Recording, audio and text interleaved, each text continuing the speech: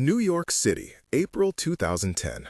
I received a letter from his daughter the other day, Angela. I'd thought about Angela many times over the years, but this was only our third interaction. The first was when I'd made her wedding dress, back in 1971. The second was when she'd written to tell me that her father had died. That was in 1977. Now she was writing to let me know that her mother had just passed away. I'm not sure how Angela expected me to receive this news.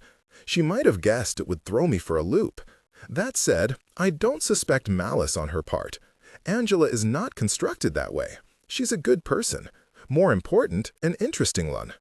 I was awfully surprised, though, to hear that Angela's mother had lasted this long. I'd assumed the woman had died ages ago. God knows everyone else has. But why should anyone's longevity surprise me when I myself have clung to existence like a barnacle to a boat bottom?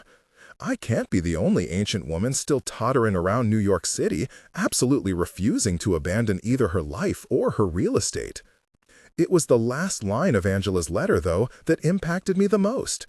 "Vivian," Angela wrote, "given that my mother has passed away, I wonder if you might now feel comfortable telling me what you were to my father."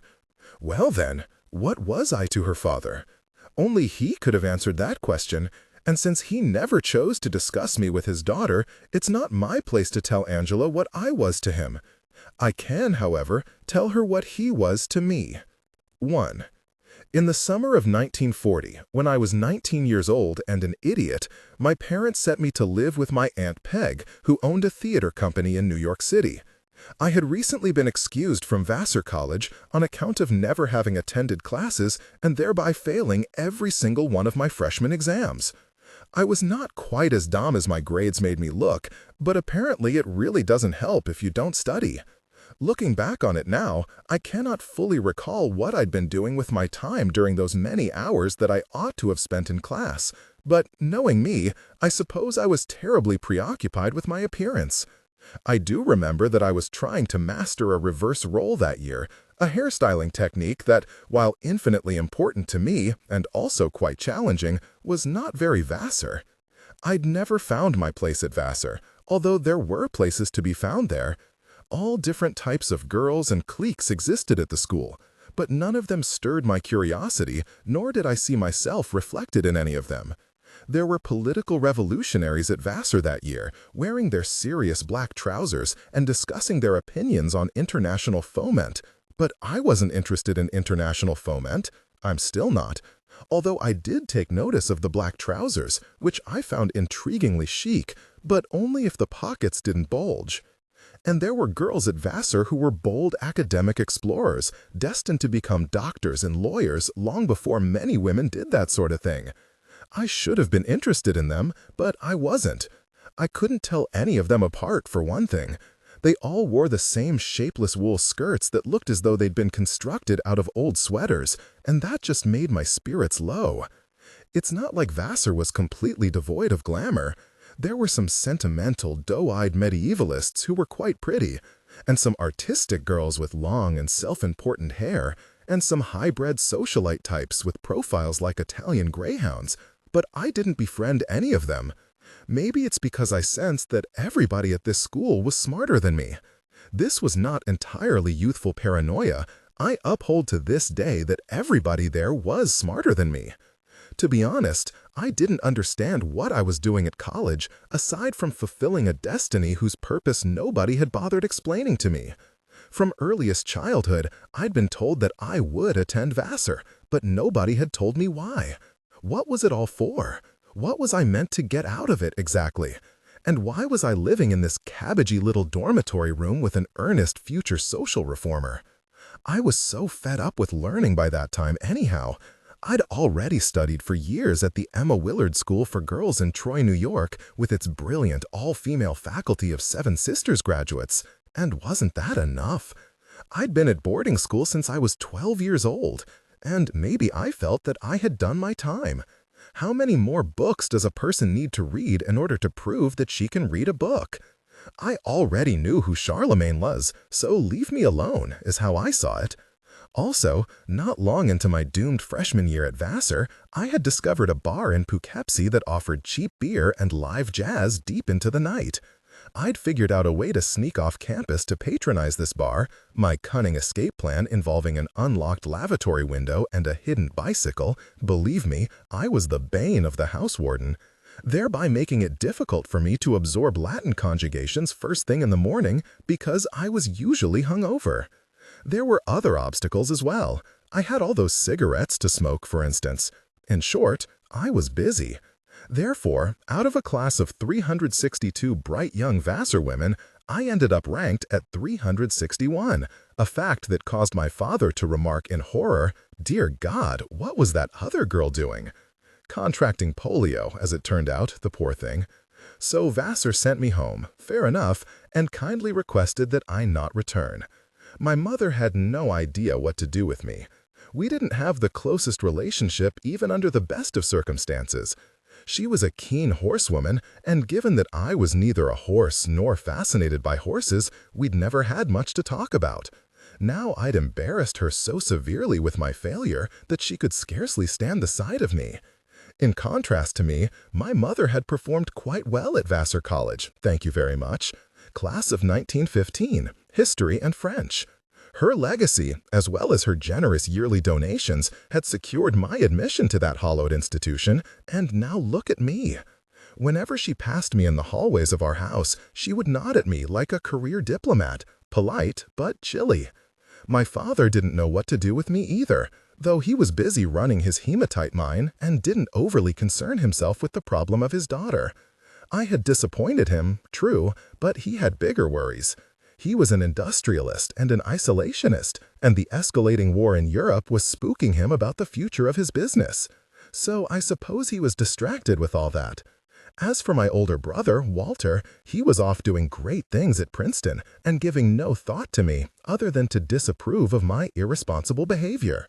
Walter had never done an irresponsible thing in his life. He'd been so respected by his peers back in boarding school that his nickname had been, and I am not making this up, the Ambassador. He was now studying engineering because he wanted to build infrastructure that would help people around the world. Add it to my catalog of sins that I, by contrast, was not quite sure I even knew what the word infrastructure meant. Although Walter and I were close in age, separated by a mere 2 years, we had not been playmates since we were quite little. My brother had put away his childish things when he was about 9 years old, and among those childish things was me. I wasn't part of his life, and I knew it. My own friends were moving forward with their lives too. They were heading off to college, work, marriage, and adulthood, all subjects that I had no interest in or understanding of. So there was nobody around to care about me or entertain me. I was bored and listless. My boredom felt like hunger pains. I spent the first 2 weeks of June hitting a tennis ball against the side of our garage while whistling Little Brown Jug again and again, until finally my parents got sick of me and shipped me off to live with my aunt in the city. And honestly, who could blame them? Sure, they might have worried that New York would turn me into a communist or a dope fiend, but anything had to be better than listening to your daughter bounce a tennis ball against a wall for the rest of eternity. So that's how I came to the city, Angela, and that's where it all began. They sent me to New York on the train, and what a terrific train it was, too. The Empire State Express, straight out of Utica, a gleaming, chrome, delinquent daughter delivery device. I said my polite farewells to Mother and Dad and handed my baggage over to a red cap, which made me feel important. I sat in the diner car for the whole ride, sipping malted milk, eating pears and syrup, smoking cigarettes, and paging through magazines. I knew I was being banished, but still, in style. Trains were so much better back then, Angela. I promise that I will try my best in these pages not to go on and on about how much better everything was back in my day. I always hated hearing old people yammering on like this when I was young. Nobody cares. Nobody cares about your golden age, you blathering goat. And I do want to assure you, I'm aware that many things were not better in the 1940s. Underarm deodorants and air conditioning were woefully inadequate, for instance, so everybody stank like crazy, especially in the summer. And also, we had Hitler. But trains were unquestionably better back then. When was the last time you got to enjoy a malted milk and a cigarette on a train? I boarded the train wearing a chipper and little blue rayon dress with a skylark print, yellow traceries around the neckline, a moderately slim skirt, and deep pockets set in at the hips. I remember this dress so vividly because, first of all, I never forget what anyone is wearing, ever, and also, I'd sewn the thing myself. A fine job I'd done with it, too. The swing of it, hitting just at mid-calf, was flirty and effective. I remember having stitched extra shoulder pads into that dress in the desperate hope of resembling Joan Crawford, though I'm not sure the effect worked. With my modest cloche hat and my borrowed-from mother plain blue handbag filled with cosmetics, cigarettes, and not much else, I looked less like a screen siren and mostly like what I actually was, a 19-year-old virgin on her way to visit a relative. Accompanying this 19-year-old virgin to New York City were 2 large suitcases, one filled with my clothes, all folded neatly in tissue, and the other packed with fabrics, trimmings, and sewing supplies so that I could make more clothes. Also joining me was a sturdy crate containing my sewing machine, a heavy and unwieldy beast, awkward to transport, but it was my demented, beautiful soul twin, without which I could not live. So, along with me it came. That sewing machine and everything that it subsequently brought to my life was all thanks to Grandmother Morris, so let's talk about her for just a moment. You may read the word grandmother, Angela, and perhaps your mind summons up some image of a sweet little old lady with white hair. That wasn't my grandmother. My grandmother was a tall, passionate, aging coquette with dyed mahogany hair who moved through life in a plume of perfume and gossip and who dressed like a circus show. She was the most colorful woman in the world, and I mean that in all definitions of the word colorful. Grandmother wore crushed velvet gowns in elaborate colors, colors that she did not call pink or burgundy or blue like the rest of the imagination-impoverished public, but instead referred to as ashes of rose or cordovan or delarabia. She had pierced ears, which most respectable ladies did not have back then, and she owned several plush jewelry boxes filled with an endless tumble of cheap and expensive chains and earrings and bracelets. She had a motoring costume for her afternoon drives in the country, and her hats were so big they required their own seats at the theater. She enjoyed kittens and mail-order cosmetics, she thrilled over tabloid accounts of sensational murders, and she was known to write romantic verse. But more than anything else, my grandmother loved drama. She went to see every play and performance that came through town, and also adored the moving pictures. I was often her date, as she and I possessed exactly the same taste. Grandmother Morris and I both gravitated toward stories where innocent girls in airy gowns were abducted by dangerous men with sinister hats, and then rescued by other men with proud chins. Obviously, I loved her. The rest of the family, though, didn't. My grandmother embarrassed everyone but me. She especially embarrassed her daughter-in-law, my mother, who was not a frivolous person, and who never stopped wincing at Grandmother Morris, whom she once referred to, that swoony, perpetual adolescent. Mother, needless to say, was not known to write romantic verse. But it was Grandmother Morris who taught me how to sew. My grandmother was a master seamstress. She'd been taught by her grandmother, who had managed to rise from Welsh immigrant maidservant to affluent American lady of means in just 1 generation, thanks in no small part to her cleverness with a needle. My grandmother wanted me to be a master at sewing too. So when we weren't eating taffy together at the picture shows or reading magazine articles aloud to each other about the white slave trade, we were sewing, and that was serious business. Grandmother Morris wasn't afraid to demand excellence from me. She would sew 10 stitches on a garment and then make me sew the next 10, and if mine weren't as perfect as hers, she would rip mine out and make me do it again. She steered me through the handling of such impossible materials as netting and lace until I wasn't intimidated by any fabric anymore, no matter how temperamental. And structure, and padding, and tailoring.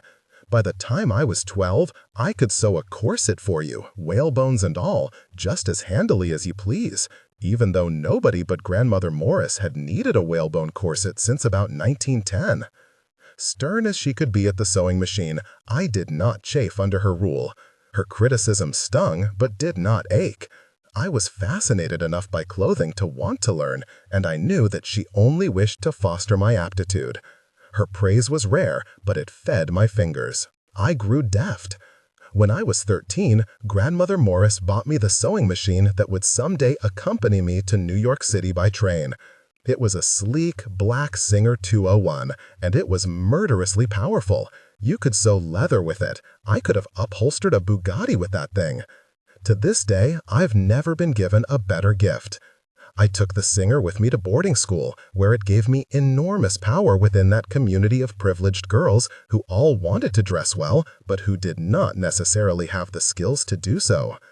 Once word got out around school that I could sew anything, and truly I could, the other girls at Emma Willard were always knocking at my door, begging me to let out their waists for them, or to fix a seam, or to take their older sister's formal dress from last season and make it fit them right now.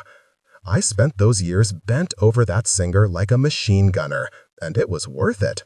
I became popular, which is the only thing that matters really at boarding school, or anywhere. I should say that the other reason my grandmother taught me to sew was because I had an oddly shaped body. From earliest childhood, I'd always been too tall, too lanky. Adolescence came and went, and I only got taller. For years, I grew no bosom to speak of, and I had a torso that went on for days. My arms and legs were saplings. Nothing purchased at a store was ever going to fit right, so it would always be better for me to make my own clothes. And Grandmother Morris, bless her soul, taught me how to dress myself in a way that flattered my height instead of making me look like a stilt walker. If it sounds like I'm being self-deprecating about my appearance, I'm not. I'm just relaying the facts of my figure. I was long and tall, that's all there was to it. And if it sounds like I'm about to tell you the story of an ugly duckling who goes to the city and finds out that she's pretty, after all, don't worry, this is not that story. I was always pretty, Angela. What's more, I always knew it. My prettiness, to be sure, is why a handsome man in the diner car of the Empire State Express was staring at me as I sipped my malted milk and ate my pears and syrup. Finally, he came over and asked if he could light my cigarette for me. I agreed, and he sat down and commenced with flirting. I was thrilled by the attention, but didn't know how to flirt back. So I responded to his advances by staring out the window and pretending to be deep in thought. I frowned slightly, hoping to look serious and dramatic, although I probably just looked nearsighted and confused. This scene would have been even more awkward than it sounds, except that eventually I got distracted by my own reflection in the train window, and that kept me busy for a good long while. Forgive me, Angela, but being captivated by your own appearance is part of what it means to be a young and pretty girl. It turns out that even this handsome stranger was not nearly as interesting to me as the shape of my own eyebrows. It's not only that I was interested in how well I'd groomed them, though I was absolutely riveted by that subject, but it just so happens that I was trying that summer to learn how to raise one eyebrow at a time, like Vivian Lee in Gone with the Wind. Practicing this effect took focus, as I'm sure you can imagine, so you can see how the time just flew by as I lost track of myself and my reflection. The next time I looked up, we had pulled into Grand Central Station already, and my new life was about to begin. And the handsome man was long gone. But not to worry, Angela, there would be plenty more handsome men to come. Oh, I should also tell you, in case you were wondering whatever became of her, that my grandmother Morris had died about a year before that train deposited me into New York City. She'd passed away in August of 1939, just a few weeks before I was meant to start school at Vassar. Her death had not been a surprise. She'd been in decline for years. But still, the loss of her, my best friend, my mentor, my confidant, devastated me to the core. Do you know what, Angela? That devastation might have had something to do with why I performed so poorly at college my freshman year. Perhaps I had not been such a terrible student after all. Perhaps I had merely been sad. I am only realizing this possibility at this moment as I write to you. Oh dear, sometimes it takes a very long while to figure things out. 2. Anyway, I arrived in New York City safely, a girl so freshly hatched that there was practically yolk in her hair. Aunt Peg was supposed to meet me at Grand Central. My parents had informed me of this fact as I'd gotten on the train in Utica that morning, but nobody had mentioned any particular plan. I'd not been told exactly where I was supposed to wait for her. Also, I'd been given no phone number to call in case of an emergency and no address to go to should I find myself alone. I was just supposed to meet Aunt Peg at Grand Central, and that was that. Well, Grand Central Station was grand, just as advertised, but it was also a great place for not finding someone, so it's no surprise that I couldn't locate Aunt Peg when I arrived. I stood there on the platform for the longest time with my piles of luggage, watching the station teeming with souls, but nobody resembled Peg. It's not that I didn't know what Peg looked like. I'd met my aunt a few times before then, even though she and my father weren't close. This may be an understatement. My father didn't approve of his sister Peg any more than he'd approved of their mother. Whenever Peg's name came up at the dinner table, my father would snort through his nose and say, "Must be nice, gallivanting about the world, living in the land of make-believe, and spending it by the hundreds." And I would think, that does sound nice. Peg had come to a few family Christmases when I was young, but not many, because she was always on the road with her theatrical touring company. My strongest memory of Peg was from when I'd come to New York City for a day trip at age 11, accompanying my father on a business venture. Peg had taken me to skate in Central Park. She'd brought me to visit Santa Claus. Although we both agreed I was far too old for Santa Claus, I would not have missed it for the world and was secretly thrilled to meet him. She and I had also eaten a smorgasbord lunch together. It was one of the more delightful days of my life. My father and I hadn't stayed overnight in the city because Dad hated and distrusted New York. But it had been one glorious day, I can assure you. I thought my aunt was terrific. She had paid attention to me as a person, not a child, and that means everything to an 11-year-old child who does not want to be seen as a child. More recently, Aunt Peg had come back home to my hometown of Clinton in order to attend the funeral of Grandmother Morris, her mother. She'd sat next to me during the service and held my hand in her big, capable paw. This gesture had both comforted and surprised me. My family were not predisposed toward hand-holding, you may be shocked to learn. After the funeral, Peg had embraced me with the strength of a lumberman, and I dissolved into her arms, spewing out a Niagara of tears. She'd smelled of lavender soap, cigarettes, and gin. I'd clung to her like a tragic little koala. But I hadn't been able to spend much time with her after the funeral. She needed to leave town right away because she had a show to produce back in the city. I felt that I'd embarrassed myself by falling to bits in her arms, comforting though she had been. I barely knew her, after all. In fact, what follows is the sum total of everything I knew about my Aunt Peg upon my arrival in New York City at the age of 19. I knew that Peg owned a theater called the Lily Playhouse, located somewhere in Midtown Manhattan. I knew that she had not set out for a career in the theater, but had come by her work in a rather random way. I knew that Peg had trained as a Red Cross nurse, curiously enough, and had been stationed in France during World War I. I knew that, somewhere along the way, Peg had discovered that she was more talented at organizing entertainments for the injured soldiers than she was at tending to their wounds. She had a knack, she found, for turning out shows in field hospitals and barracks that were cheap, quick, gaudy, and comic. War is a dreadful business, but it teaches everyone something. This particular war taught my Aunt Peg how to put on a show. I knew that Peg had stayed in London for a good long while after the war, working in the theater there. She was producing a revue in the West End when she met her future husband, Billy Beulah, a handsome and dashing American military officer who had also decided to stay in London after the war to pursue a career in the theater. Like Peg, Billy came from people. Grandmother Morris used to describe the Buell family as sickeningly wealthy. For years, I wondered what that term meant exactly. My grandmother revered wealth. How much more of it would qualify as sickening? One day, I finally asked her this question, and she answered as if it explained everything, "They're Newport, darling." But Billy Beulah, Newport though he may have been, was similar to Peg in that he shunned the cultured class into which he had been born. He preferred the grit and glitter of the theater world to the polish and repression of cafe society.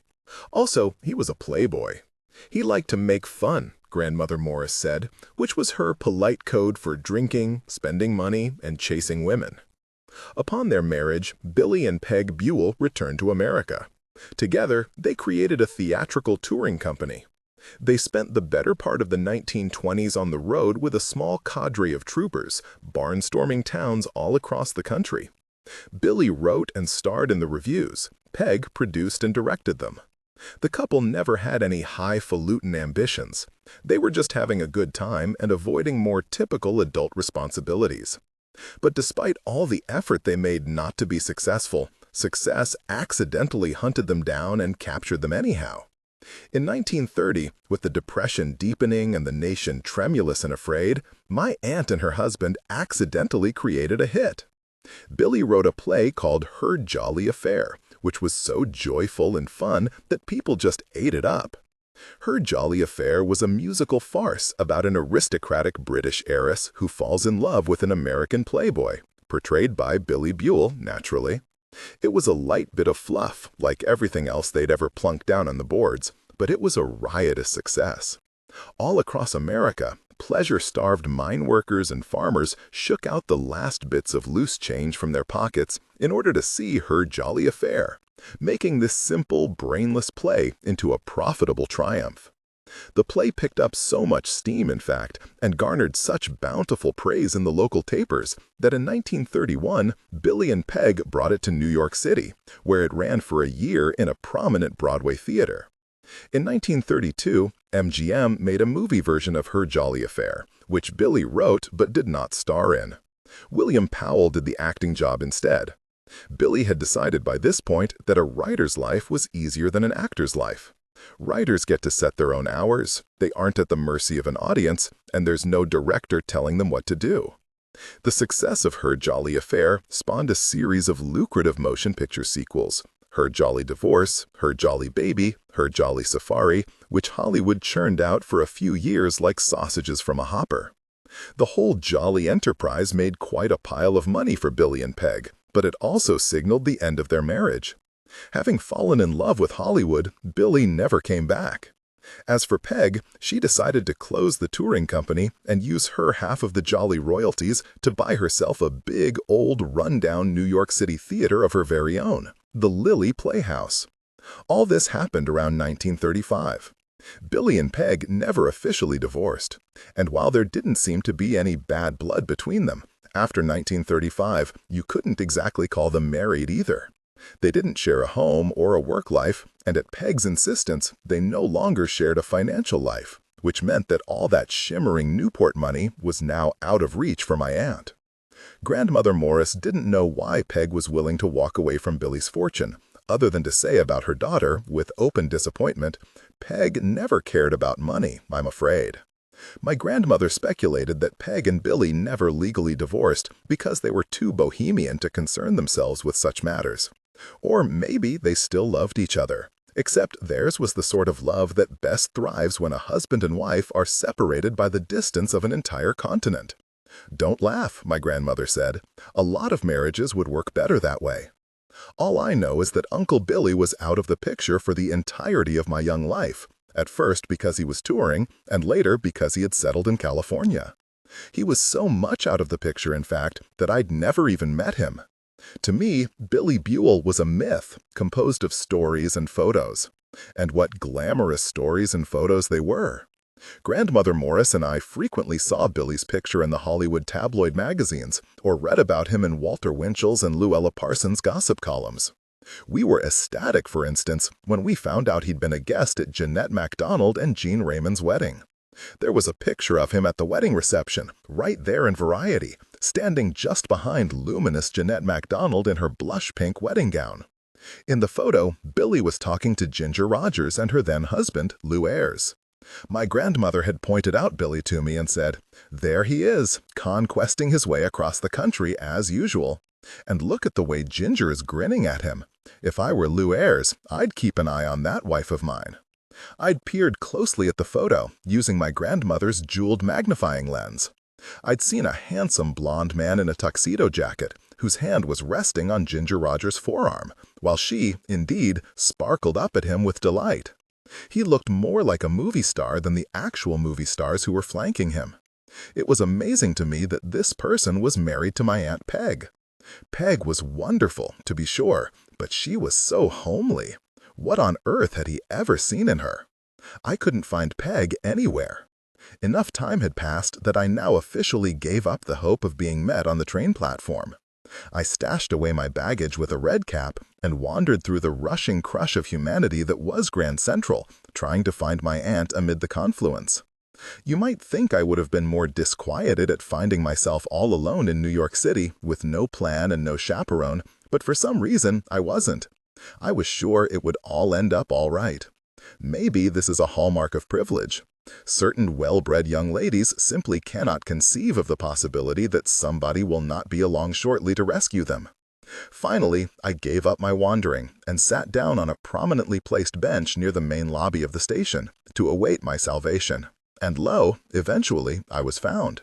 My rescuer turned out to be a short, silver-haired woman in a modest gray suit, who approached me the way a St. Bernard approaches a stranded skier, with dedicated focus and serious intent to save a life. Modest is actually not a strong enough word to describe the suit that this woman was wearing.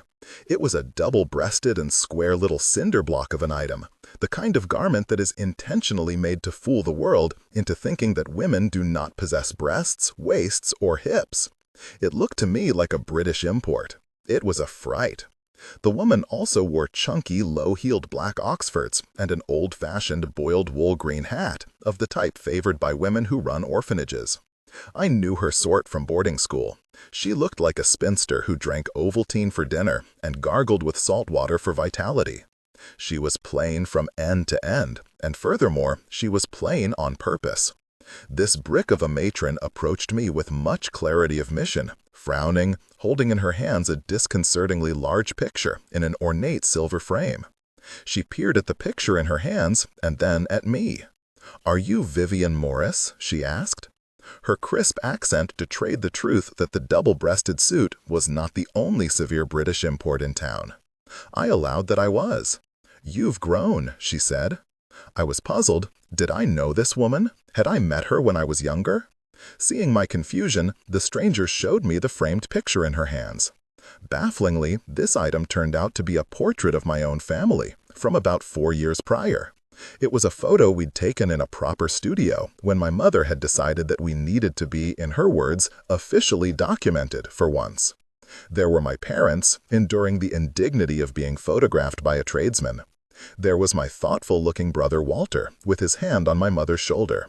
There was a ganglier and younger version of myself, wearing a sailor dress that was far too girlish for my age.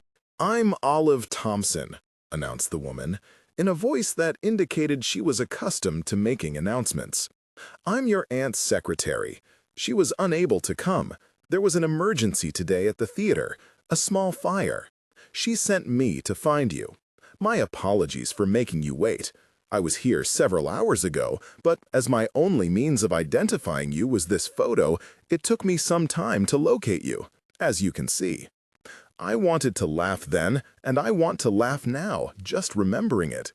The idea of this flinty, middle-aged woman wandering around Grand Central Station with a giant photograph in a silver frame, a frame that looked as though it had been ripped in haste off a rich person's wall, which it had been, and staring at every face, trying to match the person before her to a portrait of a girl taken 4 years earlier, was wickedly funny to me.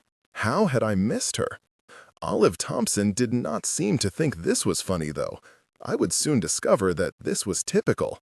"Your bags," she said. "Collect them. Then we'll taxi over to the Lily. The late show has already begun. Hurry up now. Make no flim-flam about it." I walked behind her obediently, a baby duck following a mama duck. I made no flim-flam about it. I thought to myself, a small fire?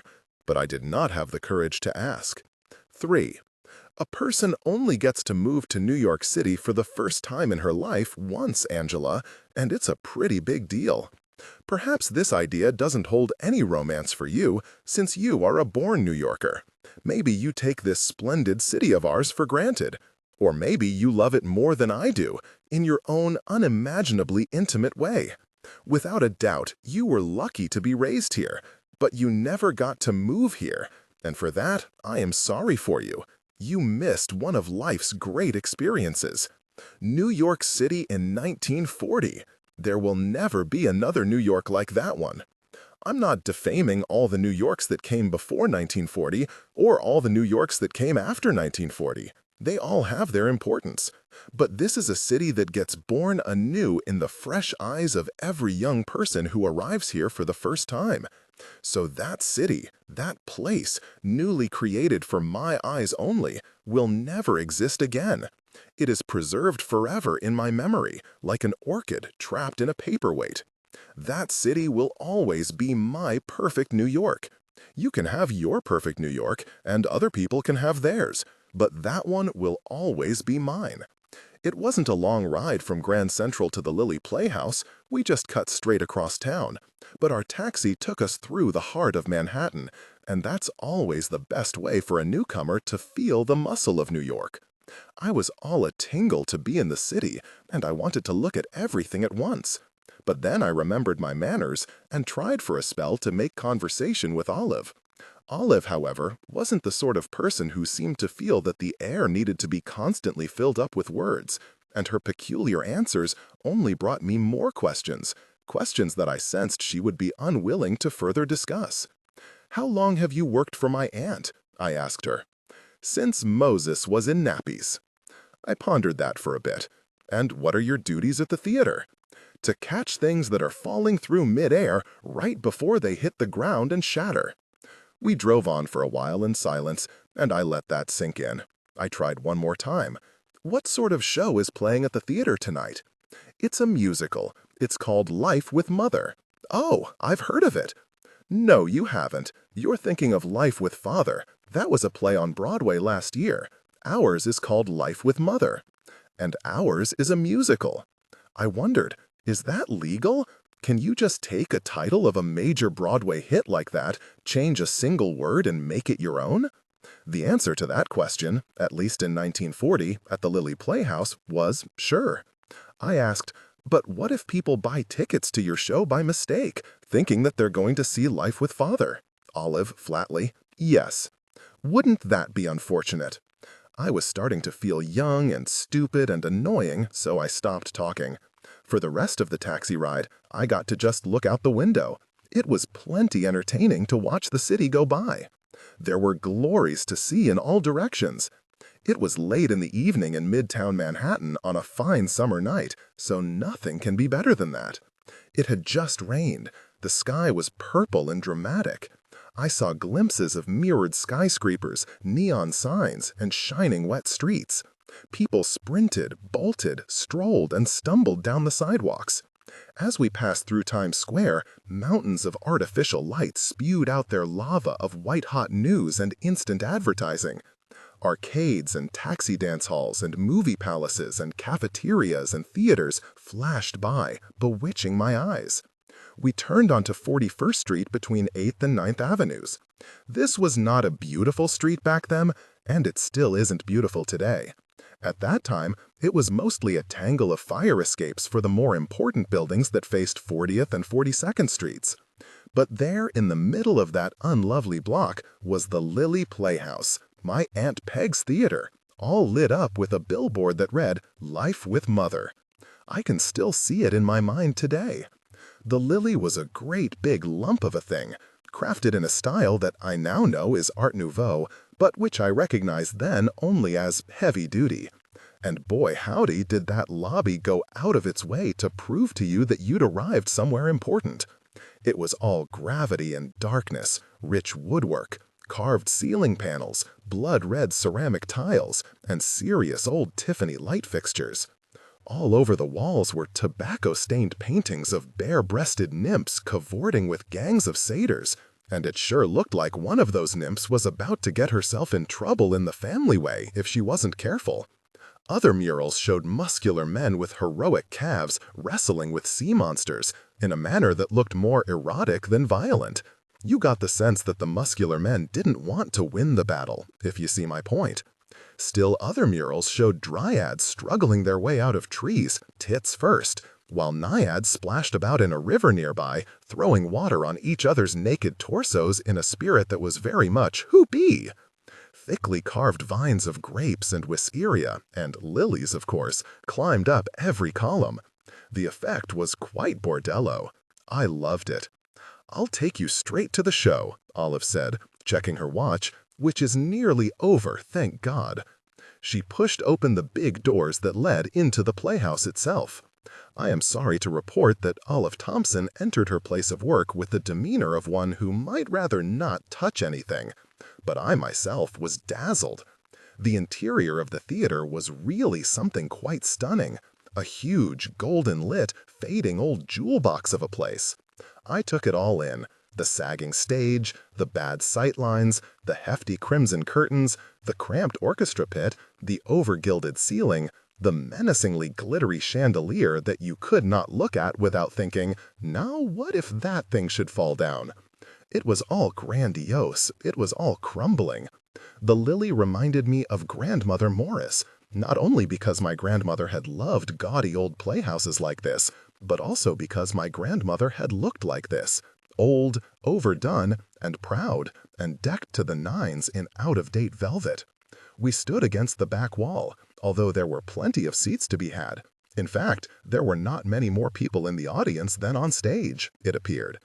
I was not the only one who noticed this fact. Olive took a quick head count, wrote the number in a small notebook which she had pulled out of her pocket, and sighed. As for what was going on up there on the stage, it was dizzying. This, indeed, had to be the end of the show, because there was a lot happening at once.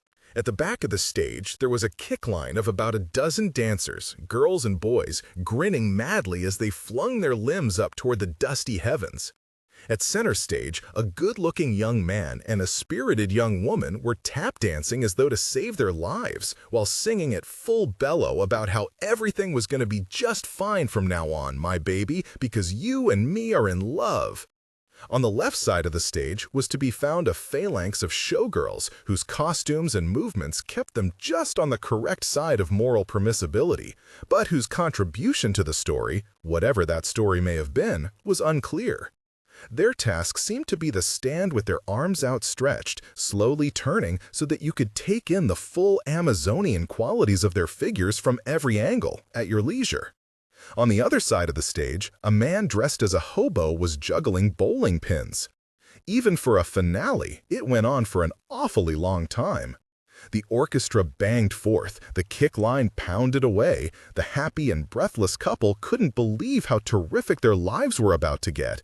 The showgirls slowly displayed their figures, the juggler sweated and hurled, until suddenly, with a crash of every instrument at once, and a swirl of spotlights, and wild flinging up of everyone's arms in the air at the same time, it ended.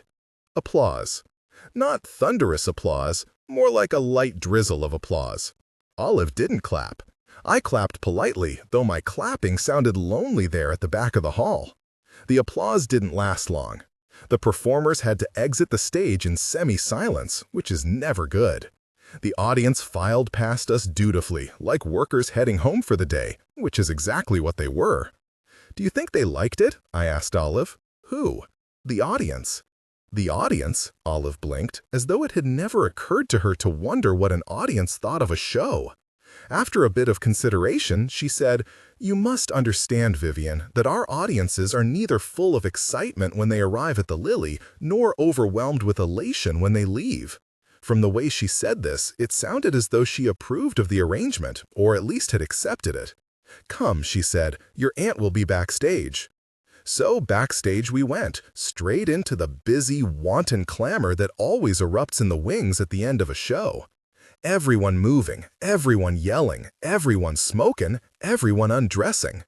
The dancers were lighting cigarettes for each other, and the showgirls were removing their headdresses. A few men in overalls were shuffling props around, but not in any way that would cause them to break a sweat.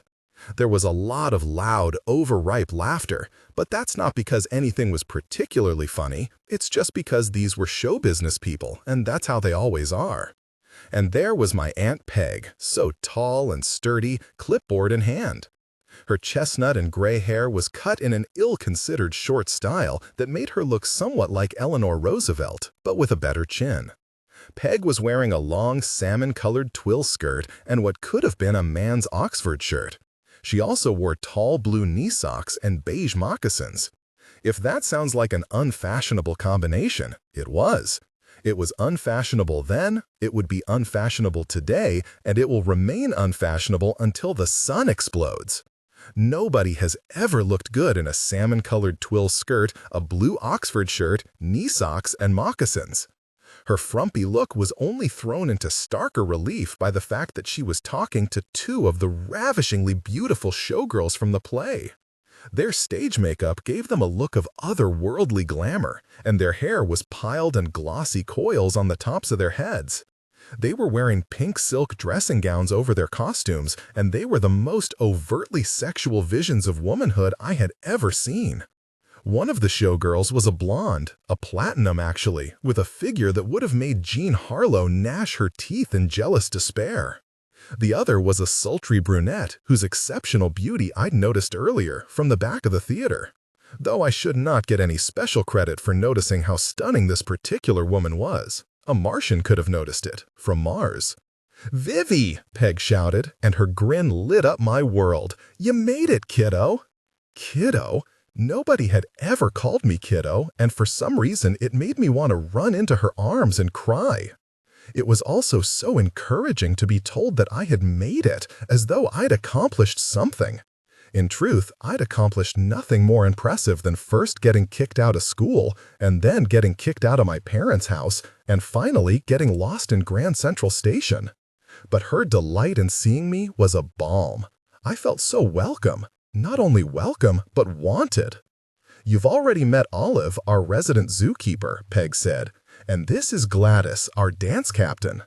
The platinum-haired girl grinned, snapped her gum at me, and said, "How you doing?"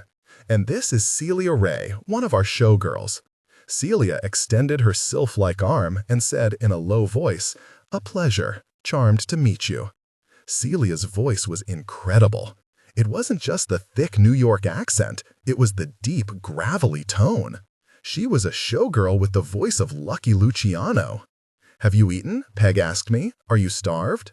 "No," I said. "Not starved, I wouldn't say, but I haven't had proper dinner." "We'll go out then. Let's go have a few gallons of drinks and catch up." Olive interjected. "Vivian's luggage hasn't been brought upstairs yet, Peg. Her suitcases are still in the lobby. She's had a long day, and she'll want to freshen up. What's more, we should give notes to the cast." "The boys can bring her things upstairs," Peg said. "She looks fresh enough to me. And the cast doesn't need notes." "The cast always needs notes." "Tomorrow we can fix it," was Peg's vague answer, which seemed to satisfy Olive not at all. "I don't want to talk about business just now. I could murder a meal, and what's worse, I have a powerful thirst. Let's just go out, can't we?" By now, it sounded like Peg was begging for Olive's permission. "Not tonight, Peg," said Olive firmly. "It's been too long a day. The girl needs to rest and settle in. Bernadette left a meatloaf upstairs. I can make sandwiches." Peg looked a little deflated, but cheered up again within the next minute. "Upstairs, then," she said. "Come, Vivian, let's go." Here's something I learned over time about my aunt. Whenever she said, "let's go," she meant that whoever was in earshot was also invited. Peg always moved in a crowd, and she wasn't picky about who was in the crowd either.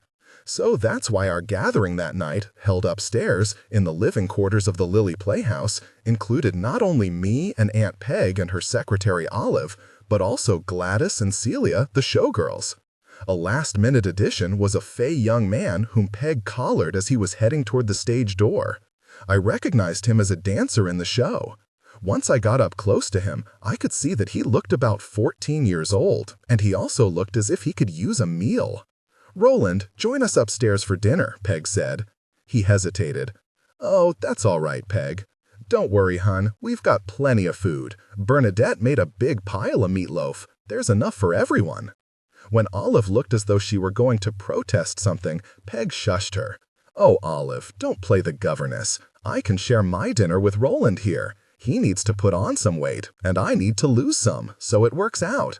Anyway, we're semi-solvent right now. We can afford to feed a few more mouths." We headed to the back of the theater, where a wide staircase led to the upstairs of the Lily. As we climbed the stairs, I could not stop staring at those two showgirls, Celia and Gladys. I'd never seen such beauties. I'd been around theater girls back at boarding school, but this was different. The theater girls at Emma Willard tended to be the sort of females who never washed their hair and always wore thick black leotards, and every single one of them thought she was Medea at all times. I simply couldn't bear them. But Gladys and Celia, this was a different category. This was a different species. I was mesmerized by their glamour, their accents, their makeup, the swing of their silk-wrapped rear ends. And as for Roland, he moved his body just the same way. He too was a fluid, swinging creature. How fast they all talked, and how alluringly they threw out abbreviated hints of gossip like bits of bright confetti. "She just gets by on her looks," Gladys was saying about some girl or another. "Not even on her looks," Roland added, "just on her legs." "Well, that ain't enough," said Gladys. "For one more season it is," said Celia. "Maybe. That boyfriend of hers don't help matters. That lame brain. He keeps lapping up that champagne, though. She should up and tell him he's not exactly panting for it. How long can a girl make a living as a movie usher? Walking around with that nice-looking diamond, though. She should try to think more reasonable. She should get herself a butter and egg man." Who were these people that were being talked about? What was this life that was being suggested? And who was this poor girl being discussed in the stairwell? How was she ever going to advance past being a mere movie usher if she didn't start thinking more reasonable? Who'd given her the diamond? Who was paying for all the champagne that was being lapped up? I cared about all these things. These things mattered. And what in the world was a butter and egg man? I'd never been more desperate to know how a story ended, and this story didn't even have a plot. It just had unnamed characters, hints of wild action, and a sense of looming crisis. My heart was racing with excitement, and yours would have been too if you were a frivolous 19-year-old girl like me who'd never had a serious thought in her life. We reached a dimly lit landing, and Peg unlocked a door and let us all in. "Welcome home, kiddo," Peg said. Home in my Aunt Peg's world consisted of the 3rd and 4th floors of the Lily Playhouse. These were the living quarters. The 2nd floor of the building, as I would find out later, was office space. The ground floor, of course, was the theater itself, which I've already described for you. But the 3rd and 4th floors were home, and now we had arrived. Peg did not have a talent for interior design, I could instantly see. Her taste, if you could call it that, ran toward heavy, outdated antiques and mismatched chairs and a lot of apparent confusion about what belonged where. I could see that Peg had the same sort of dark, unhappy paintings on her walls as my parents had, inherited from the same relatives, no doubt. It was all faded prints of horses and portraits of crusty old Quakers. There was a fair amount of familiar-looking old silver and china spread around the place as well, candlesticks and tea sets and such, and some of it looked valuable, but who knew? None of it looked used or loved. There were ashtrays on every surface, though, and those certainly looked used and loved. I don't want to say that the place was a hovel. It wasn't dirty, it just wasn't arranged. I caught a glance of a formal dining room, or rather, what might have been a formal dining room in anyone else's home, except that a ping-pong table had been placed right in the middle of the room.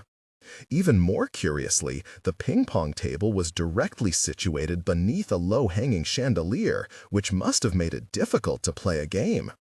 We landed in a generously sized living room, a big enough space that it could be overstuffed with furniture while also containing a grand piano, which was jammed unceremoniously against the wall.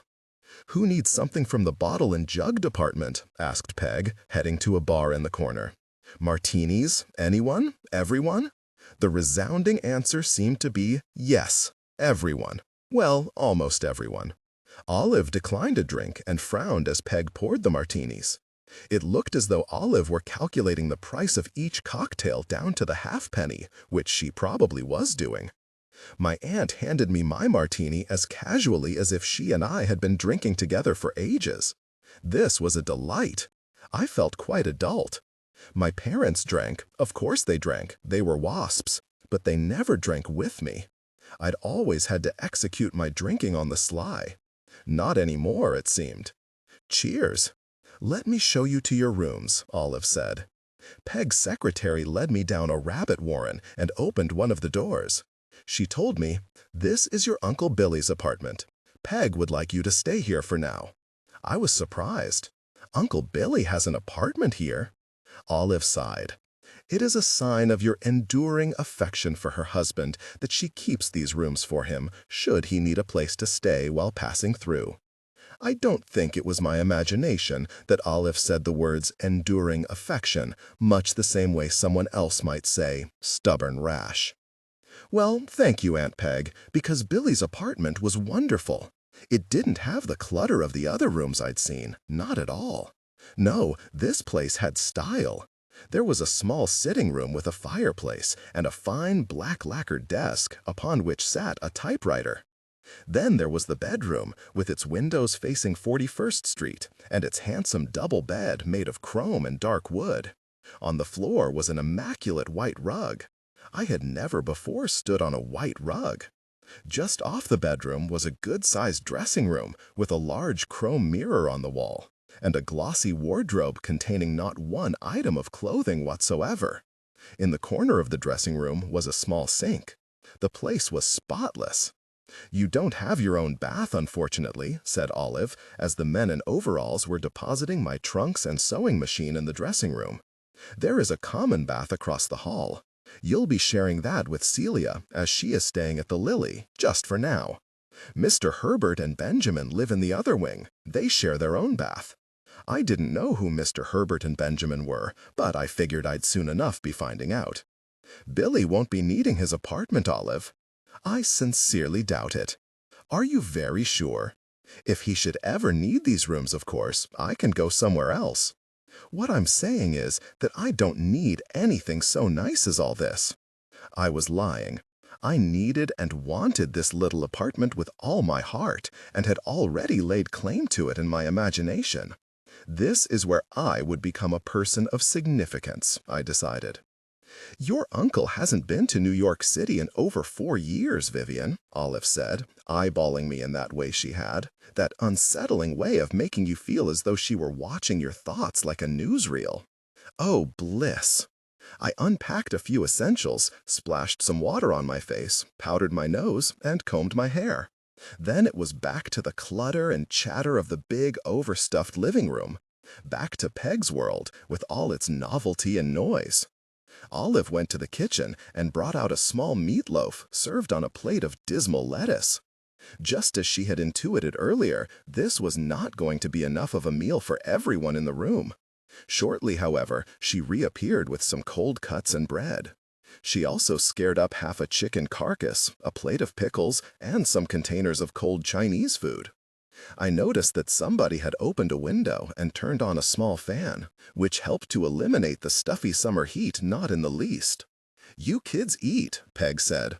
"Take all you need." Gladys and Roland lit into the meatloaf like a couple of farmhands. I helped myself to some of the chop suey.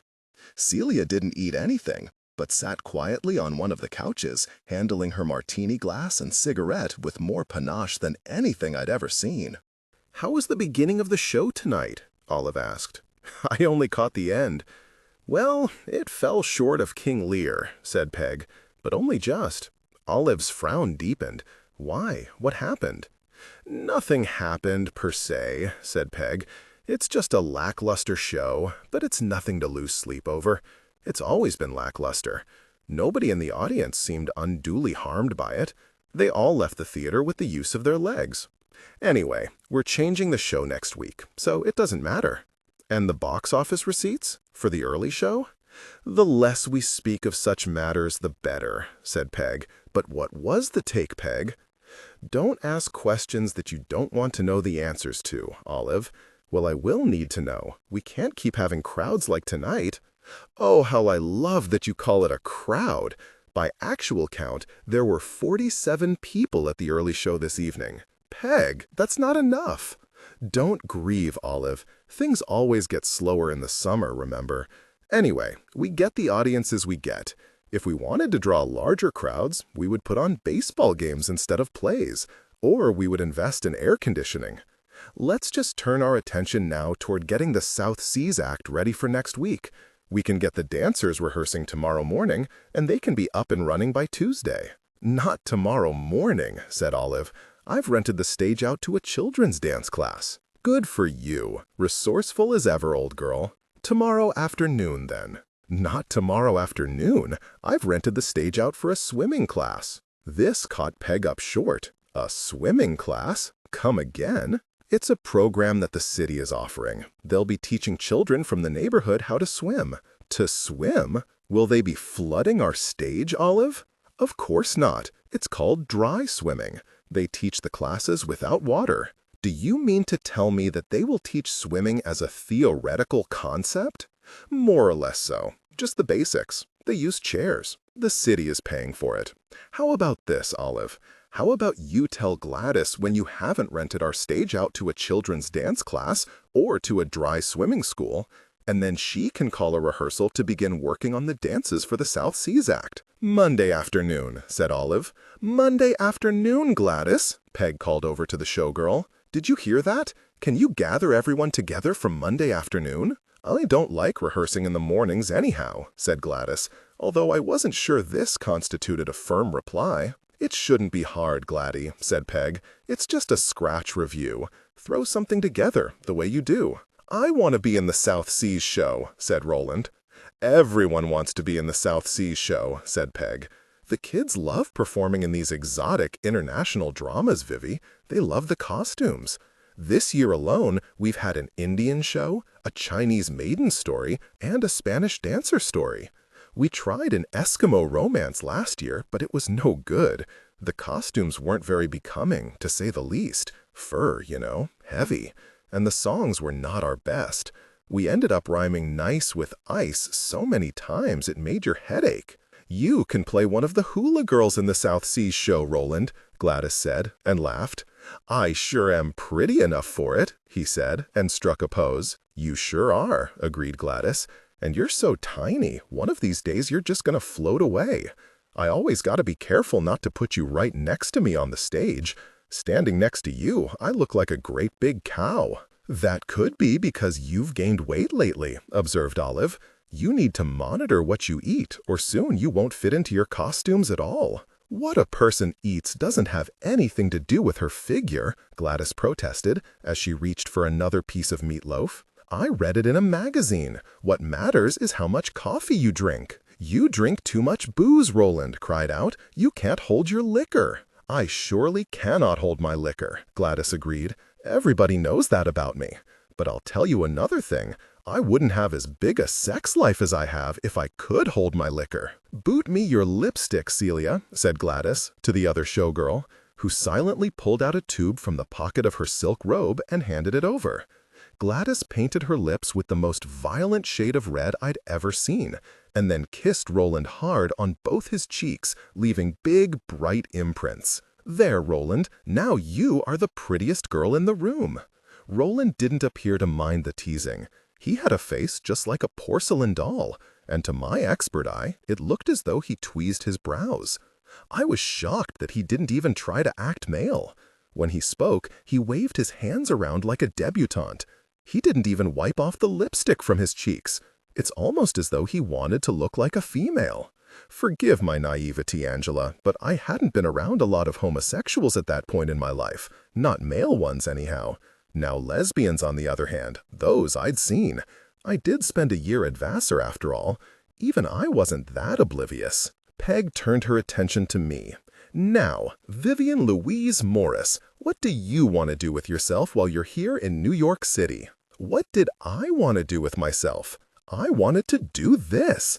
I wanted to drink martinis with showgirls and listen to Broadway business talk and eavesdrop on the gossip of boys who looked like girls. I wanted to hear about people's big sex lives, but I couldn't say any of that. So what I said, brilliantly, was, "I'd like to look around a bit, take things in." Everyone was looking at me now, waiting for something more, maybe? Waiting for what? "I don't know my way around New York City is my primary obstacle," I said, sounding like an ass. Aunt Peg responded to this inanity by grabbing a paper napkin off the table and sketching upon it a quick map of Manhattan. I do wish I had managed to preserve that map, Angela. It was the most charming map of the city I would ever see. A big, crooked carrot of an island with a dark rectangle in the middle representing Central Park, vague, wavy lines representing the Hudson and East Rivers, a dollar sign down at the bottom of the island representing Wall Street, a musical note up at the top of the island representing Harlem, and a bright star right in the middle, representing right where we were, Times Square, center of the world. Bingo. There, she said. Now you know your way around. You can't get lost here, kiddo. Just follow the street signs. It's all numbered. Couldn't be easier. Just remember, Manhattan is an island. People forget that. Walk far enough in any direction, and you'll run into water. If you hit a river, turn around and go in the other direction. You'll learn your way around. Dumber people than you have figured out this city. Even Gladys figured it out, said Roland. Watch it, sunshine, said Gladys. I was born here. Thank you, I said, pocketing the napkin. And if you need anything done around the theater, I would be happy to help out. You'd like to help? Peg seemed surprised to hear it. Clearly she had not expected much of me. Christ, what had my parents told her? You can help Olive in the office, if you go for that sort of thing. Office work and such. Olive blanched at this suggestion, and I'm afraid I might have done the same. I didn't want to work for Olive any more than she wanted me working for her. Or you can work in the box office, Peg went on. You can sell tickets. You're not musical, are you? I'd be surprised if you were. Nobody in our family is musical. I can sew, I said. I must have said it quietly, because nobody seemed to register that I'd spoken. Olive said, Peg, why don't you have Vivian enroll at the Catherine Gibbs School, where she can learn how to type? Peg, Gladys, and Celia all groaned as one. Olive is always trying to get us girls to enroll at Catherine Gibbs so we can learn how to type, Gladys explained. She shuddered in dramatic horror, as though learning how to type were something akin to busting up rocks in a prisoner of war camp. Catherine Gibbs turns out employable young women, Olive said. A young woman ought to be employable. I can't type, and I'm employable, Gladys said. Heck, I'm already employed. I'm employed by you, Olive said. A showgirl is never quite employed, Gladys. A showgirl is a person who may, at times, be in possession of a job. It's not the same thing. Yours is not a reliable field of work. A secretary, by contrast, can always find employment. I'm not just a showgirl, said Gladys with miffed pride. I'm a dance captain. A dance captain can always find employment. Anyhow, if I run out of money, I'll just get married. Never learn to type, kiddo, Peg said to me. And if you do learn to type, never tell anybody that you can type, or they'll make you do it forever. Never learn shorthand either. It'll be the death of you. Once they put a steno pad in a woman's hand, it never comes out. Suddenly, the gorgeous creature on the other side of the room spoke, for the first time since we'd come upstairs. You said you can sew? Celia asked. Once again, that low, throaty voice took me by surprise. Also, she had her eyes on me now, which I found a bit intimidating. I don't want to overuse the word smoldering when I talk about Celia, but there's no way around it. She was the kind of woman who smoldered even when she wasn't intentionally trying to smolder. Holding that smoldering gaze was uncomfortable for me, so I just nodded and said in the safer direction of Peg, Yes, I can sew. Grandmother Morris taught me how. What sort of stuff do you make? Celia asked. Well, I made this dress. Gladys screamed, You made that dress? Both Gladys and Roland rushed at me the way girls always rushed at me when they found out that I'd made my own dress. In a flash, the two of them were picking at my outfit like two gorgeous little monkeys. You did this? Gladys said. Even the trim? Roland asked.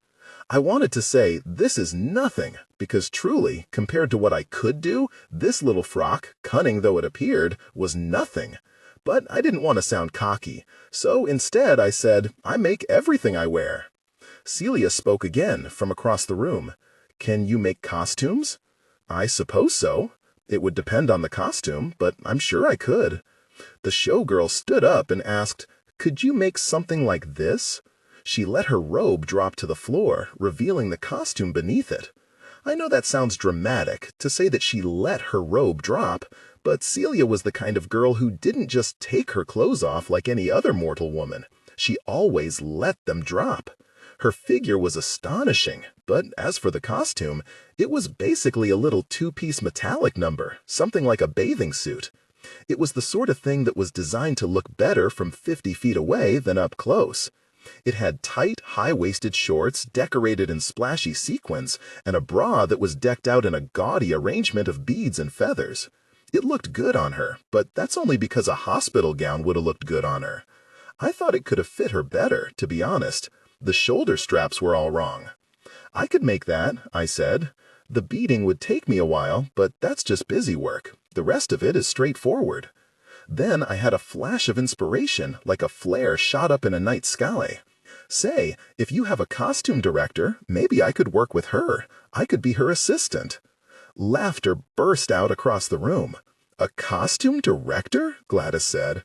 "What do you think this is, Paramount Pictures? You think we got Edith Head hiding down there in the basement?" "The girls are responsible for their own costumes," Peg explained. "If we don't have anything that'll work for them in our costume closet, and we never don't, they have to provide their own outfits. It costs them, but that's just how things have always been done." "Where'd you get yours, Celia?" "I bought it off a girl. You remember Evelyn at El Morocco? She got married, moved to Texas. She gave me a whole trunk of costumes. Lucky for me." "Sure, lucky for you," sniffed Roland. "Lucky you didn't get the clap." "Oh, give it a rest, Roland," said Gladys. "Evelyn was a good kid. You're just jealous because she married a cowboy." "If you'd like to help the kids out with their costumes, Vivian, I'm sure everyone would appreciate it," said Peg. "Could you make me a South Seas outfit?" Gladys asked me. "Like a Hawaiian hula girl?" That was like asking a master chef if he could make porridge. "Sure," I said. "I could make you one tomorrow." "Could you make me a hula outfit?" asked Roland. "I don't have a budget for new costumes," Olive warned. "We haven't discussed this." "Oh, Olive," Peg sighed, "you are every inch the Vicar's wife. Let the kids have their fun." I couldn't help but observe that Celia had kept her gaze on me since we started talking about sewing. Being in her line of vision felt both terrifying and thrilling. "You know something?" she said, after studying me more closely. "You're pretty." Now, to be fair, people usually notice this fact about me sooner, but who could blame Celia for having paid me so little attention up until this point when she was in possession of that face and that body? "Tell you the truth," she said, smiling for the first time that night, "you kind of look like me." Let me be clear, Angela, I didn't. Celia Ray was a goddess. I was an adolescent. But in the sketchiest of terms, I suppose I could see that she had a point. We were both tall brunettes with ivory skin and wide-set brown eyes. We could have passed for cousins, if not sisters, and decidedly not twins. Certainly our figures had nothing in common. She was a peach, I was a stick. Still, I was flattered. To this day, though, I believe that the only reason Celia Ray ever took notice of me at all was because we looked a tiny bit alike, and that drew her attention. For Celia, vain as she was, looking at me must have been like looking at a very foggy, very distant mirror, and Celia never met a mirror she didn't love. "You and me should dress up alike sometime and go out on the town," Celia said, in that low Bronx growl that was also a purr. "We could get ourselves into some real good trouble." Well, I didn't even know what to say to that. I just sat there, gaping like the Emma Willard schoolgirl I so recently had been. As for my Aunt Peg, my legal guardian at this point, please remembers, she heard this illicit-sounding invite and said, "Say, girls, that sounds fun."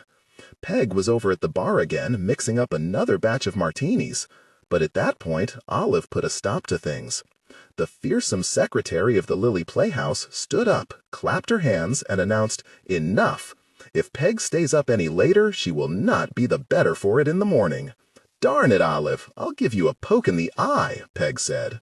"To bed, Peg," said the imperturbable Olive, tugging down her girdle for emphasis. "Now." The room scattered.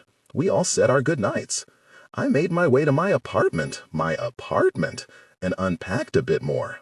I couldn't really focus on the task, though. I was in a buzz of nervous joy.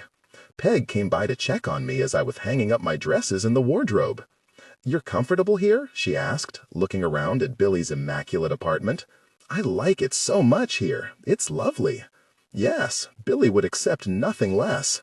"May I ask you something, Peg?" "Certainly." "What about the fire?" "Which fire, kiddo?"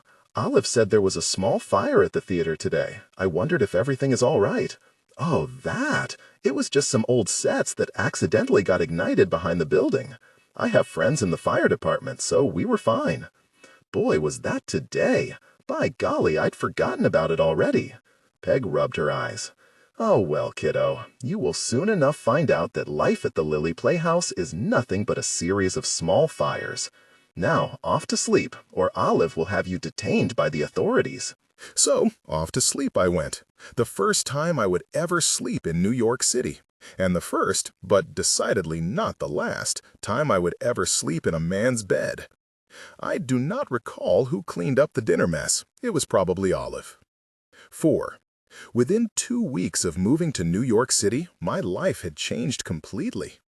These changes included, but were not limited to, the loss of my virginity, which is an awfully amusing story that I shall tell you shortly, Angela, if you'll just be patient with me for a moment longer.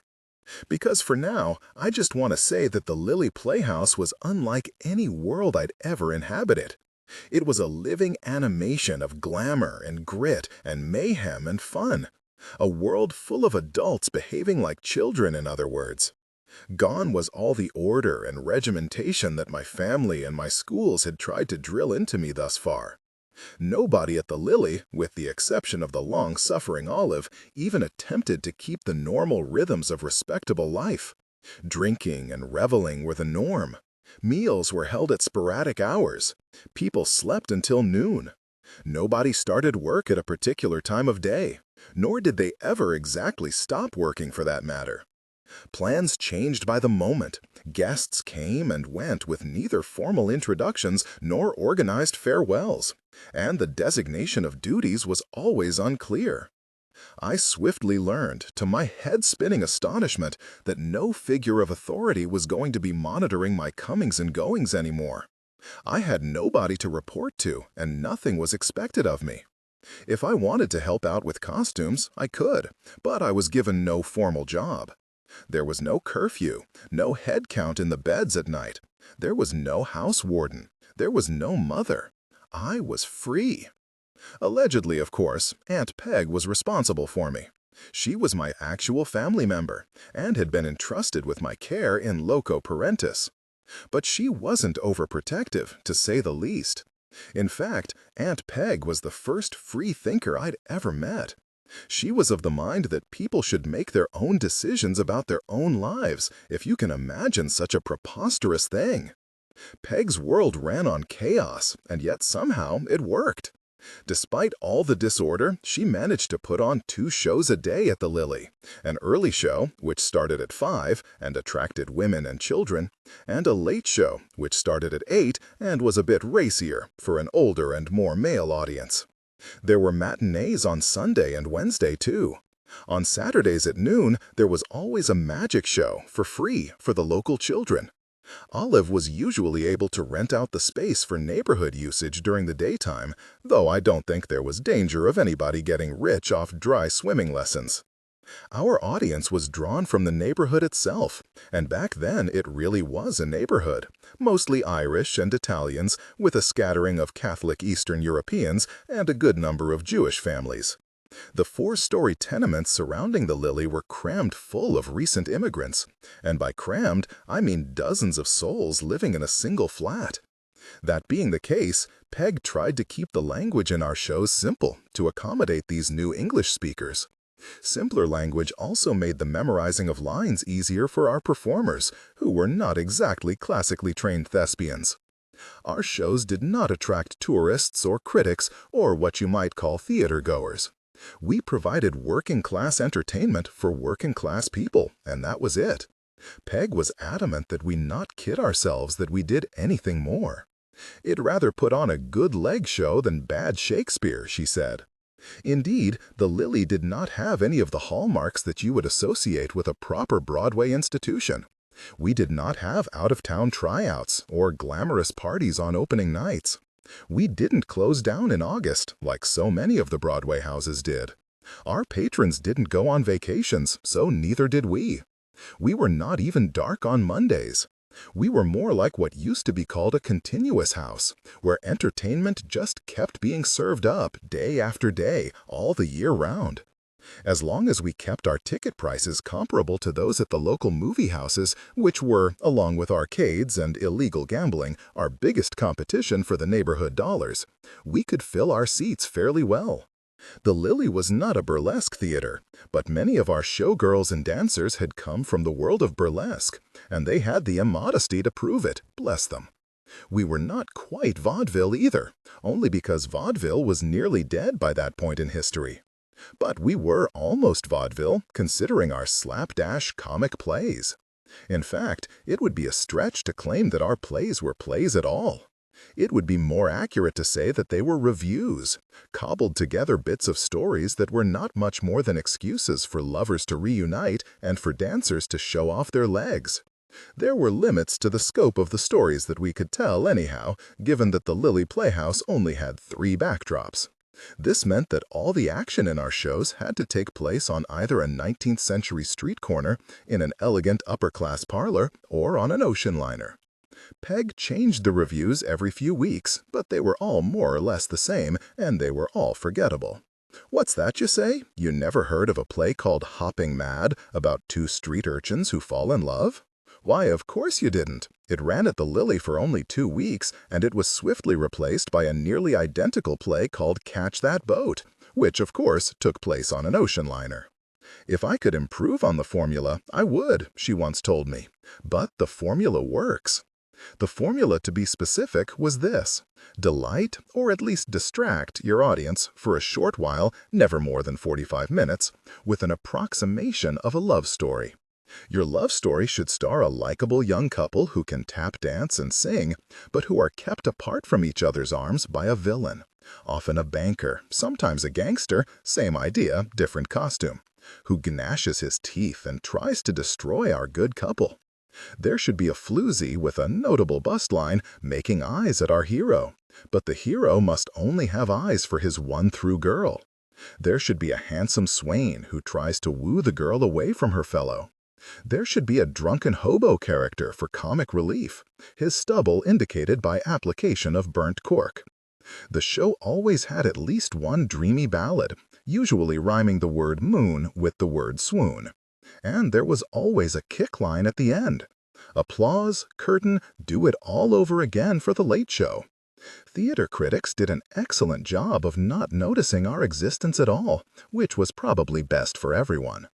If it sounds like I'm denigrating the Lilia productions, I'm not. I loved them.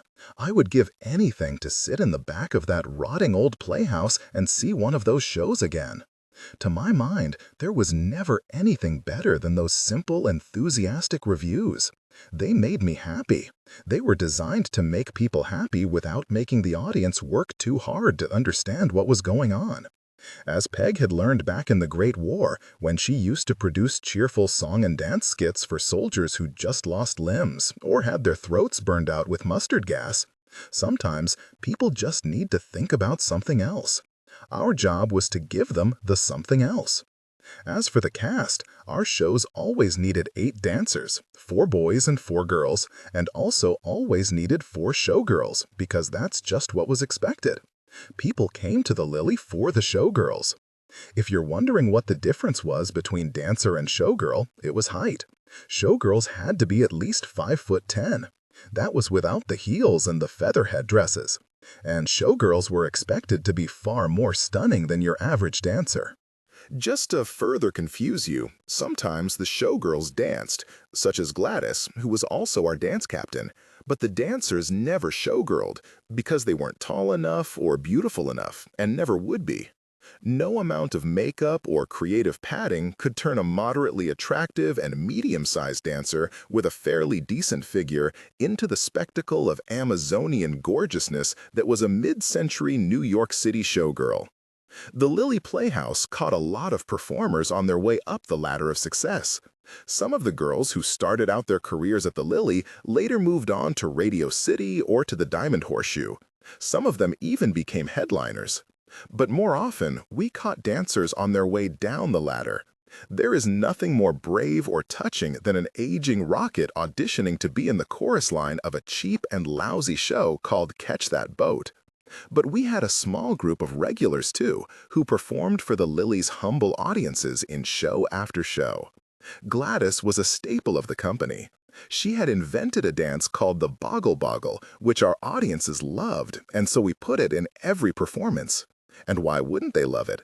It was nothing but a free-for-all of girls boggling about the stage with the most jiggling of body parts imaginable. "Boggle, boggle," the audience would shout during the encores, and the girls would accommodate them. Sometimes we would see neighborhood children on the sidewalks doing the Boggle Boggle on their way to school. Let's just say it was our cultural legacy. I would love to tell you exactly how Peg's little theater company remained solvent, but the truth is that I do not know. It could be a case of that old joke about how to make a small fortune in show business by starting with a large fortune. Our shows never sold out, and our ticket prices were chicken feed. Moreover, although the Lily Playhouse was marvelous, she was a white elephant of the highest degree, and she was expensive. She leaked and creaked, her electrical wiring was as old as Edison himself, her plumbing was a cult, her paint was everywhere peeling, and her roof was designed to withstand a sunny day with no rain and not much more than that. My Aunt Peg poured money into that collapsing old theater the way an indulgent heiress might pour money into the drug habit of an opium-addicted lover, which is to say, bottomlessly, desperately, and uselessly. As for Olive, her job was to try to stem the flow of money. An equally bottomless, desperate, and hopeless task. I can still hear Olive crying out, "This is not a French hotel," whenever she'd catch people running the hot water too long. Olive always looked tired, and for good reason. She had been the only responsible adult in this company since 1917, when she and Peg first met. I soon learned that Olive wasn't joking when she said she'd been working for Peg since Moses was in nappies. Just like Peg, Olive had been a Red Cross nurse in the Great War, although she'd been trained in Britain, of course. The two women had met on the battlefields of France. When the war ended, Olive decided to abandon nursing and follow her new friend into the field of theater instead, playing the role of my aunt's trusted and long-suffering secretary. Olive could always be seen marching about the Lily Playhouse, rapidly issuing commands, edicts, and corrections. She wore the strained and martyred expression of a good herding dog charged with bringing order to an undisciplined flock of sheep. She was full of rules. There was to be no eating in the theater. We don't want more rats than audience members. There was to be promptitude at all rehearsals. No guests of guests were allowed to sleep overnight. There were to be no refunds without receipts, and the taxman must always be paid first. Peg respected the rules of her secretary, but only in the most abstract way. She respected those rules in the manner of someone who has lapsed from their faith, but who still has a fundamental regard for church law. In other words, she respected Olive's rules without actually obeying them. The rest of us followed Peg's lead, which meant that nobody obeyed Olive's rules, although we sometimes pretended to. Thus, Olive was constantly exhausted, and we were allowed to remain like children. Peg and Olive lived on the 4th floor of the Lily, in apartments separated by a common living area.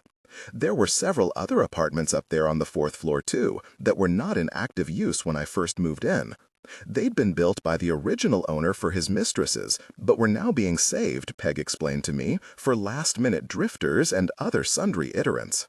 But the 3rd floor, where I got to live, is where all the interesting activity happened.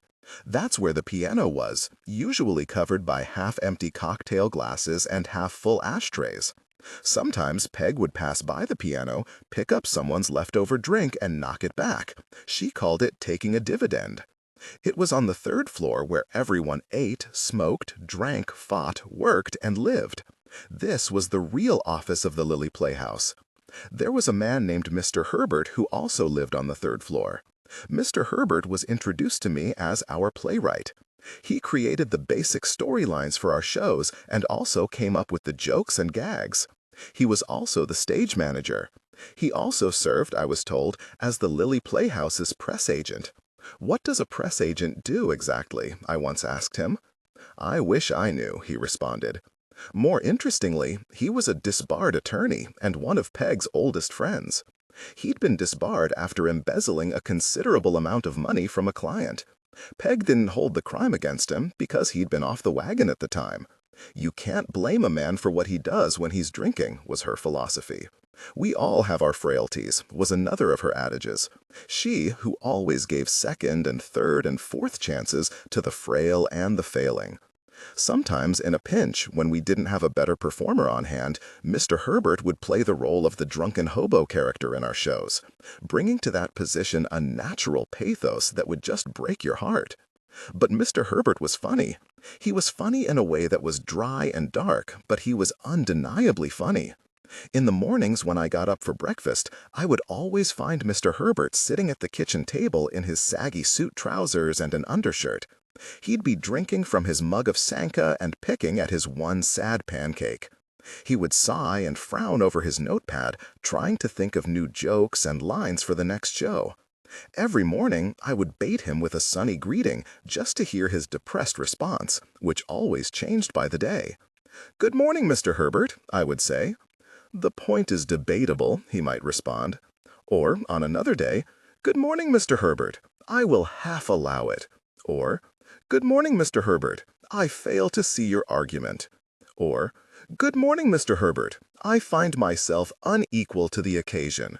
Or, my favorite ever, "Good morning, Mr. Herbert. Oh, you're a satirist now, are you?" Another inhabitant of the third floor was a handsome young black man named Benjamin Wilson, who was the Lily's songwriter, composer, and piano player. Benjamin was quiet and refined, and he always dressed in the most beautiful suits. He was usually to be found sitting at the grand piano, either riffing on some jaunty tune for an upcoming show or playing jazz for his own entertainment. Sometimes he would play hymns, but only when he thought nobody was listening. Benjamin's father was a respected minister up in Harlem, and his mother was the principal of a girls' academy on 132nd Street. He was Harlem royalty, in other words. He had been groomed for the church, but was lured away from that vocation by the world of show business. His family didn't want him around anymore, as he was now tainted with sin. This was a standard theme, I would learn, for many of the people who worked at the Lily Playhouse. Peg took in a lot of refugees in that respect. Not unlike Roland the dancer, Benjamin was far too talented to be working for a cheap outlet like the Lily. But Peg gave him free room and board, and his duties were light, so he stuck around. There was one more person living at the Lily when I moved in, and I've saved her for last because she was the most important to me. That person was Celia the Showgirl, my goddess. I had been told by Olive that Celia was lodging with us only temporarily, just until she got things sorted out. The reason Celia needed a place to stay was because she'd recently been evicted from the rehearsal club, a respectable and inexpensive hotel for women on West 53rd Street, where a good many Broadway dancers and actresses stayed back in the day. But Celia had lost her place at the rehearsal club because she'd been caught with a man in her room. So Peg had offered Celia a room at the Lily as a stopgap measure.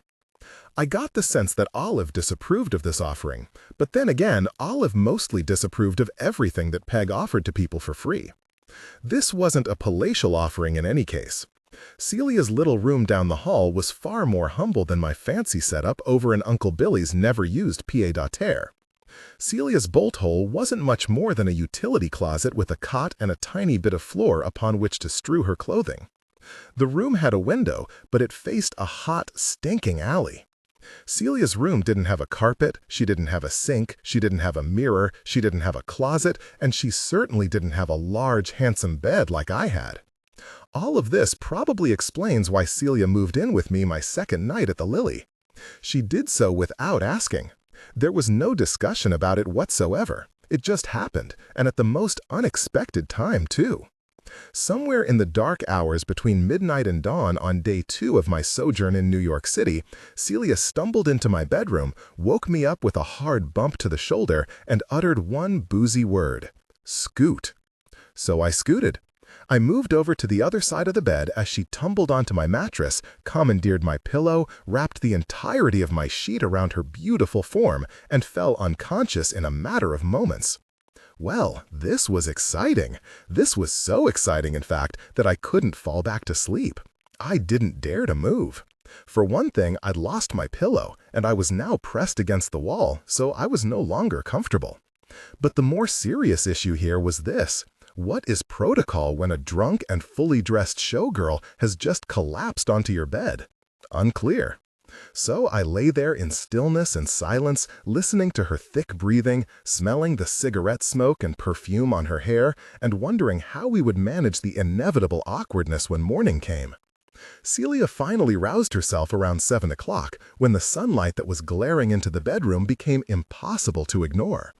She gave a decadent yawn and stretched fully, taking up even more of the bed. She was still wearing all her makeup and was dressed in her reckless evening gown from the night before. She was stunning. She looked like an angel who had fallen to earth straight through a hole in the floor of some celestial nightclub. "Hey, Vivi," she said, blinking away the sun. "Thanks for sharing your bed. That cot they gave me is torture. I couldn't take it anymore." I hadn't been fully confident at this point that Celia even knew my name, so to hear her use the affectionate diminutive Vivi flooded me with joy. "That's all right," I said. "You can sleep here anytime." "Really?" she said. "That's terrific. I'll move my things in here today." Well then, I guess I had a roommate now. That was fine with me, though. I was just honored that she'd chosen me. I wanted this strange, exotic moment to last as long as possible, so I dared to make conversation. "Say," I asked, "where'd you go out to last night?" She seemed surprised that I cared. "El Morocco," she said. "I saw John Rockefeller there." "Did you? He's the pits. He wanted to dance, but I was out with some other fellows. Who'd you go out with?" "Nobody special. Just a couple of guys who aren't about to take me home to meet their mothers." "What kind of guys?" Celia settled back into the bed, lit a smoke, and told me all about her night. She explained that she had gone out with some Jewish boys who were pretending to be gangsters, but then they ran into some real Jewish gangsters, so the pretenders had to scram, and she ended up with a fellow who took her to Brooklyn and then paid for a limousine to take her home. I was entranced by every detail. We stayed in bed for another hour as she narrated for me, in that unforgettably gruff voice of hers, every detail of an evening in the life of one Celia Ray, New York City showgirl. I drank it all down like spring water. By the next day, all of Celia's belongings had migrated into my apartment. Her tubes of grease paint and pots of cold cream now cluttered up every surface. Her vials of Elizabeth Arden competed for space on Uncle Billy's elegant desk against her compacts of Helena Rubinstein. Her long hairs laced my sink. My floor was an instant tangle of brassieres and fishnets, garters and girdles. She had such prodigious quantities of undergarments. I swear, Celia Ray had a way of making negligées reproduce. Her used perspiration-soaked dress shields were hiding under my bed like little mice. Her tweezers bit into my feet when I stepped on them. She was outrageously entitled. She wiped her lipstick on my towels. She borrowed my sweaters without asking. My pillowcases became stained with black smudges from Celia's mascara, and my sheets were dyed orange from her pancake makeup. And there wasn't anything this girl wouldn't use as an ashtray, including once, while I was in it, the bathtub. Incredibly, I didn't mind any of this. On the contrary, I never wanted her to leave. If I'd had a roommate this interesting back at Vassar, I might have stayed in college. To my mind, Celia Ray was perfection. She was New York City's very distillation, a glittering composite of sophistication and mystery. I would endure any filth or befouling just to have access to her. Anyhow, our living arrangement seemed to suit us both perfectly. I got to be near her glamour, and she got to be near my sink. I never asked my Aunt Peg if this was all right with her, that Celia had moved into Uncle Billy's rooms with me, or that the showgirl seemed intent on staying at the Lily indefinitely. This seems awfully ill-mannered when I think back on it now. It would have been the most basic act of politeness to at least clear this arrangement with my host. But I was far too self-absorbed to be polite, and so was Celia, of course. So we just went ahead and did whatever we wanted to do, without giving it another thought. What's more, I never really worried about the mess that Celia left behind in that apartment, because I knew that Aunt Peg's maid, Bernadette, would eventually take care of it. Bernadette was a quiet and efficient soul who came to the Lily 6 days a week to clean up after everyone. She tidied up our kitchen and our bathrooms, waxed our floors, cooked dinner for us, which we sometimes ate, sometimes ignored, and sometimes invited 10 unannounced guests to. She also ordered the groceries, called in the plumber nearly every day, and probably did about 10,000 other thankless tasks as well. In addition to all that, she now had to clean up after me and Celia Ray, which hardly seems fair. I once overheard Olive remark to a guest, "Bernadette is Irish, of course, but she is not violently Irish, so we keep her on." This is the kind of thing that people used to say back then, Angela. Unfortunately, that's all I can remember about Bernadette. There, she met Gladys, Peg's dance captain, who recruited her for the Lily Playhouse. By 1940, when I arrived, Celia had been working for my Aunt Peg for almost 2 years, the longest period of stability in her life. The Lily was not a glamorous venue. It was certainly no stork club. But the way Celia saw it, the job was easy, her pay was regular, and the owner was a woman, which meant she didn't have to spend her workdays dodging some greasy boss with Roman hands and Russian fingers. Plus, her job duties were over by 10 o'clock. This meant that once she was done dancing on the Lily stage, she could go out on the town and dance until dawn, often at the Stork Club, but now it was for fun. How all that life experience adds up to someone who is claiming to be only 19 years old, you tell me. To my joy and surprise, Celia and I became friends. To a certain extent, of course, Celia liked me because I was her handmaiden. Even at the time, I knew that she regarded me as her handmaiden, but that was all right with me. If you know anything about the friendships of young girls, you will know that there is always one person playing the part of the handmaiden, anyhow. Celia demanded a certain level of devoted service, expecting me to rub her calves for her when they were sore, or to give her hair a rousing brushing. Or she'd say, "Oh, Vivi, I'm all out of ciggies again," knowing full well that I would run out and buy her another pack. "That's so bliss of you, Vivi," she'd say, as she pocketed the cigarettes and didn't pay me back. And yes, she was vain, so vain that it made my own vanities look amateurish by comparison. Truly, I've never seen anyone who could get more deeply lost in a mirror than Celia Ray.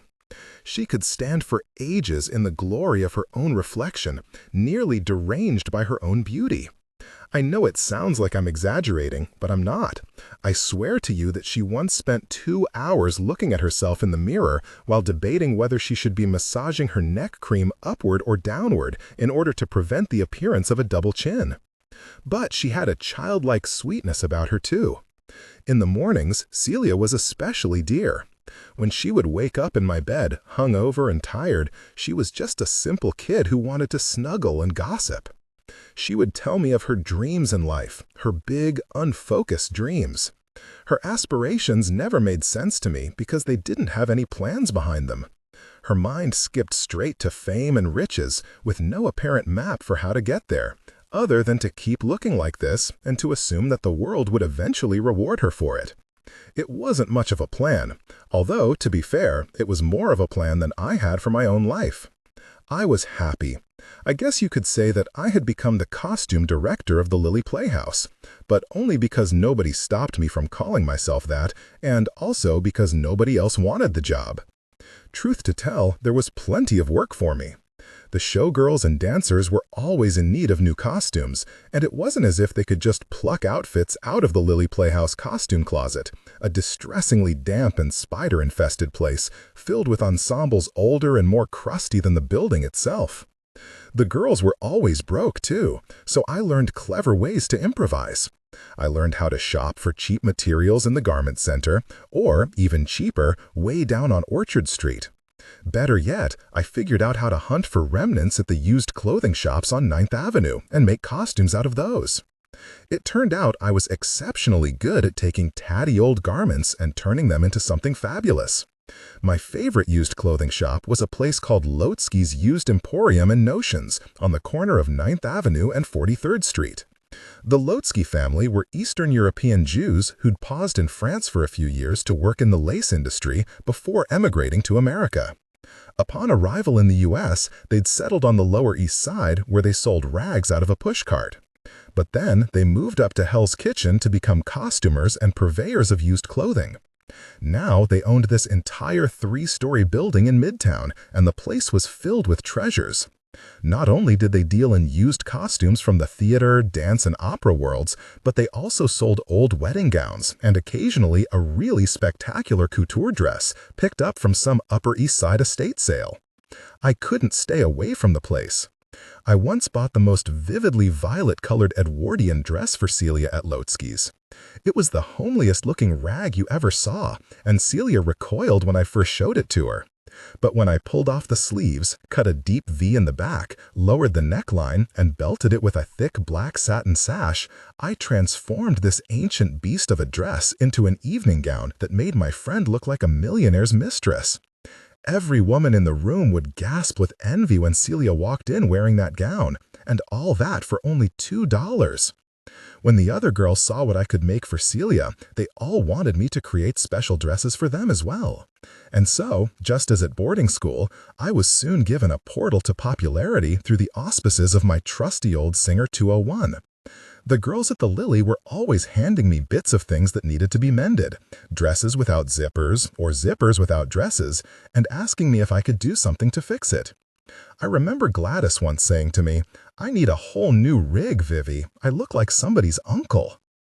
Maybe it sounds as if I was playing the role of the tragic stepsister in a fairy tale here, constantly working and spinning while the more beautiful girls were all heading to the ball, but you must understand that I was so grateful just to be around these showgirls.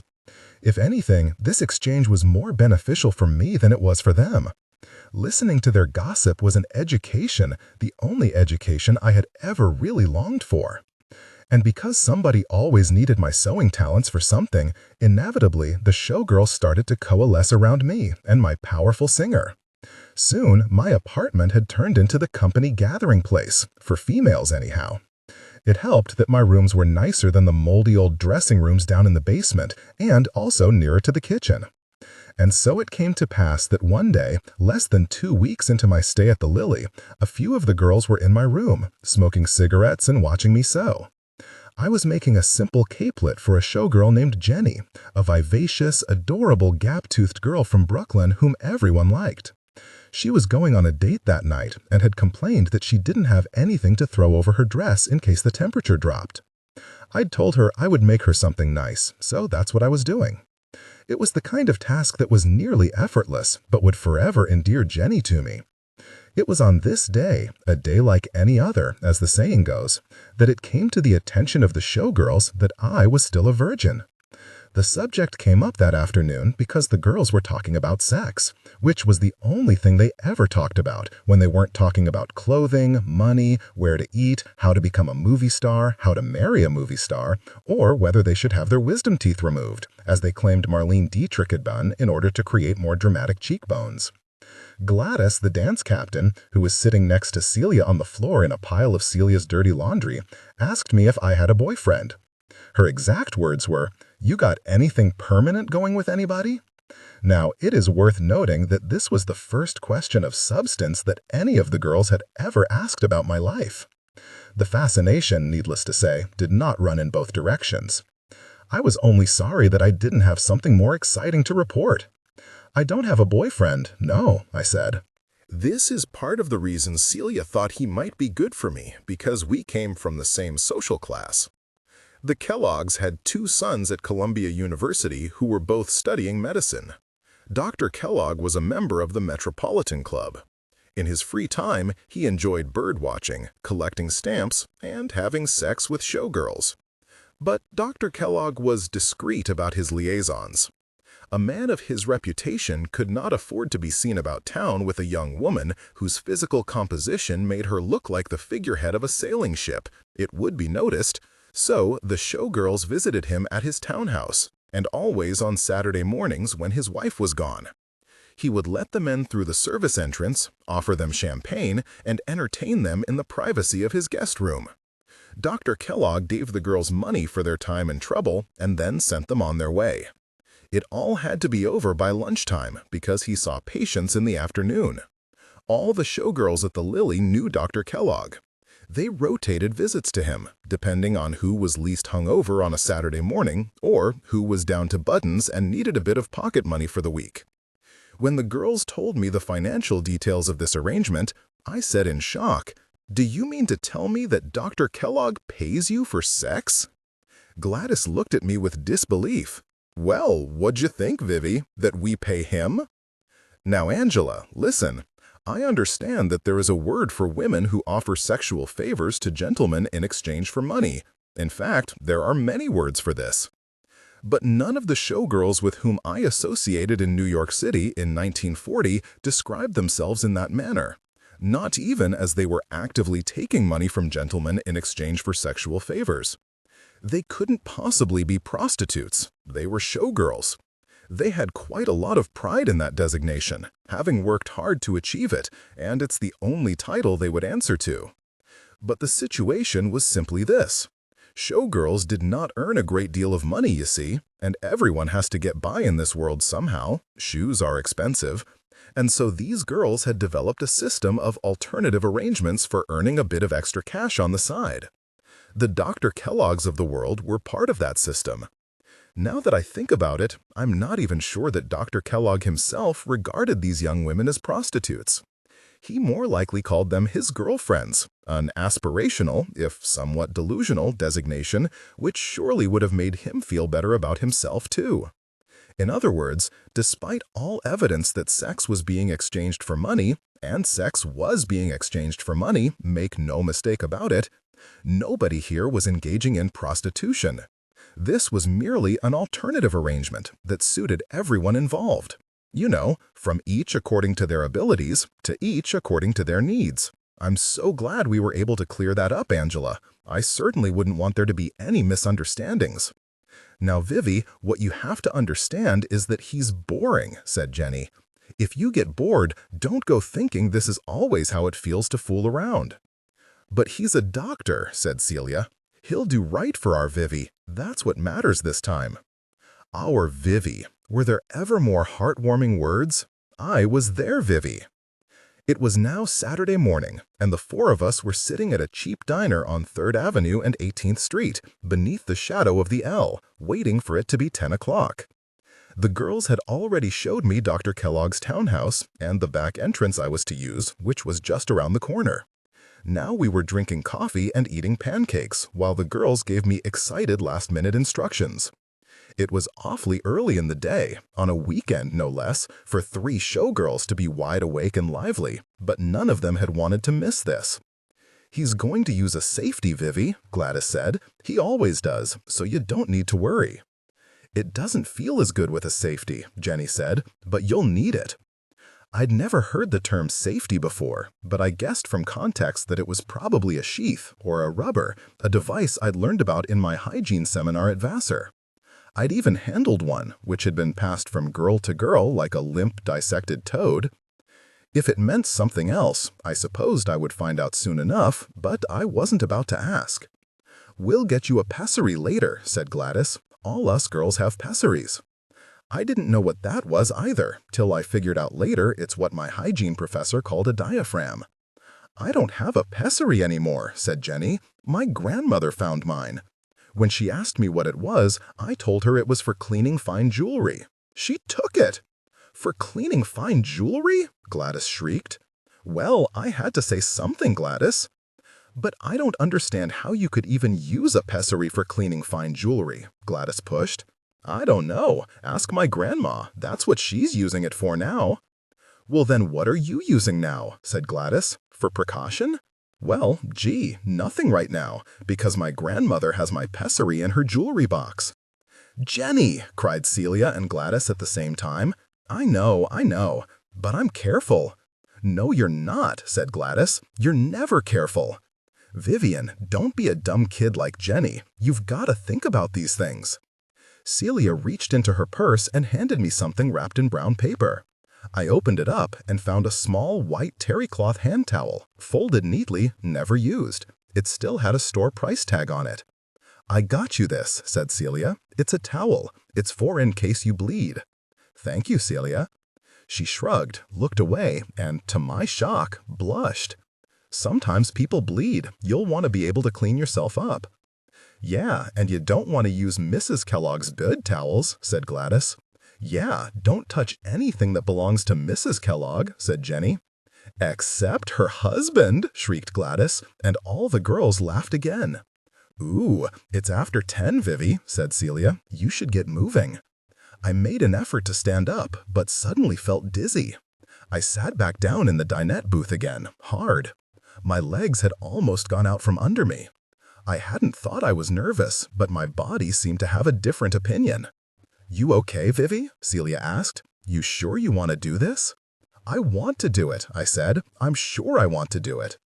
My suggestion, said Gladys, is that you don't think about it too much. I never do. This seemed wise. So I took a few deep breaths, as my mother had taught me to do before you jump a horse, stood up, and headed for the exit. See you guys later, I said, with a bright and slightly surreal sense of cheer. We'll be waiting for you right here, said Gladys. Shouldn't take too long, said Jenny.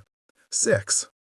Dr. Kellogg was waiting for me just inside the servants' entrance to his townhouse. I'd barely knocked before the door flew open and he hustled me in. Welcome, welcome, he said, glancing about him to make sure no neighbors were spying. Let's get that door shut behind you, my dear. He was a medium-sized man with an average-looking face whose hair was one of the regular colors of hair and who was dressed in the sort of suit that one might expect a respectable middle-aged gentleman of his class to be wearing. If it sounds like I have completely forgotten what he looked like, it's because I have completely forgotten what he looked like. He was the kind of man whose face you forget even when you are standing right in front of him. Vivian, he said, and extended a handshake. Thank you for coming in today. Let's head upstairs and get ourselves situated. He sounded every bit like the doctor he was. He sounded just like my pediatrician back home in Clinton. I might as well have been there to have an ear infection looked at.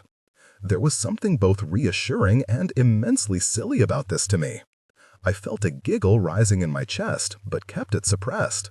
We walked through his home, which was proper and elegant, but unmemorable.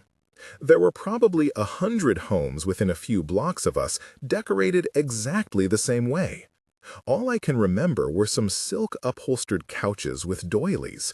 I have always hated doilies. He led me straight to the guest room, where he had 2 glasses of champagne waiting on a small table. The curtains were drawn so that we could pretend it wasn't 10 o'clock in the morning, I suppose, and he closed the door behind him. Make yourself comfortable on the bed, Vivian, he said, handing me one of the champagne flutes. I sat primly on the edge of the bed. I was half expecting him to wash his hands and come at me with a stethoscope, but instead he pulled over a wooden chair from a corner of the room and sat directly across from me. He put his elbows on his knees and leaned forward, in the manner of one whose job it is to diagnose. So, Vivian, our friend Gladys tells me that you're a virgin. That's correct, doctor, I said. There's no need to call me doctor. We are friends. You may call me Harold. Why, thank you, Harold, I said. And from that moment on, Angela, the situation became hilarious to me. Whatever nervousness I'd felt up until that point was gone now, replaced by a sense of pure comedy. It was something about the sound of my voice saying, "Why, thank you, Harold," in that small guest room with its stupid mint-green acetate-quilted bedspread.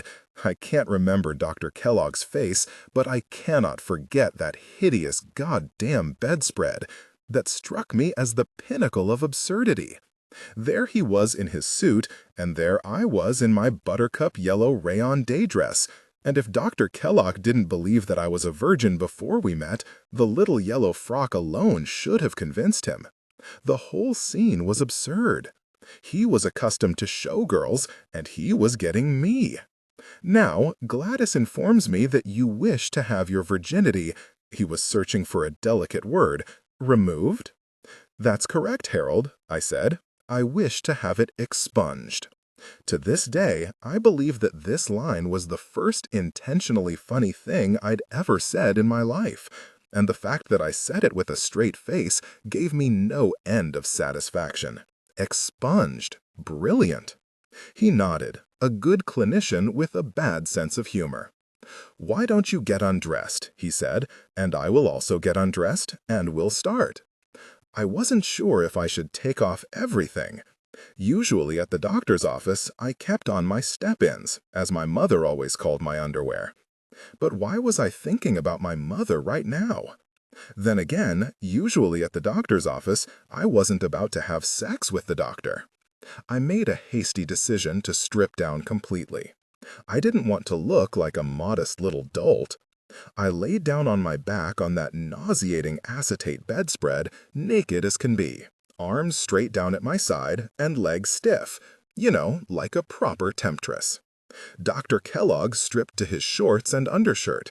This hardly seemed fair. Why was he allowed to remain partially dressed when I had to be naked? Now, if you'll just kindly move over an inch or so and make a bit of room for me, he said. There we go. That's it. Let's have a look at you. He lay beside me, head propped by his elbow, and had a look at me. I didn't hate this moment as much as you might think. I was a vain young woman, and something within me thought it quite right that I should be looked at. Appearance-wise, my chief concern was my bosom, rather my near absence of a bosom. It didn't seem to be an issue with Dr. Kellogg, though, despite the fact that he was used to a different class of figure altogether. In fact, he seemed delighted with all that was offered up before him. Virgin breasts, he marveled, never before touched by man. Well, I thought, I wouldn't say that. Never before touched by an adult man, maybe.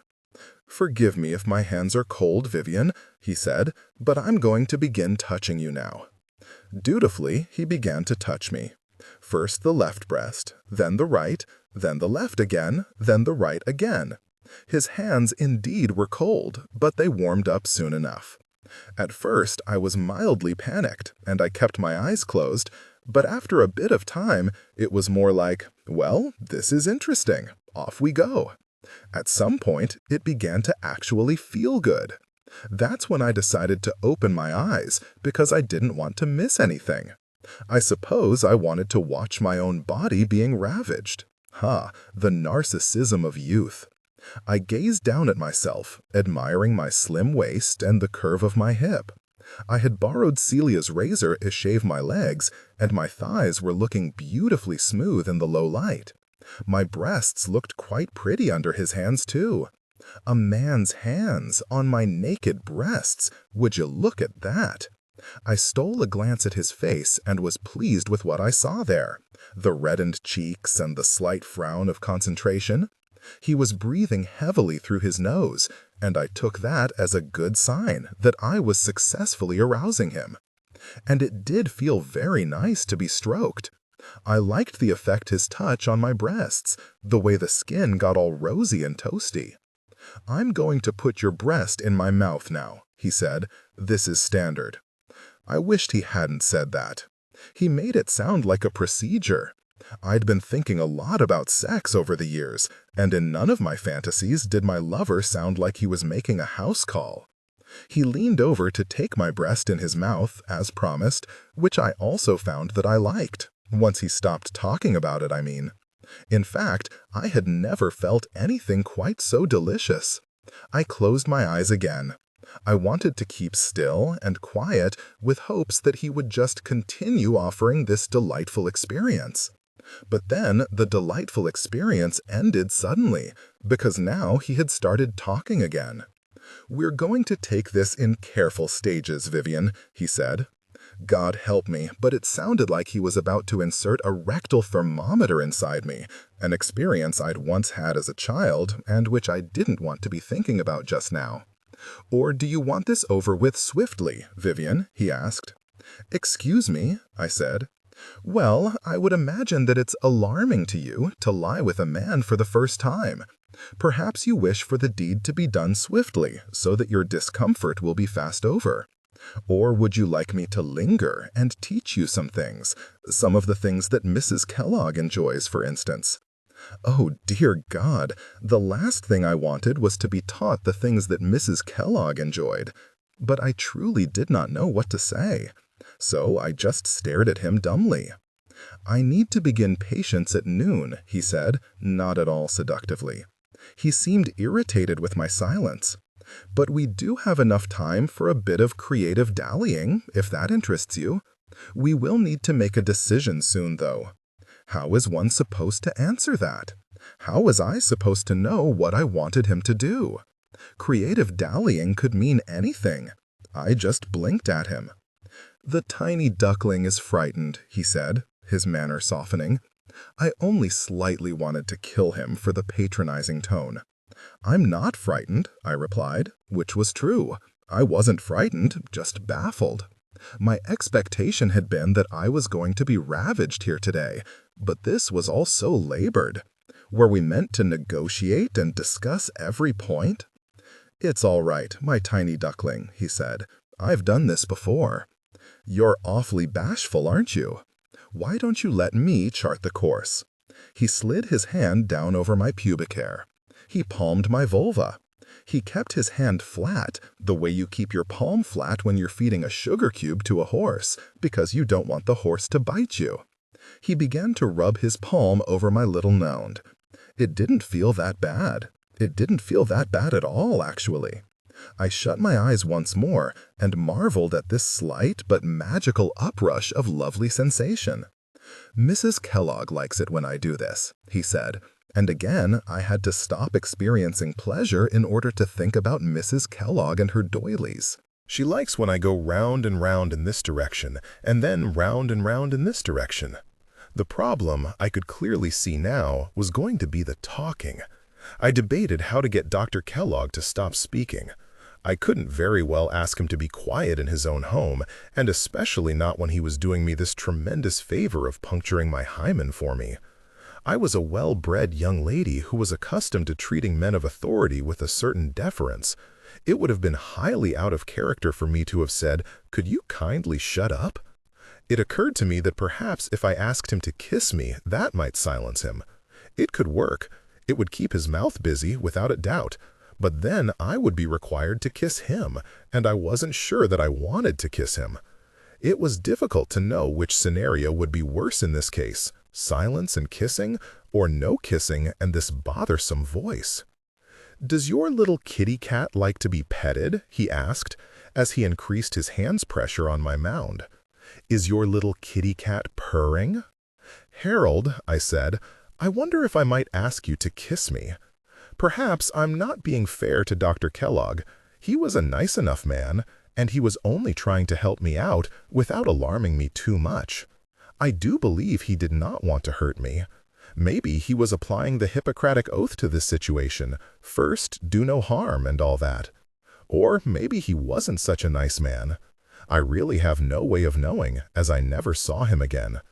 Let's not paint him as the hero here. Maybe he wasn't trying to help me out at all, but was only enjoying the thrill of deflowering an uncomfortable and nubile young virgin in his guest room while his wife was off visiting her mother. He certainly had no trouble becoming aroused by this situation, as I found out soon enough when he pulled away from me to apply a safety to his erection. Now, this would be the first erect penis I had ever seen, and therefore a banner moment, although I didn't get to see much of it. Partially, this is because the penis in question was covered by a condom and blocked by the man's hand, but mostly it's because he was on top of me in no time. "Vivian," he said, "I've decided that the more quickly I enter, the better it will be for you. In this case, I believe it is better not to move by degrees. Hold tight, for now I shall penetrate you." Thus he said it, and thus he did it. Well then, there we were. It hurt far less than I'd feared. That was the good news. The bad news was that it also felt far less pleasant than I'd hoped. I'd hoped that intercourse would be a magnification of the sensations I'd experienced when he'd kissed my breasts or rubbed my mound, but it wasn't. In fact, whatever pleasure I'd been experiencing thus far, faint as it had been, vanished quite suddenly upon his entering, replaced by something very forceful and very interrupting. Having him inside me was just an unmistakable presence that I couldn't identify as being either bad or good. It reminded me a bit of menstrual cramps. It was just tremendously odd. He moaned and he thrust, and through his clenched teeth he said, "Mrs. Kellogg, I find, prefers it when I—" But I never did find out how Mrs. Kellogg preferred her copulation, because I started kissing Dr. Kellogg again as soon as he began talking. The kissing did help to keep him quiet, I had found. Moreover, it gave me something to do as I was being taken. As we've established, I hadn't done much kissing in my life, but I guessed pretty well at how it was done. It's the kind of skill that you have to learn on the job, really, but I did the best that I could with it. It was a bit of a challenge to keep our mouths linked as he was pounding away at me, but my incentive was great. I really didn't want to hear his voice again. At the last moment, however, he got one more word in. He pulled his face away from mine, shouted, "Exquisite!" Then he arched his back, gave one more powerful shudder, and that was the end of it. Afterward, he got up and went to another room, presumably to wash up. Then he came back and lay next to me for a spell. He held me tight, saying, little duckling, what a good little duckling. Don't cry, little duckling." I wasn't crying, I wasn't anywhere near crying, but he didn't notice. Soon enough, he got up again and asked if he could please check the coverlet for blood, as he had forgotten to put down a sheet. "We wouldn't want Mrs. Kellogg seeing a stain," he said. "I forgot myself, I'm afraid. I'm generally more careful. That suggests a certain lack of foresight on my part, which is not typically my way." "Oh," I said, reaching for my handbag, grateful to have something to do. "I've brought a towel." But there was no stain. There was no blood at all.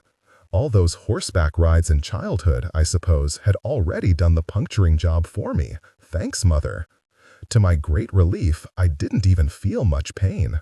"Now, Vivian," he instructed, "you will want to avoid taking a bath for the next 2 days, as it could create infection. It's quite all right for you to clean yourself, but just splash about. Do not soak. If you find that you have any discharge or discomfort, Gladys or Celia can recommend a vinegar douche for you. But you're a big, strong, healthy girl, and I don't expect you to run into any difficulties.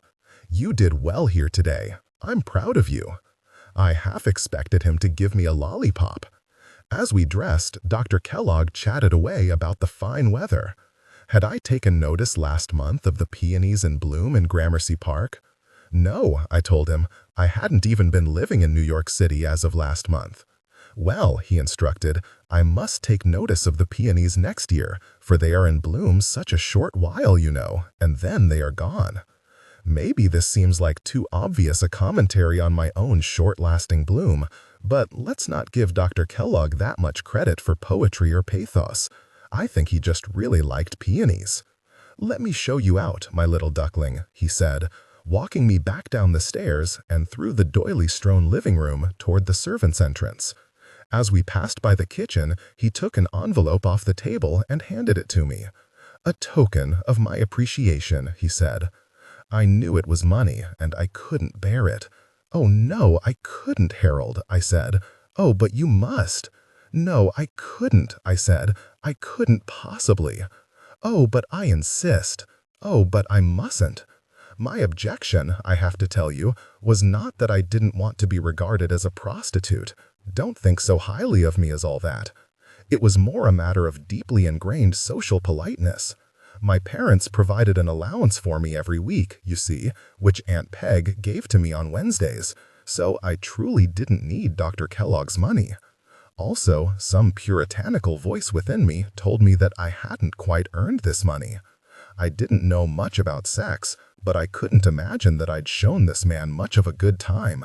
A girl who lies down on her back with her arms straight at her sides, not moving whatsoever other than to attack you with her mouth every time you speaks, she can't be much fun in the sack, right? If I were going to be paid for sex, I'd want to have done something worth paying for. "Vivian, I demand that you take this," he said. "Harold, I refuse." "Vivian, I really must insist that you do not make a scene," he said, frowning slightly and pushing the envelope toward me with force. This moment constituting the closest I'd come to danger or excitement at the hands of Dr. Harold Kellogg. "Very well," I said, and I took the money.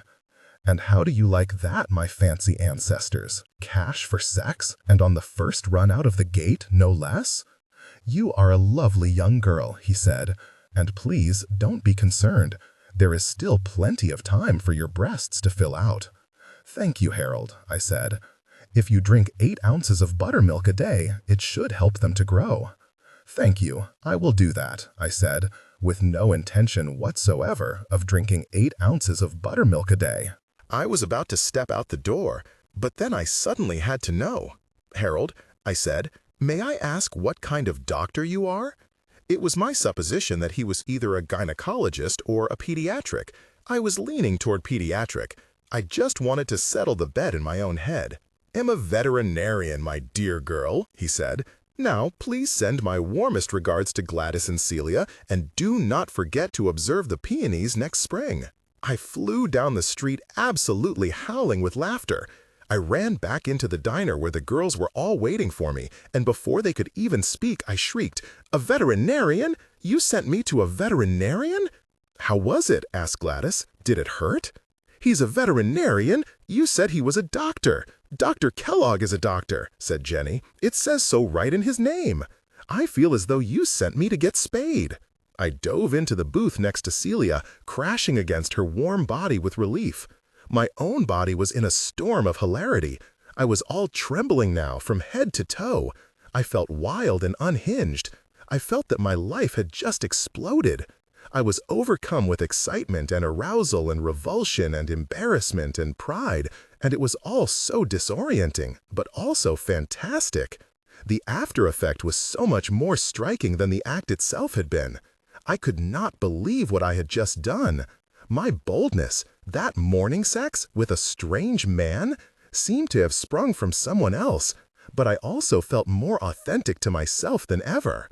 Moreover, looking around the table at the showgirls, I felt a sense of gratitude so rich that tears almost overtook me. It was so marvelous to have the girls there, my friends, my oldest friends in the world. My oldest friends in the world whom I'd met only 2 weeks ago, except for Jenny, whom I'd just met 2 days before. I loved them all so much. They had waited for me. They cared. "But how was it?" said Gladys. "It was fine. It was fine." There was a stack of cold and half-eaten pancakes in front of me from earlier that morning, and now I tore into those pancakes with a hunger that was close to violence. My hands were shaking. Dear God, I had never been so famished. My hunger had no bottom to it. I drenched the pancakes in even more syrup and shoveled more of them into my mouth. "He never stops croaking on about his wife, though," I said, between forkfuls. "And how?" said Jenny. "He's the worst for that." "He's a drip," said Gladys. "But he's not a mean man, and that's what matters." "But did it hurt?" asked Celia. "You know something? It didn't," I said. "And I didn't even need the towel." "You're lucky," said Celia. "You're so lucky." "I can't say it was fun," I said, "but I can't say it wasn't fun either. I'm just glad it's over. I suppose there are worse ways to lose your virginity." "All the other ways are worse," Jenny said. "Believe me, I've tried them all." "I'm so proud of you, Vivi," said Gladys. "Today you're a woman." She raised her coffee cup to me in a toast, and I clinked it with my water glass. Never did an initiation ceremony feel so complete and satisfying as that moment when I was toasted by Gladys the dance captain. "How much did he give you?" asked Jenny. "Oh," I said, "I'd almost forgotten." I reached into my purse and pulled out the envelope. "You open it," I said, handing it with shaky hands to Celia, who tore it right open, thumbed through the cash expertly, and announced, $50! $50! Shrieked Jenny. He's usually 20. What should we spend it on? Gladys asked. We've got to do something special with it, said Jenny. And I felt a rush of relief that the girls considered the money ours, not mine. It spread around the taint of misdoing, if that makes sense. It also added to the feeling of camaraderie. I want to go to Coney Island, said Celia. We don't have time, said Gladys. We need to be back at the Lily by 4. We've got time, Celia said. We'll be quick. We'll get hot dogs and look at the beach and come straight home. We'll hire a taxi. We have money now, don't we? So we drove out to Coney Island with the windows down, smoking and laughing and gossiping. It was the warmest day of summer so far. The sky was thrillingly bright. I was wedged in the back seat between Celia and Gladys, while Jenny chatted away with the driver up front, a driver who could not believe his luck at the assemblage of beauty that had just tumbled into his cab. What a bunch of figures on you gals, he said. And Jenny said, now don't you get fresh, mister, but I could tell that she liked it. Do you ever feel bad about Mrs. Kellogg? I asked Gladys, feeling a small pang of concern about my deed that day. I mean, for sleeping with her husband, should I feel bad about it? Well, you can't have too much conscience about things, said Gladys, or else you'll never stop worrying. And that, I'm afraid, was the extent of our moral agonies. Subject closed. Next time, I want it to be with someone else, I said. Do you think I could find somebody else? Piece of cake, said Celia. Coney Island was all shiny and gaudy and fun. The boardwalk was overrun with loud families and young couples and sticky children who acted just as delirious as I felt. We looked at the signs for the freak shows. We ran down to the shore and put our feet in the water. We ate candied apples and lemon ices. We got our picture taken with a strongman. We bought stuffed animals and picture postcards and souvenir cosmetic mirrors. I bought Celia a cute little rattan handbag with seashells sewn on it, and I got sunglasses for the other girls.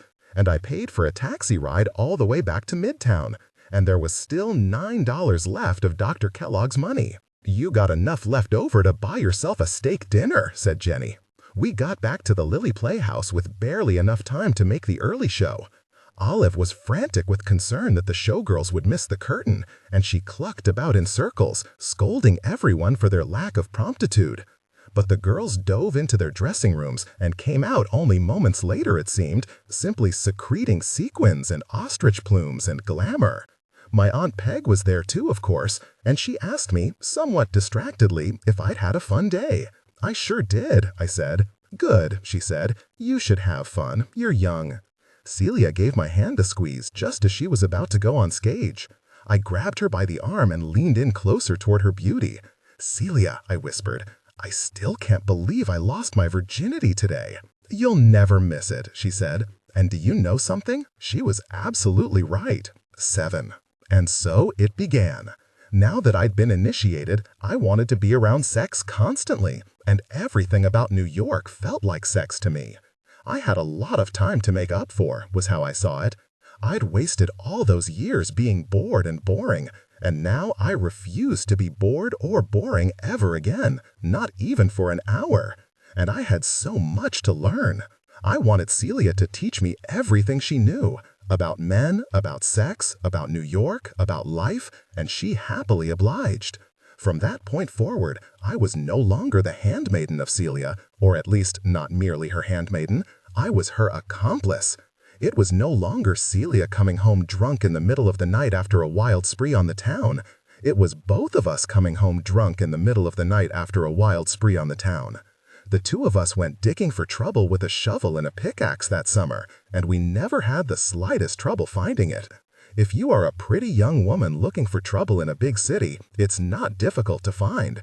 But if you are two pretty young women looking for trouble, then trouble will tackle you on every corner, which is just how we wanted it. Celia and I cultivated an almost hysterical commitment to having a good time. Our appetites were gluttonous, not only for boys and men, but also for food and cocktails and anarchic dancing, and the kind of live music that makes you want to smoke too many cigarettes and laugh with your head thrown back. Sometimes the other dancers or showgirls started off the night with us, but they could rarely keep up with me and Celia. If one of us lagged, the other would pick up the pace. Sometimes I got the feeling we were watching each other to see what we would do next, because we usually had no idea what we were going to do next, except that we always wanted another thrill. More than anything, I believe, we were motivated by our mutual fear of boredom. Every day had 100 hours in it, and we needed to fill them all, or we would perish of tedium. Essentially, our chosen line of work that summer was romping and rampaging, and we did it with a tirelessness that staggers my imagination even to this day. When I think about the summer of 1940, Angela, I picture Celia Ray and me as two inky, dark points of lust sailing through the neon and shadows of New York City in a non-stop search for action. And when I try to recall it in detail now, it all seems to run into one long, hot, sweaty night. The moment the show was over, Celia and I would change into the thinnest little stalks of evening gowns, and we would absolutely fling ourselves at the city, running full tilt into the impatient streets, already certain that we were missing something vital and lively. How could they start without us? We'd always begin our evening at Toots Shores or El Morocco or the Stork Club, but there was no telling where we would end up by the wee hours. If Midtown got too dull and familiar, Celia and I might head up to Harlem on the A train to hear Count Basie play or to drink at the Red Rooster. Or we could just as easily find ourselves clowning around with a bunch of Yale boys at the Ritz or dancing with some socialists downtown at Webster Hall. The rule seemed to be dance until you collapse and then keep dancing for a little bit longer after that. We moved with such speed. Sometimes it felt like I was being dragged behind the city itself, sucked into this wild urban river of music and lights and revelry.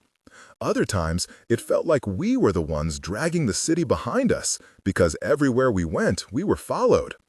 In the course of these heady evenings, we would either meet up with some men whom Celia already knew, or we would pick up some new men along the way, or both. I would either kiss 3 handsome men in a row, or the same handsome man 3 times. Sometimes it was hard to keep track. Never was it difficult to find men. It helped that Celia Ray could walk into a joint like nobody I've ever seen. She would throw her resplendence into a room ahead of her, the way a soldier might toss a grenade into a machine gunner's nest, and then she'd follow her beauty right on in and assess the carnage. All she had to do was show up, and every bit of sexual energy in the place would magnetize around her. Then she'd stroll around looking bored as can be, sopping up everyone's boyfriends and husbands in the process, without exerting the slightest bit of effort in her conquests. Men looked at Celia Ray like she was a box of Cracker Jack, and they couldn't wait to start digging for the toy. In return, she looked at them like they were the wooden paneling on the wall, which only made them crazier for her. "Show me you can smile, baby," a brave man once called out to her across the dance floor. "Show me you got a yacht," Celia said under her breath, and turned away to be bored in another direction. Since I was by her side, and since I looked enough like her now, in low light anyhow, since I was not only the same height and coloring as Celia, but now wore tight dresses like hers, and styled my hair like hers, and modeled my walk after hers, and padded my bosom to slightly resemble hers, it only doubled the effect. I don't like to boast, Angela, but we were a pretty unstoppable duo. Actually, I do like to boast, so let an old woman have her glory. We were stunning. We could give whole tables of men a pretty decent case of whiplash just by walking past. "Fetch us a refresher," Celia would say at the bar, to nobody in particular, and in the next moment 5 men would be handing us cocktails, 3 for her and 2 for me. And in the next 10 minutes, those drinks would be gone. Where did we get all that energy from? Oh yes, I remember. We got it from youth itself. We were turbines of energy. Mornings were always difficult, of course. The hangovers could be quite unsparingly cruel. But if I needed a nap later in the day, I could always do it in the back of the theater, during a rehearsal or a show, collapsed on a pile of old curtains. A 10-minute doze, and I'd be restored, ready to take on the city once more, as soon as the applause died down. You can live this way when you're 19, or pretending to be 19 in Celia's case. "Those girls are on the road to trouble," I heard an older woman say about us one night as we were staggering down the street drunk, and that woman was absolutely right. What she didn't understand, though, is that trouble is what we wanted. Oh, our youthful needs. Oh, the deliciously blinding yearnings of the young, which inevitably take us right to the edges of cliffs or trap us in cul-de-sacs of our design. I can't say that I got good at sex during the summer of 1940, although I will say that I grew awfully familiar with it. But no, I didn't get good at it. To get good at sex, which for a woman means learning how to enjoy and even orchestrate the act to the point of her own climax, one needs time, patience, and an attentive lover. It would be a while before I had access to anything as sophisticated as all that. For now, it was just a game of wild numbers, executed with a considerable amount of speed. Celia and I didn't like to hover too long in one location or with one man, in case we were missing something better that might be happening on the other side of town. My longing for excitement and my curiosity about sex made me not only insatiable that summer, but also susceptible. That's how I see myself when I look back on it now. I was susceptible to everything that had even the vaguest suggestion of the erotic or the illicit. I was susceptible to neon lights in the darkness of a midtown side street. I was susceptible to drinking cocktails out of coconut shells in the Hawaiian room of the Hotel Lexington. I was susceptible to being offered ringside tickets or backstage entrances to nightclubs that didn't have names. I was susceptible to anybody who could play a musical instrument or dance with a fair amount of panache. I was susceptible to getting into cars with just about anyone who owned a car. I was susceptible to men who would approach me at the bar with 2 highballs, saying, "I seem to have found myself with an extra drink. Perhaps you could help me out with this, miss." Why, yes, I would be delighted to help you out with that, sir. I was so good at being helpful in that regard. In our defense, Celia and I didn't have sex with all the men we met that summer, but we did have sex with most of them. The question with me and Celia was never so much who should we have sex with, it didn't really seem to matter, but only where shall we have sex. The answer was wherever we could find a spot. We had sex in fancy hotel suites paid for by out-of-town businessmen, but also in the kitchen closed for the evening of a small East Side nightclub. Or on a ferry boat where we'd somehow ended up late at night, the lights on the water all runny and blurry around us. In the backs of taxicabs. I know it sounds uncomfortable, and believe me, it was uncomfortable, but it could be accomplished. In a movie theater. In a dressing room in the basement of the Lily Playhouse. In a dressing room in the basement of the Diamond Horseshoe. In a dressing room in the basement of Madison Square Garden. In Bryant Park with the threat of rats at our feet. In dark and sweltering alleyways just off the taxi-haunted corners of Midtown. On the rooftop of the Puck Building. In an office suite on Wall Street, where only the nighttime janitors might hear us, drunk, pinwheel-eyed, briny-blooded, brainless, weightless, Celia and I spun through New York City that summer on currents of pure electricity. Instead of walking, we rocketed. There was no focus. There was just a constant search for the vivid. We missed nothing, but we also missed everything. We watched Joe Louis train with his sparring partner, for instance, and we heard Billie Holiday sing, but I can't remember the details of either occasion.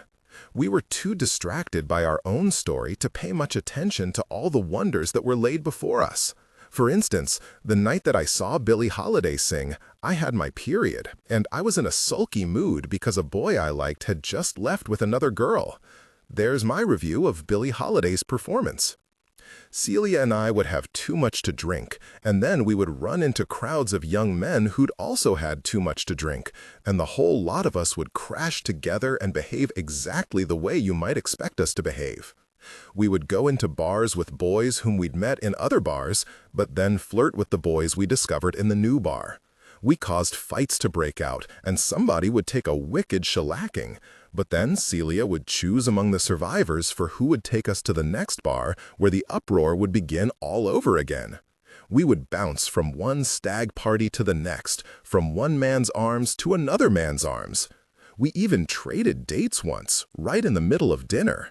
"You take him," Celia said to me that night, right in front of the man who was already boring her. "I'm going to the ladies' room. You keep this guy warm." "But he's your guy," I said, as the man reached for me, most obligingly. "And you're my friend." "Oh, Vivi," she said to me in a fond and pitying tone, "you can't lose a friend like me just by taking her guy." I had precious little contact with my family back home that summer. The last thing I wanted was for them to know anything about what I was doing. My mother sent me a note every week along with my allowance, filling me in on the most basic news. My father had hurt his shoulder playing golf. My brother was threatening to quit Princeton next semester and join the Navy because he wanted to serve his country. My mother had defeated this or that woman in this or that tennis tournament. In return, I sent my parents a card every week telling them the same stale and uninformative sort of news: that I was well, that I was working hard at the theater, that New York City was very nice, and thank you for the allowance. Every once in a while, I'd toss in a bit of innocuous detail, such as, "Just the other day, I had a charming lunch at the Knickerbocker Club with Aunt Peg." Naturally, I did not mention to my parents that I'd recently gone to a doctor with my friend Celia, the showgirl, in order to get myself illegally fitted for a pessary. Illegal because it was not permitted back then for a doctor to outfit an unmarried woman with a birth control device. But this is why it's so good to have friends who know people. Celia's doctor was a laconic Russian woman who didn't ask questions. She suited me right up, without batting an eye. Nor did I mention to my parents that I'd had a gonorrhea scare, which had turned out to be nothing more than a mild pelvic infection, thank goodness, though it had been a painful and frightening week until it all cleared up. Nor did I mention that I'd had a pregnancy scare, which had also cleared up on its own accord, thank God. Nor did I mention that I was now fairly regularly sleeping with a man named Kevin Ribsy O'Sullivan, who ran numbers around the corner in Hell's Kitchen. I was dallying about with some other men too, of course, all equally unsavory, but none with such a good name as Ribsy. Nor did I mention that I now always carried prophylactics in my pocketbook, on account of the fact that I didn't want any further gonorrhea scares, and a girl can't be too careful. I also didn't tell my parents that my boyfriends regularly secured these prophylactics for me as a kind favor. Because you see, Mother, only men are allowed to purchase prophylactics in New York City. No, I didn't tell her any of this. I did, however, pass along the news that the lemon sole at the Knickerbocker Club was excellent, which is true, it really was. Meanwhile, Celia and I just went right on spinning, night after night, getting ourselves into all manner of trouble, big and small. Our drinks made us crazy and lazy. We forgot how to keep track of the hours or the cocktails or the names of our dates. We drank gin fizzes till we forgot how to walk. We forgot how to look after our security once we were good and tight, and other people, often strangers, would have to look after us. "It ain't for you to tell a girl how to live," I remember Celia yelling one night at a nice gentleman who was politely trying to do nothing more than escort us back home safely to the Lily. There was always an element of peril in the way that Celia and I thrust ourselves into the world. We made ourselves available for anything that might happen, so anything could happen. Often, anything did happen. You see, it was like this. Celia's effect on men was to make them so obedient and subservient to her until the instant they were no longer obedient and subservient. She would have them all lined up before us, ready to take our orders and serve our every wish. They were such good boys, and sometimes, quite suddenly, those boys were not so good anymore. Some line of male desire or anger would be crossed, and then there was no coming back from it. After that line had been crossed, Celia's effect on men was to make them into savages. There would be a moment when everyone was having fun and flirting and playing taunting games and laughing, but then suddenly the energy of the room would shift, and now there was a threat of not only sex, but violence. Once that shift came, there was no stopping it. After that, it was all smash and grab. The first time this happened, Celia saw it coming moments before it occurred, and she sent me out of the room. We were in the presidential suite of the Biltmore Hotel, being entertained by 3 men whom we'd met earlier in the ballroom of the Waldorf. These men had a great deal of loose cash, and they were clearly in a dubious line of work. If I had to guess, I would wager that their line of employment was racketeers. At first, they were all in service to Celia, so deferential, so grateful for her attentions, sweating with nervousness about making the beautiful girl and her friend happy. Would the ladies like another bottle of champagne? Would the ladies like some crab legs ordered up to the room? Would the ladies like the presidential suite at the Biltmore? Would the ladies like the radio on or off? I was still new at this game, and I found it amusing that these thugs were so servile to us, cowed by our powers and all that. It made me want to laugh at them in all their weakness. Men are so easy to control. But then, not long into our visit to the presidential suite, the shift came, and Celia was suddenly crammed between two of those men on the couch, and they were no longer looking servile or weak. It wasn't anything they were doing per se, it was just a change of tone, and it frightened me. Something had shifted in their faces, and I didn't like it. The third man was now eyeing me, and he didn't appear as though he were interested in joking around anymore either. The only way I can describe the change in the room was, you're having a delightful picnic, and then suddenly there's a tornado. The barometric pressure drops. The sky goes black. The birds go silent. This thing is coming straight for you. "Vivi," said Celia in that exact moment, "run downstairs and buy me cigarettes." "Right now?" I asked. "Go," she said, "and don't come back." Over the course of that summer, both Peg and Olive became increasingly passionate in their belief that the Americans must join the war effort. Somebody had to help out the British and rescue the French. Peg and Olive were in full support of the president as he tried to garner backing from Congress to take action. Peg, the traitor to her class, had always loved Roosevelt. This had been shocking to me when I'd first heard about it. My father hated Roosevelt and was a vehement isolationist. A real pro-Lindbergh sort of fellow was old Dad. I assumed that all my relatives hated Roosevelt too. But this was New York City, I guess, where people thought differently about things. "I've reached my limit with the Nazis," I remember Peg shouting one morning over breakfast in the newspapers. She slammed her fist on the table in a burst of rage. "That's enough of them! They must be stopped! What are we waiting for?" I'd never heard Peg get so upset about anything, which is why it stuck in my memory. Her reaction pierced my self-absorption for a moment and made me take notice. Gee whiz, if Peg was this angry, things really must be getting bad. That said, I wasn't sure what she wanted me to do about the Nazis personally. The truth was, I didn't have any inkling that this war, this distant, irritating war, might have any real consequences until September of 1940. That's when Edna and Arthur Watson moved into the Lilly Playhouse. 9. I'm going to assume, Angela, that you've never heard of Edna Parker Watson. You're probably a bit too young to know of her great theatrical career. She was always better known in London than New York in any case. As it happens, I had heard of Edna before I met her, but that's only because she was married to a handsome English screen actor named Arthur Watson, who had recently played the heartthrob in a cheesy British war movie called Gates of Noon. I'd seen their photos in the magazines, so Edna was familiar to me. Now, this was a bit of a crime, to have known Edna only through her husband. She was by far the superior performer of the two, and the superior human being besides. But that's just how it goes. His was the prettier face, and in this shallow world, a pretty face means everything. It might have helped if Edna made movies. Maybe then she would have achieved greater fame in her day, and maybe she'd even be remembered now, like Bette Davis or Vivian Lee, who were every bit her peers. But she refused to act for the camera. It wasn't for lack of opportunity.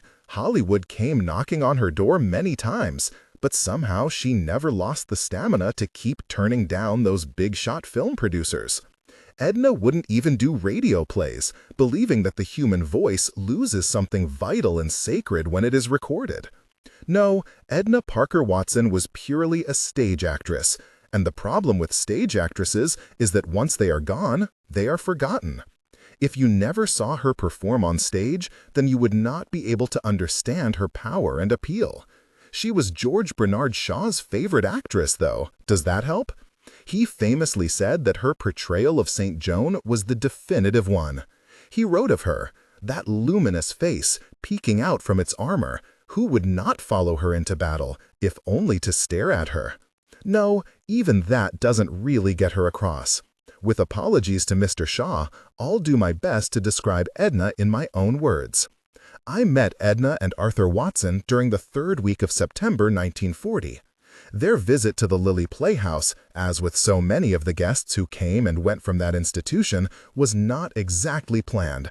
There was a real element of chaos and emergency to it, even beyond the scale of our normal chaos. Edna was an old acquaintance of Peg's. They'd met in France during the Great War and had become fast friends, though they hadn't seen each other in years. Then, in the late summer of 1940, the Watsons came to New York City so that Edna could rehearse a new play with Alfred Lunt. However, the financing for this production vanished before anyone could memorize a single line, and so the play never came into being. But before the Watsons could sail back home to England, the Germans began the bombing of Britain. Within just a few weeks of the German attacks, the Watsons' townhouse in London had been obliterated by a Luftwaffe bomb. Destroyed. Everything gone. Splintered to matchsticks, apparently, is how Peg described it. So now Edna and Arthur Watson were trapped in New York City. They were stuck at the Sherry Netherland Hotel, which is not such a bad place to be a refugee, but they couldn't afford to go on living there, as neither of them was employed. They were artists trapped in America without jobs, without a home to return to, and without safe transit back to their besieged country. Peg heard about their plight through the theater grapevine, and of course, she told the Watsons to come live at the Lilly Playhouse. She promised that they could remain there just as long as they needed. She told them she'd even put them into some of her shows, if they needed income, and didn't mind slumming it. How could the Watsons have refused? Where else were they going to go?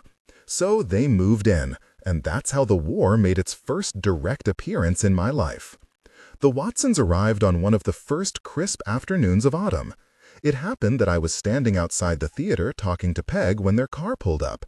I'd just returned from shopping at Lotsky's, and I was carrying a bag of crinolines which I needed to fix some of the ballet costumes of our dancers.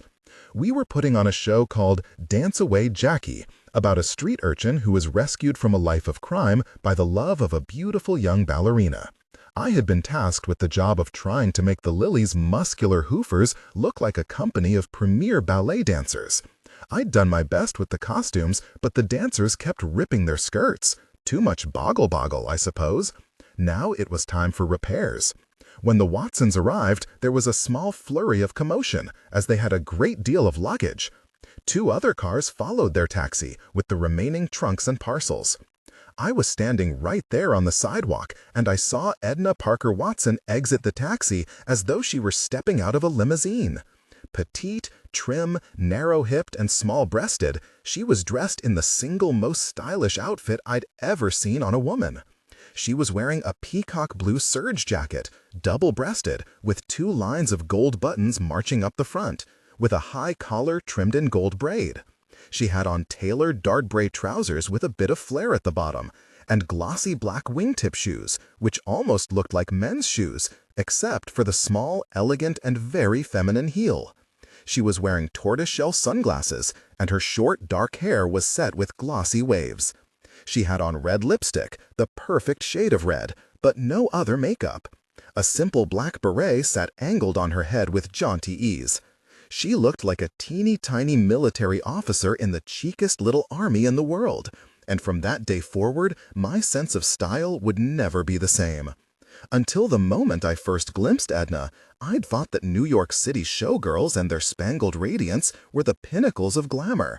But suddenly, everything and everyone I'd been admiring all summer looked gaudy and glitzy compared to this petite woman in her sharp little jacket and her perfectly tailored slacks and her men's shoes that were not quite men's shoes. I had just encountered true glamour for the first time, and I can say without hyperbole that every day of my life since that moment I have tried to model my style after Edna Parker Watson's. Peg rushed at Edna and pulled her into a tight embrace. "Edna," she cried, giving her old friend a spin, "the dewdrop of Drury Lane makes an appearance on our humble shores." "Dear Peg," cried Edna, "you look exactly the same." Edna released herself from Peg's arms, stepped back, and took a look up at the lily. "But is all this yours, Peg? The entire building?" "All of it, yes, unfortunately," said Peg. "Would you like to buy it?" "I haven't a farthing to my name, darling, or I absolutely would. It's charming. But look at you. You've become an impresario. You're a theater magnate. The facade reminds me of the old Hackney. It's lovely. I do see why you had to buy it." "Yes, of course I had to buy it," said Peg, "because otherwise I might have ended up wealthy and comfortable in my old age, and that would have been no good for anybody. But enough about my dumb playhouse, Edna. I'm just sick about what's happened to your home and what's happening to poor England." "Darling Peg," said Edna, and she placed her palm gently on my aunt's cheek. "It's wretched, but Arthur and I are alive, and now, thanks to you, we have a roof to sleep under, and that's a good deal more than some other people can say." "Where is Arthur?" asked Peg. "Can't wait to meet him." But I myself had already spotted him. Arthur Watson was the handsome, dark-haired, movie star-looking fellow with the lantern jaw who was, at that instant, grinning at the cab driver and pumping the man's hand with altogether too much enthusiasm. He was a well-built man with a good pair of shoulders, and he was much taller than he looked on the movie screen, which is highly abnormal for actors. He had a cigar clamped in his mouth, which somehow looked like a prop. He was the best-looking man I'd ever seen at close quarters, but there was something artificial about his good looks. He had a rakish curl that fell over one eye, for instance, which would have been a lot more attractive if it hadn't looked so deliberately cultivated. The thing about rakishness, Angela, is that it should never seem intentional. He looked like an actor, is the best way I can describe it. He looked as if he were an actor hired to play the part of a handsome, well-built man shaking the hand of a cab driver. Arthur marched over to us in great athletic strides and shook Peg's hand just as forcibly as he'd done to the poor cabbie. "Mrs. Buell," he said, "awfully good of you to give us a place to stay." "A delight, Arthur," said Peg. "I simply adore your wife." "I adore her, too," boomed Arthur, and he caught Edna in a tight squeeze that looked like it might hurt, but which only made her beam with pleasure. "And this is my niece, Vivian," said Peg. "She's been staying with me all summer, learning how to run a theater company into the ground." "The niece," Edna said, as though she'd been hearing fabulous things about me for years. She gave me a kiss on each cheek, wafting a scent of gardenia. "But look at you, Vivian. You're simply stunning. Please tell me that you're not an aspiring actress and that you won't ruin your life in the theater, although you're certainly pretty enough for it." Hers was a smile far too warm and genuine for show business. She was paying me the compliment of her undivided attention, and thus I was instantly smitten. "No," I said, "I'm not an actress, but I do love living at the Lily with my aunt." "But of course you do, darling. She's marvelous," Arthur interrupted, to reach in and crush my hand in his. "Awfully nice to meet you, Vivian," he said. "And how long did you say you've been an actress?" I was less smitten with him. "Oh, I'm not an actress," I started to say, but Edna put her hand on my arm and whispered in my ear, as if we were dearest friends, "It's quite all right, Vivian. Arthur sometimes doesn't pay the closest attention, but he'll get it all sorted out eventually." "Let's go have drinks on my veranda," said Peg. "Except that I forgot to buy a home with a veranda, so let's go have drinks in the filthy living room above my theater, and we can pretend that we're having drinks on my veranda." "Brilliant, Peg," said Edna. "How violently I've missed you." A few trays of martinis later, it was as if I'd known Edna Parker Watson forever. She was the most charming presence I'd ever watched light up a room. She was a sort of elfin queen, with her bright little face and her dancing gray eyes. Nothing about her was quite what it seemed. She was pale, but she didn't seem weak or delicate. And she was awfully dainty, with the tiniest shoulders and a slender frame, but she didn't look fragile. She had a hearty laugh and a robust bounce to her step that belied her size and her pallid coloring. I suppose you could call her a non-frail waif. The exact source of her beauty was difficult to place, for her features were not perfect, not like the girls I'd been romping about with all summer. Her face was quite round, and she didn't have the dramatic cheekbones that were so much in vogue back then. And she wasn't young. She had to be at least 50, and she wasn't trying to hide it. You couldn't tell her age from a distance. She had been able to play Juliet well into her 40s, I would later learn, and had easily gotten away with it too. But once you looked closely, you could see that the skin around her eyes was crumbling with fine lines, and her jawline was getting soft. There were strands of silver in that chic, short hair of hers as well. But her spirit was youthful. She was utterly unconvincing as a 50-year-old woman, let's just put it that way. Or maybe her age didn't matter to her, so she didn't project any concern about it. The trouble with so many aging actresses is that they don't want to let nature do as it wishes. But nature seemed to have no particular vengeance against Edna, nor did she have a gripe against it. Her greatest natural gift, though, was warmth. She delighted in all that she beheld, and it made you want to stay near her in order to bask in her delight. Even Olive's normally stern face relaxed into a rare expression of joy at the sight of Edna. They embraced as old friends, for that is exactly what they were.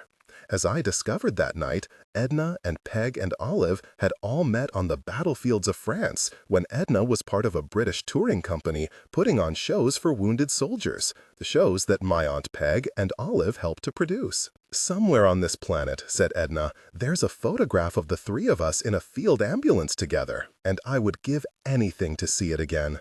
We were so young, and we were wearing those terribly practical frocks with no waistlines." "I remember that picture," said Olive. "We were muddy." "We were always muddy, Olive," said Edna. "It was a battlefield. I will never forget the cold and damp. Do you remember how I had to make my own stage makeup out of brick dust and lard?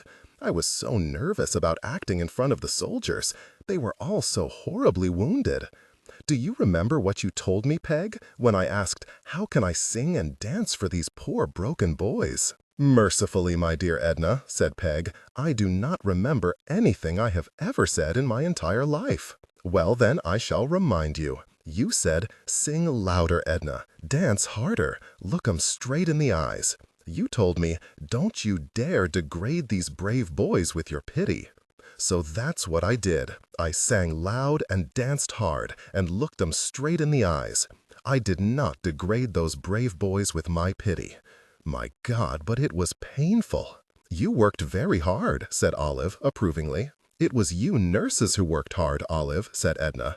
"I remember the whole lot of you having dysentery and chilblains, but then you'd say, 'At least we don't have infected bayonet wounds, girls. Chins up.' What heroes you were, especially you, Olive. Equal to any emergency you were. I've never forgotten it." Receiving this compliment, Olive's face was suddenly lit up by the most unusual expression. By my stars, I do believe it was happiness. "Edna was performing bits of Shakespeare for the men," Peg said to me. "I thought Shakespeare would bore them to tears, but they loved it." "They loved it because they hadn't seen a pretty little English lass in months," said Edna. I remember one man shouting, "Better than a trip to the whorehouse," after I gave them my piece of Ophelia, and I still think it's the best review I've ever received. You were in that show, Peg. You played my Hamlet. Those tights really suited you. I didn't play Hamlet. I just read from the script, said Peg. I never could act, Edna, and I detest Hamlet. Have you ever seen a production of Hamlet that didn't make you want to go home and put your head in the oven? I haven't.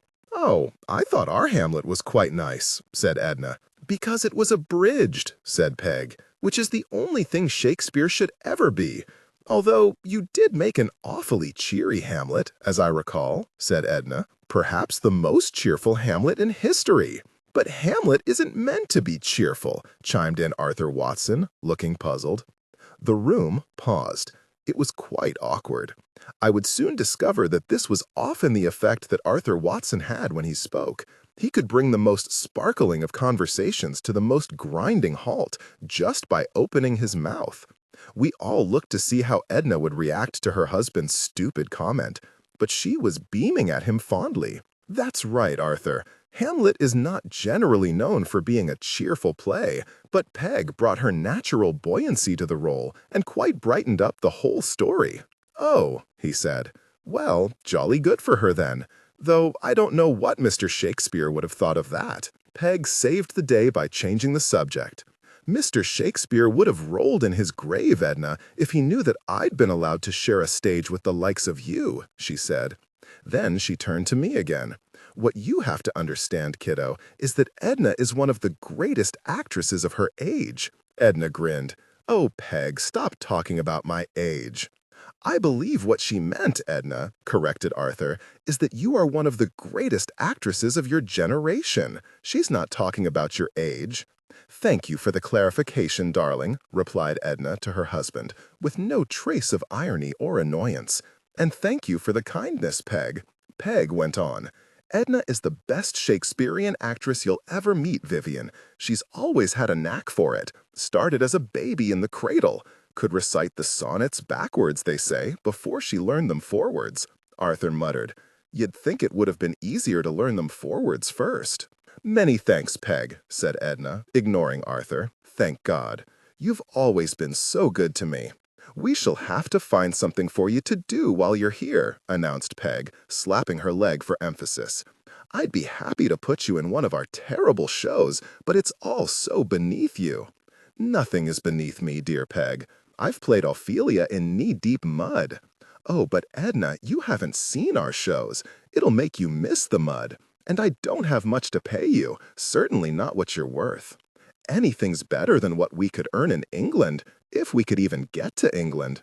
I just wish you could get a role in one of the more reputable theaters around town, said Peg.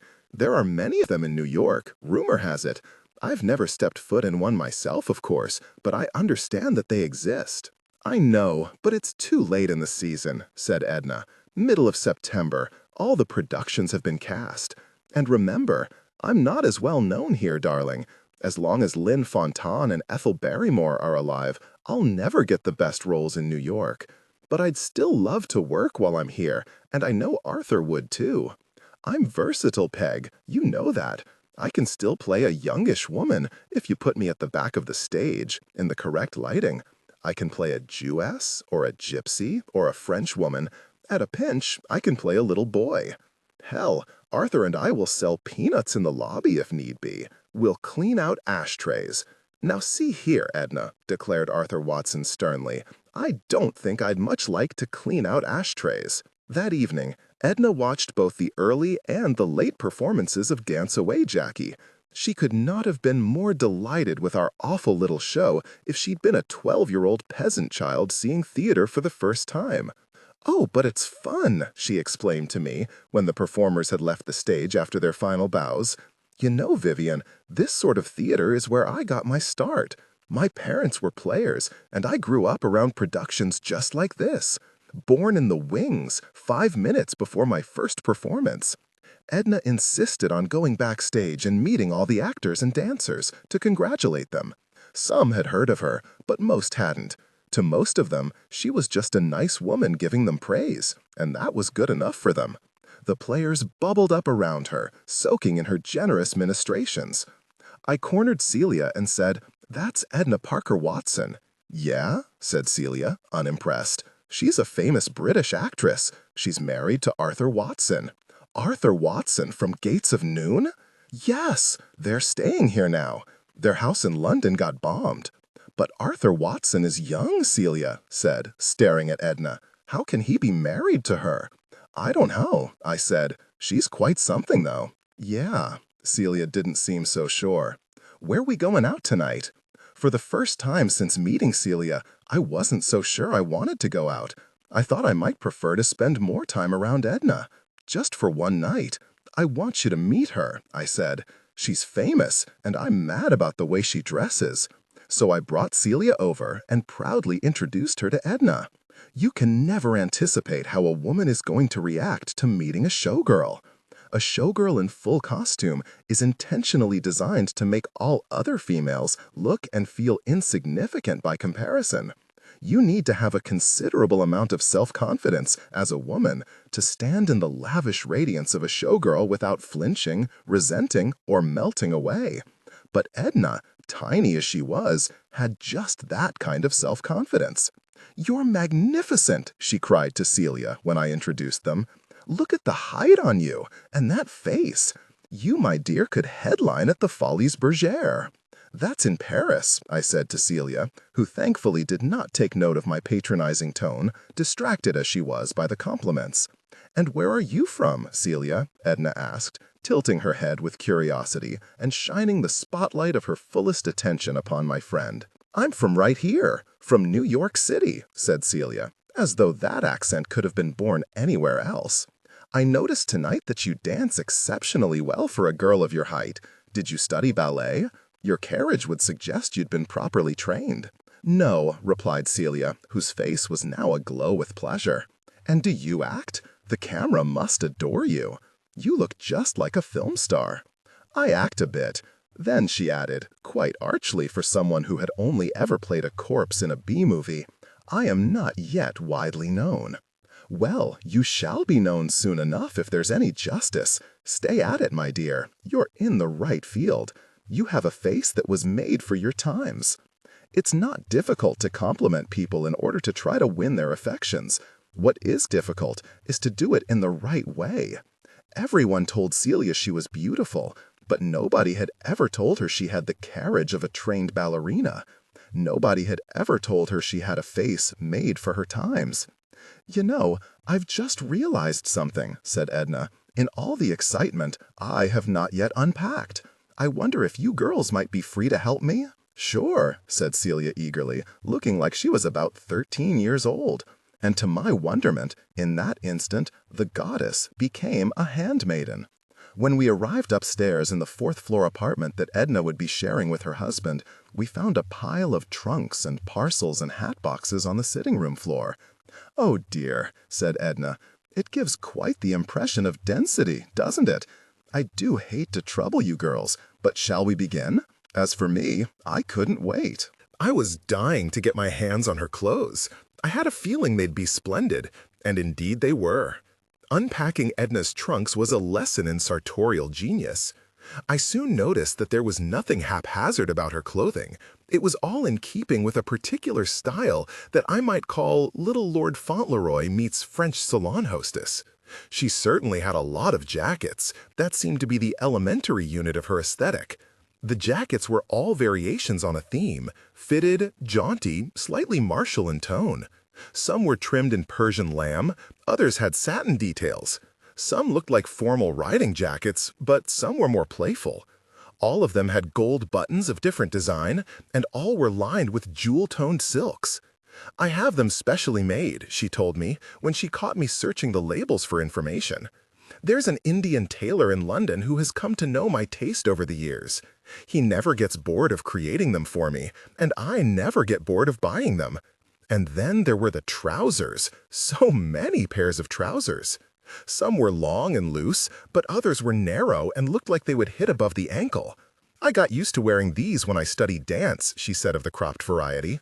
All the dancers in Paris wore trousers like that, and heavens, did they make it look chic. I used to call those girls the Slim Ankle Brigade. The trousers were a real revelation for me. I'd never been a firm believer in trousers on women until I saw how good they looked on Edna. Not even Garbo and Hepburn had yet convinced me that a woman could be both feminine and glamorous in pants. But looking at Edna's clothes suddenly made me think that it was the only way a woman could be both feminine and glamorous. I prefer trousers for daily wear, she explained. I'm small, but I have a long stride. I need to be able to move about freely. Years ago, a newspaperman wrote that I had a titillating boyishness to me, and that's my favorite thing a man's ever said about me. What could be better than having a bit of the titillating boy about you? Celia gave a puzzled look, but I understood Edna's point exactly and loved this idea. Then we came to the trunk filled with Edna's blouses. So many of them had quaint jabots or ornamental ruffles. This attention to detail, I grasped, is how a woman could wear a suit and still look like a woman. There was one high-necked crepe de chine chemise in the softest pink you could imagine, and it made my heart ache with longing when I touched it. Then I pulled out an elegant little ivory number of finest silk, with tiny pearl buttons at the neck and the most infinitesimal sleeves. What an impeccable blouse, I said. Thank you for noticing, Vivian. You've got a good eye. That little blouse came from Coco Chanel herself. She gave it to me. If you can imagine Coco ever giving somebody something for free, it must have been a weak moment for her. Perhaps she had food poisoning that day. Celia and I both gasped, and I cried out, "You know Coco Chanel?" "Nobody knows Coco, my dear. She would never allow for that. But I can say that we are acquainted. I met her years ago when I was acting in Paris and living on the Quai Voltaire. That was back when I was learning French, which is a good language to learn as an actress, because it teaches you how to use your mouth." Well, that was the most sophisticated combination of words I'd ever heard. But what's she like? What's Coco like? Edna paused, closed her eyes, and seemed to be searching for the right words. She opened her eyes and smiled. Coco Chanel is a gifted, ambitious, cunning, unloved, and hard-working eel of a woman. I'm more afraid of her taking dominion over the world than I am of Mussolini or Hitler. I'm teasing. She's a fine enough specimen of a person. One is only ever in danger from Coco when she starts calling you her friend, but she's far more interesting than I'm making her sound. Girls, what do you think of this hat?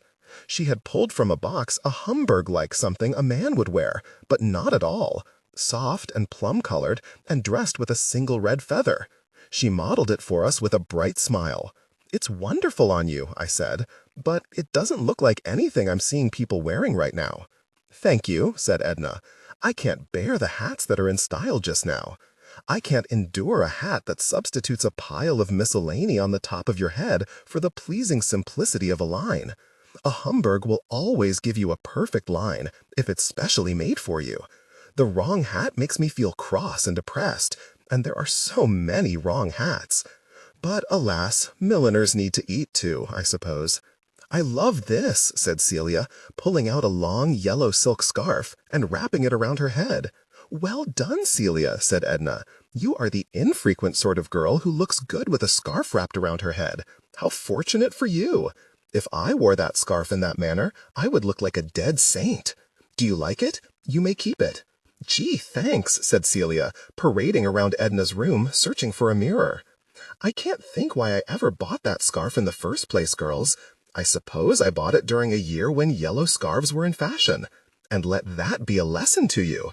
The thing about fashion, my dears, is that you don't need to follow it, no matter what they say. No fashion trend is compulsory, remember. And if you dress too much in the style of the moment, it makes you look like a nervous person. Paris is all well and good, but we can't just follow Paris for the sake of Paris, now can we? We can't just follow Paris for the sake of Paris. As long as I live, I shall never forget those words.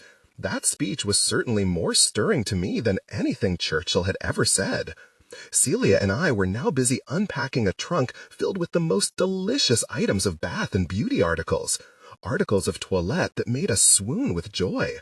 There were carnation-scented bath oils, lavender alcohol rubs, pomander balls to spice up the drawers and closets, and so many alluring glass vials of lotions with French instructions. It was positively intoxicating.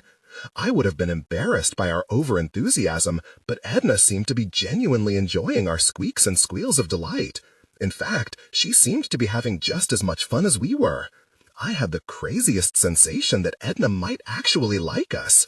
This was interesting to me then, and it is still interesting now. Older women don't always relish the company of beautiful young girls, for obvious reasons, but not Edna. "Girls," she said, "I could watch the two of you effervesce for hours. And boy, did we effervesce. I'd never seen such a wardrobe. Edna even had a valise filled with nothing but gloves, each pair wrapped lovingly in its own silk.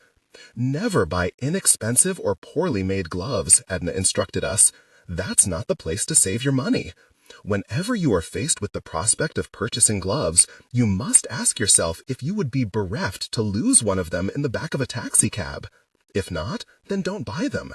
You should only buy gloves so beautiful that to lose one of them would break your heart." At some point, Edna's husband walked in, but he was inconsequential, handsome as he was, compared to this exotic wardrobe. She kissed his cheek and sent him on his way, saying, "There's no room in here yet for a man, Arthur. Go have a drink somewhere and entertain yourself until these dear girls are done. And then I promise I'll find space for you and your one sorry little duffel bag." He sulked a bit, but did her bidding. After he left, Celia said, "Say, but he's a looker, ain't he?" I thought Edna might be offended, but she only laughed. He is indeed, as you say, a looker. I've never before seen his like, to be candid with you. We've been married nearly a decade, and I haven't grown tired of looking at him yet. But he's young. I could have kicked Celia for her rudeness, but Edna, again, didn't seem to mind. Yes, dear Celia, he is young, far younger than me, in fact. One of my greatest achievements, I dare say. You don't get worried? Celia pressed on. There's got to be a lot of young dishes out there who want to put the moves on him. I don't worry about dishes, my dear. Dishes break. Ooh, said Celia, and her face lit up with something like awe. When you have found your own success as a woman, explained Edna, you may do such a fun thing as marry a handsome man who is very much your junior. Consider it a reward for all your hard work. When first I met Arthur, he was just a boy, a set carpenter for an Ibsen play I was doing, an enemy of the people. I was Mrs. Stockman, and it's a dull role. But meeting Arthur livened things up for me during the run of that play, and he has kept things lively for me since.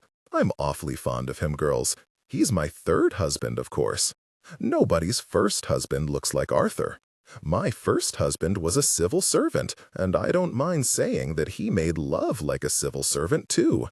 My second husband was a theater director. I won't make that mistake again. And now there is dear Arthur, so handsome and yet so cozy. My gift till the end of my days. I'm so fond of him, girls. He's my third husband, of course. Nobody's first husband looks like Arthur. My first husband was a civil servant, and I don't mind saying that he made love like a civil servant, too. My second husband was a theater director. I won't make that mistake again. And now there is dear Arthur, so handsome and yet so cozy. My gift till the end of my days. I'm so fond of him, girls. He's my third husband, of course. Nobody's first husband looks like Arthur. My first husband was a civil servant, and I don't mind saying that he made love like a civil servant, too. My second husband was a theater director. I won't make that mistake again. And now there is dear Arthur, so handsome and yet so cozy. My gift till the end of my days. I'm so fond of him that I even took his name, though my theater friends warned me not to, since my own name was already well known. I'd never taken the names of any of my other husbands before, you see. But Edna Parker Watson has a nice ring to it, don't you agree? And what about you, Celia? Have you ever had any husbands? I wanted to say, she's had many husbands, Edna, but only one of them was her own. Yeah, said Celia, I had a husband once. He played the saxophone. Oh dear, so we may assume that didn't last. Yeah, you guessed it, lady. Celia drew a line across her own throat to indicate, I guess, the death of love. And what about you, Vivian? Married? Engaged? No, I said. Anybody special? Nobody special, I said. And something about the way I uttered the word special made Edna burst out laughing. Ah, but you have a somebody, I can see. She has a few somebodies, Celia said, and I couldn't help but smile. Good work, Vivian. Edna gave me an appraising second look. You're growing more interesting to me by the moment. Later on in the evening, it must have been well after midnight by then, Peg came in to check on us. She settled into a deep chair with a nightcap in her hand and watched with pleasure as Celia and I finished Edna's trunks. God zooks, Edna, Peg said. You have a lot of clothes. This is a mere fraction of the collection, Peg. You should see my wardrobe back home. She paused. Oh dear, I've just now remembered again that I've lost everything back home. My contribution to the war effort, I suppose. Evidently, Mr. Goering needed to destroy my more than 3 decades in the making costume collection as part of his plan for making the world safe for the Aryan race. I don't quite see how it served him, but the sad deed is done. I marveled at how lightly she seemed to take the destruction of her home. So apparently did Peg, who said, "I must admit, Edna, I was expecting to find you a bit more shaken up by all this." "Oh, Peg, you know me better than that. Or have you forgotten how good I am at adjusting to circumstances? You can't lead the sort of patched-together life that I've lived and get too sentimental about things." Peg grinned. "Show people," she said to me, shaking her head with an insider's appreciation. Celia had just now pulled out an elegant floor-length, high-necked black crepe gown with long sleeves and a small pearl brooch set deliberately off-center. "Now that's something," said Celia. "You would think so, wouldn't you?" said Edna, holding the dress up to herself. "But I've had a difficult relationship with this dress. Black can be the smartest of colors, or it can be the dowdiest, depending on the line. I wore this gown only once, and I felt like a Greek widow in it. But I've kept it because I like the pearl detail." I approached the dress, respectfully. "May I?" I asked. Edna handed me the dress, and I laid it out on the sofa, touching it here and there and getting a better sense of it. "The problem isn't the color," I diagnosed. "The problem is the sleeves. The material of the sleeves is heavier than the material of the bodice. Can you see that? This dress should have chiffon sleeves, or none at all, which would be better for you, petite as you are." Edna studied the gown and then looked at me with surprise. "I believe you're on to something there, Vivian. I could fix it for you if you'll trust me with it." "Our Vivi can sew like the devil," Celia said, proudly. "It's true," put in Peg. "Vivian is our resident dress professor. She made the ballet tutus everyone was wearing tonight." "Did you?" said Edna, more impressed than she should have been. "Your cat could sew a tutu, Angela." "So you're not only beautiful, but gifted as well? Imagine that! And they say the Lord never gives with both hands." I shrugged. "All I know is that I can fix this. I would shorten it as well. It would be better for you if it landed at mid-ankle." "Well, it appears as if you know a good deal more about clothes than I do," said Edna, "because I was ready to relegate this poor old gown to the ash heap. And here I've been filling your ears all night with my noise and opinions about fashion and style. I should be the one listening to you. So tell me, my dear, where did you learn how to understand a dress so well?"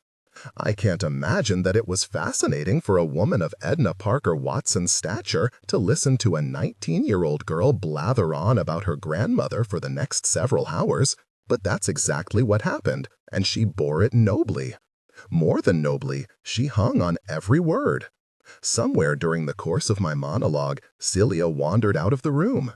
I wouldn't see her again until just before dawn, when she would come tumbling into our bed at the usual hour in her usual state of drunken disarray. Peg ended up excusing herself as well, once she got a sharp knock on the door and a reminder from Olive that it was past her bedtime. So it ended up being just me and Edna, curled up on the sofa of her new apartment at the Lily, talking into the wee hours. The well-raised girl within me did not want to monopolize her time, but I could not resist her attentions. Edna wanted to know everything about my grandmother and delighted in the details of her frivolities and eccentricities. What a character! She should be put in a play. Every time I tried to turn the subject of the conversation away from myself, Edna would turn it back to me. She expressed sincere curiosity about my love of sewing and was astonished when I told her that I could make a whalebone corset if I had to. "Then you're born to be a costume designer," she said. The difference between making a dress and making a costume, of course, is that dresses are sewn, but costumes are built. Many people these days can sew, but not many know how to build. A costume is a prop for the stage, Vivian, as much as any piece of furniture, and it needs to be strong. You never know what's going to happen in a performance, and so the costume must be ready for anything. I told Edna about how my grandmother used to find the tiniest hidden flaws in my outfits and demand that I fix the offending article on the spot. I used to protest that nobody will notice, but Grandmother Morris would say, "That is not true, Vivian. People will notice, but they won't know what they're noticing. They will just notice that something is wrong.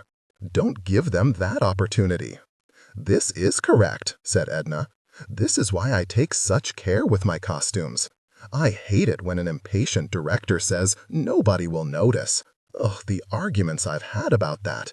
As I always tell the director, if you put me in a spotlight with 300 audience members staring at me for 2 hours, they will notice a flaw.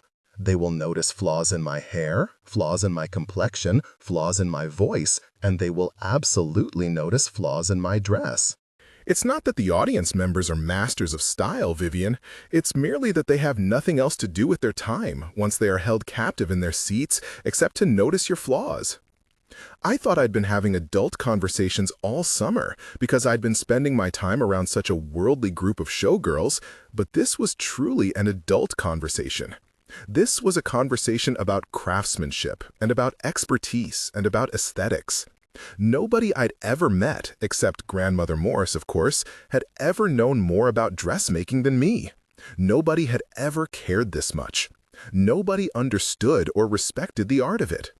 I could have stayed there talking to Edna about clothing and costumes for another century or two, but Arthur Watson finally burst in and demanded that he be allowed to go to ruddy bed with his ruddy wife, and that put an end to it. The next day marked the first morning in 2 months that I did not wake up with a hangover. 10. By the next week, my Aunt Peg had already begun creating a show for Edna to star in. She was determined to give her friend a job, and it had to be a better job than what the Lily Playhouse currently had to offer, because you can't very well put one of the greatest actresses of her age in Dance Away, Jackie. As for Olive, she was not convinced this was a good idea in the least. As much as she loved Edna, it didn't make sense to her from a business standpoint to attempt to put on a decent or even halfway decent show at the Lily. It would break formula. "We have a small audience, Peg," she said, "and they are humble. But they are the only audience we have, and they are loyal to us. We must be loyal to them in return. We can't leave them behind for one play, certainly not for one player, or they may never come back. Our task is to serve the neighborhood, and the neighborhood doesn't want Ibsen." "I don't want Ibsen either," said Peg, "but I hate seeing Edna sitting about idle, and I hate even more the idea of putting her in any of our draggy little shows. However draggy our shows may be, they keep the electricity on, Peg, and just barely at that. Don't chance it by changing anything." "We could make a comedy," Peg said, "something that our audiences would like. But it would have to be smart enough to be worthy of Edna." She turned to Mr. Herbert, who had been sitting there at the breakfast table in his usual attire of baggy trousers and shirt sleeves, staring sorrowfully at nothing. "Mr. Herbert," Peg asked, "do you think you could write a play that is both funny and smart?" "No," he said, without even looking up. "Well, what are you working on now? What's the next show on deck?" "It's called City of Girls," he said. "I told you about it last month." "The speakeasy one," said Peg. "I remember. Flappers and gangsters and that sort of fluff. What's it about again, exactly?" Mr. Herbert looked both wounded and confused. "What's it about?" he asked. It seemed that this was the first time he'd considered that one of the Lily Playhouse shows should be about something. "Never mind," said Peg. "Does it have a role that Edna could play?" Again, he looked wounded and confused. "I don't see how it could," he said. "We have an ingenue and a hero. We have a villain. We don't have an older woman." "Could the ingenue have a mother?" "Peg," she said. "She's an orphan," said Mr. Herbert. "You can't change that." I saw his point. The ingenue always had to be an orphan. The story wouldn't make sense if the ingenue wasn't an orphan. The audience would revolt. The audience would start throwing shoes and bricks at the players if the ingenue wasn't an orphan. "Who's the owner of the speakeasy in your show?" "The speakeasy doesn't have an owner." "Well, could it? And could it be a woman?" Mr. Herbert rubbed his forehead and looked overwhelmed. He looked as though Peg had just asked him to repaint the ceiling of the Sistine Chapel. "This causes problems in all aspects," he said. Olive chimed in. "Nobody will believe Edna Parker Watson as the owner of a speakeasy, Peg. Why would the owner of a New York speakeasy be from England?" Peg's face fell. "Blast it, you're right, Olive. You have such a bad habit of being right all the time. I wish you wouldn't do that." Peg sat in silence for a long moment, thinking hard. Then suddenly she said, "God damn it, but I wish I had Billy here. He could write something smashing for Edna." Well, that caught my attention. This was the first time I'd ever heard my aunt curse, for one thing, but this was also the first time I'd ever heard her mention her estranged husband's name.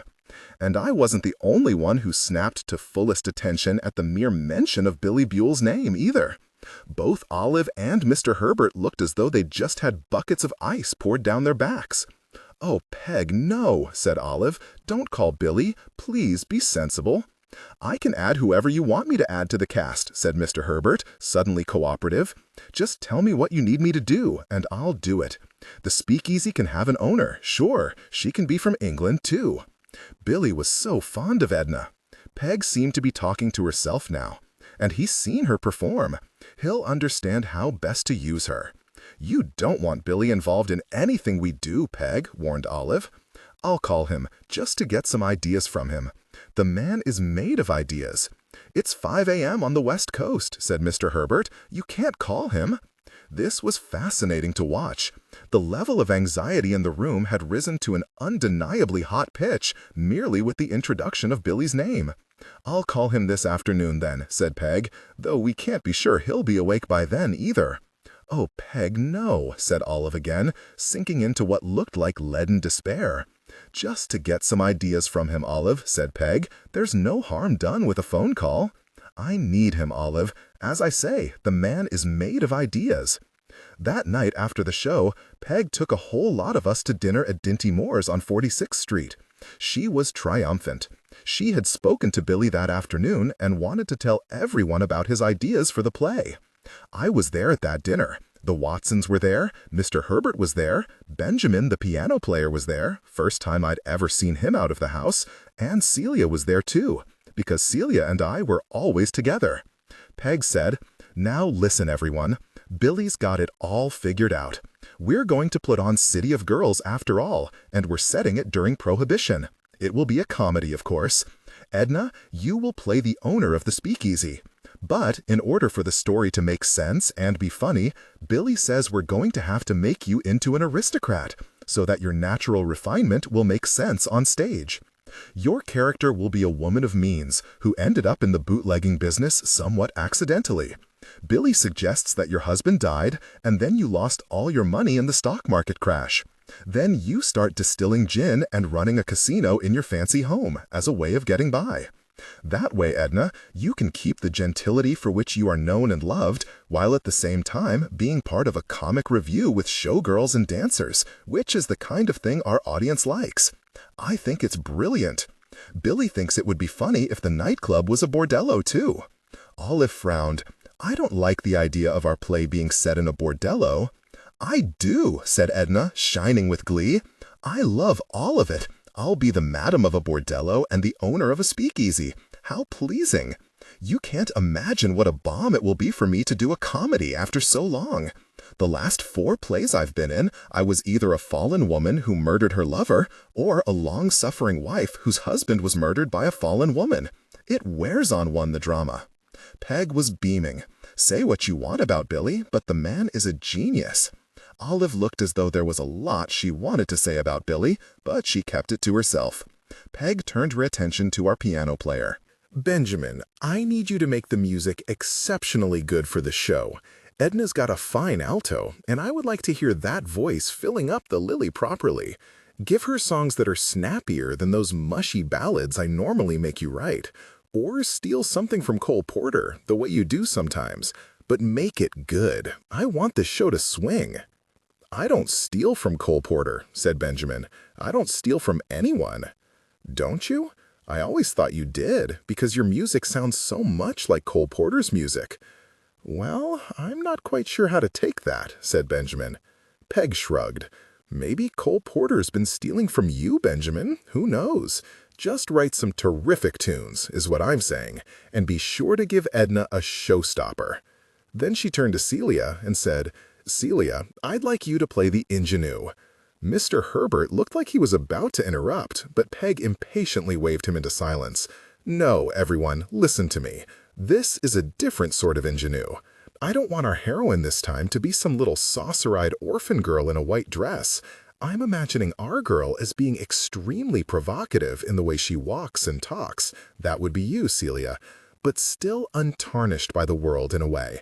Sexy, but with an air of innocence about her. A whore with a heart of gold, said Celia, who was smarter than she looked. Exactly, said Peg. Edna touched Celia's arm gently.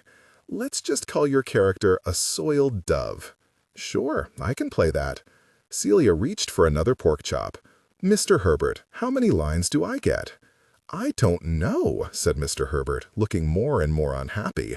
I don't know how to write a soiled dove. I can make up some stuff for you, offered Celia, a true dramatist. Peg turned to Edna. Do you know what Billy said when I told him that you were here, Edna? He said, oh, how I envy New York City right now. Did he? He did, that flirt. He also said, watch out, because you never know what you'll get with Edna on stage. Some nights she's excellent, other nights she's perfect. Edna beamed. That's so sweet of him. Nobody could ever make a woman feel more attractive than Billy could, sometimes for upwards of 10 consecutive minutes. But Peg, I must ask, do you have a role for Arthur? Of course I do, said Peg, and I knew in that moment that she did not have a role for Arthur. In fact, it was pretty clear to me that she'd forgotten about Arthur's existence entirely. But there was Arthur, sitting there in all his simple-minded handsomeness, waiting for his role like a Labrador retriever waits for a ball. Of course I have a role for Arthur, Peg said. I want him to play. She hesitated, but only for the briefest moment. You might not have even noticed the hesitation if you didn't know Peg. The policeman. Yes, Arthur, I plan for you to play the policeman who's always trying to shut down the speakeasy and who's in love with Edna's character. Do you think you could manage an American accent? I can manage any accent, said Arthur, miffed, and I instantly knew that he absolutely could not manage an American accent. A policeman, Edna clapped her hands, and you'll be in love with me, dear. What larks! I didn't hear anything before about a policeman character, said Mr. Herbert. Oh no, Mr. Herbert, said Peg. The policeman has always been in the script. What script? The script you'll commence writing tomorrow morning at break of day. Mr. Herbert looked like he was about to be afflicted with a nervous disorder. Do I get a song of my own to sing? Asked Arthur. Oh, said Peg. There was that pause again. Yes, Benjamin, do be sure to write that song for Arthur, which we discussed. The policeman song, please. Benjamin held Peg's gaze and repeated with only the slightest sarcasm, the policeman song. That's correct, Benjamin, as we've already discussed. Shall I just steal a policeman song from Gershwin, perhaps? But Peg was already turning her attention to me. Costumes, she said brightly, and scarcely had the word left her mouth before Olive declared, there will be virtually no budget for costumes. Peg's face dropped. Drat, I'd forgotten about that. That's all right, I said. I'll buy everything at Lotsky's. Flapper dresses are simple. Brilliant, Vivian, said Peg. I know you'll take care of it. On a strict budget, Olive added. On a strict budget, I agreed. I'll even throw in my own allowance if I have to. As the conversation continued, with everyone except Mr. Herbert getting more excited and making suggestions for the show, I excused myself to the powder room. When I came out, I almost ran into a good-looking young man with a wide tie and a rather wolfish expression who'd been waiting for me in the corridor. Say there, your friend's a knockout, he said, nodding in the direction of Celia, and so are you. That's what we've been told, I replied, holding his gaze. You girls want to come home with me? He asked, dispensing with the preliminaries. I got a friend with a car. I studied him more closely.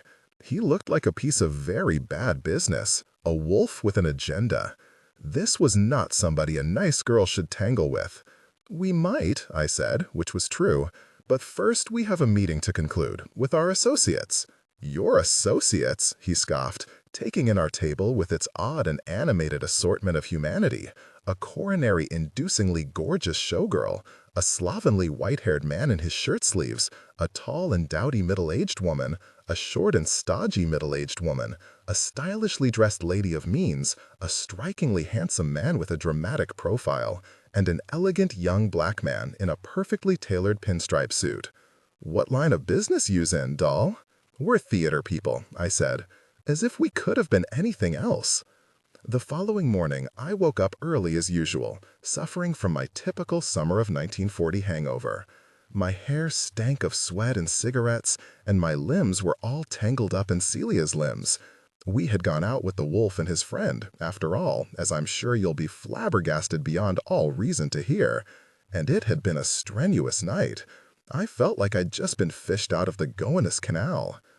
I made my way to the kitchen, where I found Mr. Herbert sitting with his forehead on the table and his hands folded politely in his lap. This was a new posture for him, a new low in dejectedness, I would say. "Good morning, Mr. Herbert," I said. "I stand ready to review any evidence," he replied, without lifting his forehead from the table. "How are you feeling today?" I asked. "Blithesome, glorious, exalted. I'm a sultan in his palace." He still hadn't lifted his head. "How's the script coming along?" "Be a humanitarian, Vivian, and stop asking questions." The next morning, I found Mr. Herbert in the same position, and several of the following mornings, too. I didn't know how somebody could sit for so long with their forehead on a table without suffering an aneurysm. His mood never lifted, and neither, at least not that I saw, did his skull. Meanwhile, his notebook sat untouched beside him. "Is he going to be all right?" I asked Peg. "It's not easy to write a play, Vivian," she said. "The problem is, I'm asking him to write something good, and I've never asked that of him before. It's got his head all screwy. But I think of it this way. During the war, the British Army engineers always used to say, 'We can do it, whether it can be done or not.' That's how the theater works too, Vivian, just like a war. I often ask people to do more than they are capable of, or I used to do anyway, before I got old and soft. So yes, I have full confidence in Mr. Herbert." I didn't. Celia and I came in late one night, drunk as usual, and we tripped over a body that was lying on the living room floor. Celia shrieked. I switched on a light and identified Mr. Herbert, lying there in the middle of the carpet on his back, staring up at the ceiling with his hands folded over his chest. For an awful moment, I thought he was dead. Then he blinked. "Mr. Herbert," I exclaimed, "what are you doing?" "Prophesizing," he said, without moving. "Prophesizing what?" I slurred. "Doom," he said. "Well then, have a good night." I turned off the light. "Splendid," he said quietly, as Celia and I stumbled to our room. "I will be certain to do just that." Meanwhile, as Mr. Herbert suffered, the rest of us went about the business of creating a play that did not yet have a script. Peg and Benjamin had already gotten to work on the songs, sitting at the grand piano all afternoon, running through melodies and ideas for lyrics. "I want Edna's character to be called Mrs. Alabaster," said Peg.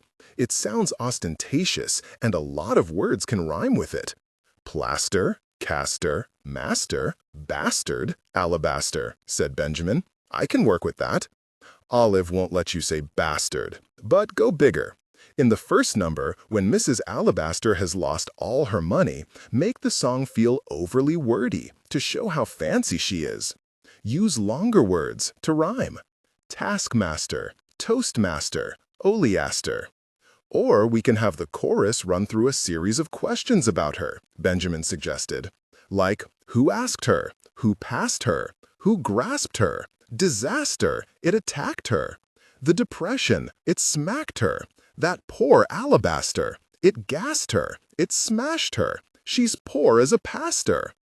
"Hey there, Peg," Benjamin suddenly stopping what he was playing. "My father's a pastor, and he's not poor." "I don't pay you to lift your hands off those piano keys, Benjamin. Keep noodling about. We were just getting somewhere." "You don't pay me at all," he said, folding his hands in his lap. You haven't paid me in 3 weeks. You haven't paid anyone, I heard. Is that true? Peg asked. What are you living on? Prayers. And your leftover dinner. Sorry, kiddo, I'll talk to Olive about it, but not right now. Go back and start over, but add that thing you were doing that time when I walked in on you playing the piano, and I liked what I heard. You remember? That Sunday when the Giants game was playing on the radio. I can't begin to know what you're talking about, Peg. Play, Benjamin. Just keep playing. That's how we'll find it. After this, I want you to write a song for Celia called "I'll Be a Good Girl Later." Do you think you could write a song like that? I can write anything if you feed me and pay me. As for me, I was designing costumes for the cast, but mostly for Edna. Edna was concerned about being swallowed by the wasteless 1920s dresses that she saw me sketching. That style didn't look good on me back then when I was young and pretty, she said, and I can't see it looking good on me now that I'm old and stale. You have to give me a waistline of some sort. I know it wasn't the fashion back then, but you'll have to fake it. Also, my waist is more stoutish right now than I would like it to be. Work around it, please. I don't think you're stoutish at all, I said, and I meant it. Oh, but I am. Don't worry, though. In the week before the show, I'll live on a diet of rice water, toast, mineral oil, and laxatives, like always. I'll slim down. But for now, use gussets so you can tighten my waistline later. If there's to be a lot of dancing, I'll need you to create purposeful seams. You understand, don't you, darling? Nothing can fly loose when I'm in the spotlight. My legs are still good, thank heavens, so don't be afraid to show them. What else? Oh yes, my shoulders are narrower than they seem, and my neck is awfully short, so proceed with caution, especially if you're going to put me in some sort of a large hat. If you make me look like a stubby little French bulldog, Vivian, I'll never forgive you. I had such respect for how well this woman knew the vagaries of her own figure. Most women have no idea what works for them and what doesn't, but Edna was precision incarnate. Sewing for her, I could see, was going to be its own apprenticeship in costuming. You are designing for the stage, Vivian, she instructed. Rely upon shape more than detail. Remember that the nearest viewer to me will be 10 strides away. You have to think on a large scale. Big colors, clean lines. A costume is a landscape, not a portrait. And I want brilliant dresses, my dear, but I don't want the dress to be the star of the show. Don't outshine me, darling. You understand? I did. And oh, how I loved the shape of this conversation. I loved being with Edna. I was becoming quite infatuated with her, if I'm being honest. She had nearly replaced Celia as the central object of my devoted awe. Celia was still exciting, of course, and we still went out on the town, but I didn't need her so much anymore. Edna had depths of glamour and sophistication that excited me far more than anything Celia could offer. I would say that Edna was somebody who spoke my own language, but that's not quite it, because I was not yet as fluent in fashion as she was. It would be closer to the truth to say that Edna Parker Watson was the first native speaker I'd ever encountered of the language that I wanted to master, the language of outstanding apparel. A few days later, I took Edna to Lotsky's used emporium in Notions to look for fabrics and ideas. I was a bit nervous about bringing someone of such refined taste to this overwhelming bazaar of noise, material, and color. To be honest, the smell alone would turn off most high-end shoppers. But Edna was instantly thrilled by Lotsky's, as only somebody who genuinely understood clothing and materials could be. She was also delighted by young Marjorie Lotsky, who greeted us at the door with her standard demand, "What do you need?" Marjorie was the daughter of the owners, and I had come to know her well over my past few months of shopping excursions. She was a bright, energetic, pie-faced 14-year-old who always dressed in the most outlandish costumes. On this day, for instance, she was wearing the craziest getup I'd ever seen. Big buckled shoes, like a pilgrim in a child's Thanksgiving drawing, a gold brocade cape with a 10-foot train, and a French chef's hat with a giant fake ruby brooch pinned to it. Underneath all that, her school uniform. She looked patently ridiculous, as always, but Marjorie Lotsky was not to be taken lightly. Mr. and Mrs. Lotsky didn't speak the best English, so Marjorie had been doing the talking for them since toddlerhood. At her young age, she already knew the rag trade as well as anyone, and could take orders and deliver threats in 4 languages: Russian, French, Yiddish, and English. She was an odd kid, but I had come to find Marjorie's help essential. "We need dresses from the 1920s, Marjorie," I said. "Really good ones, rich lady dresses." "You want to start by looking upstairs? In the collection?" The archly named collection was a small area on the 3rd floor where the Lotskys sold their rarest and most precious finds. "We don't have the budget just now to even be glancing at the collection." "So you want rich lady dresses but at poor lady prices?" Edna laughed. "You've identified our needs perfectly, my dear." "That's right, Marjorie," I said. "We're here to dig, not to spend." "Start over there," Marjorie said, pointing to the back of the building. "The stuff by the loading dock just came in over the last few days. Mama hasn't even had a chance to look through it yet. You could get lucky." The bins at Lotsky's were not for the faint of heart. These were large industrial laundry bins, crammed with textiles that the Lotskys bought and sold by the pound. Everything from workers' battered old overalls to tragically stained undergarments, to upholstery remnants, to parachute material, to faded blouses of pongee silk, to French lace serviettes, to heavy old drapes, to your great-grandfather's precious satin christening gown. Digging through the bins was hard and sweaty work, an act of faith. You had to believe that there was treasure to be found in all this garbage, and you had to hunt for it with conviction. Edna, much to my admiration, dove right in. I got the sense she'd done this sort of thing before. Side by side, bin by bin, the two of us dug in silence, searching for what we did not know. About an hour in, I suddenly heard Edna shout, "Aha!" and looked over to see her waving something triumphantly above her head. And triumphant she should have been, for her find turned out to be a 1920s crimson silk chiffon and velvet-trimmed robe de style evening dress, embellished with glass beading and gold thread. "Oh my!" I exclaimed. "It's perfect for Mrs. Alabaster." "Indeed," said Edna, "and feast your eyes upon this." She turned over the back collar of the garment to reveal the original label, Lanvin, Paris. Somebody très rich bought this dress in France 20 years ago, I'll wager, and barely wore it by the looks of it. Delicious! How it will glint on stage. In a flash, Marjorie Lofsky was at our side. "Say, what'd you kids find in there?" asked the only actual kid in the room. "Don't you start with me, Marjorie," I warned. I was only half teasing, suddenly afraid she was going to snatch the dress away from us to sell in the collection upstairs. Play by the rules. Edna found this dress in the bins, fair and square. Marjorie shrugged. "All's fair in love and war," she said. "But it's a good one. Just make sure you bury it under a heap of trash when Mama rings it up. She'd murder me if she knew I let that one get away from us. Let me get you a sack and some rags to hide it." "Oh, Marjorie, thanks," I said. "You're my top-notch girl." "You and me, we're always in cahoots," she said, rewarding me with a crooked grin. "Just keep your mouth shut. You wouldn't want me getting fired." As Marjorie wandered off, Edna stared at her in wonder. Did that child just say, "All's fair in love and war"? "I told you that you'd like Loutskys," I said. "Well, I do like Loutskys, and I adore this dress. And what have you found, my dear?" I handed her a flimsy negligee in a vivid, eye-injuring shade of fuchsia. She took it, held it up against her body, and winced. "Oh no, darling, you cannot put me in that. The audience will suffer from it even more than I will."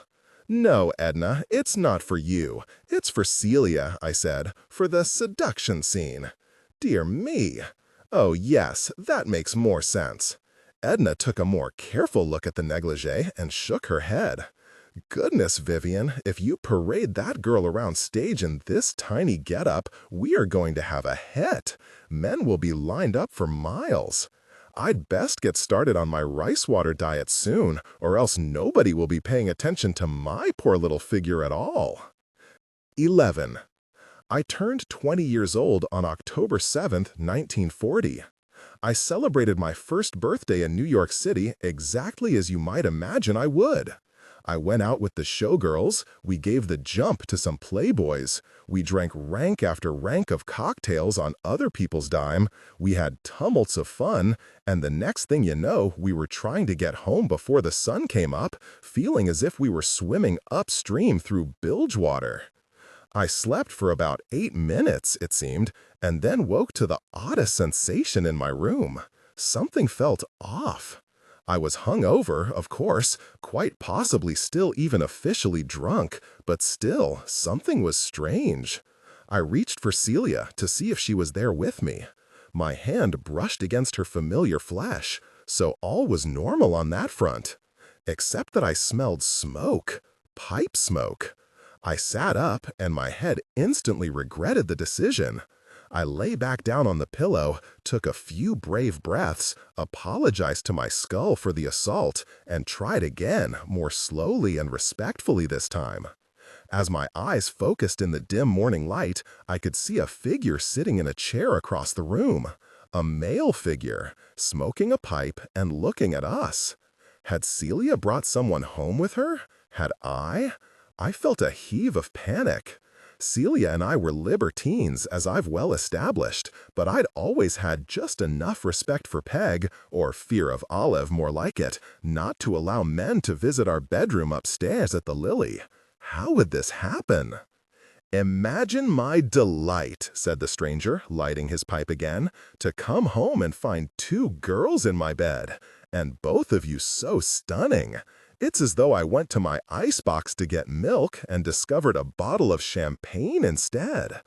2 bottles of champagne, to be exact." My mind still couldn't register. Until then, suddenly, it could. "Uncle Billy?" I asked. "Oh, are you my niece?" the man said, and he started laughing. "Damn it, that limits our possibilities considerably. What's your name, love?" "I'm Vivian Morris." "Oh," he said, "now this makes sense. You are my niece. How disheartening. I suppose the family wouldn't approve if I ravaged you. I might not even approve of myself if I ravaged you. I've become so moral in my old age. Alas, alas. Is the other one my niece too? I hope not. She doesn't look like she could be anyone's niece." "This one is Celia," I said, gesturing to Celia's beautiful, unconscious form.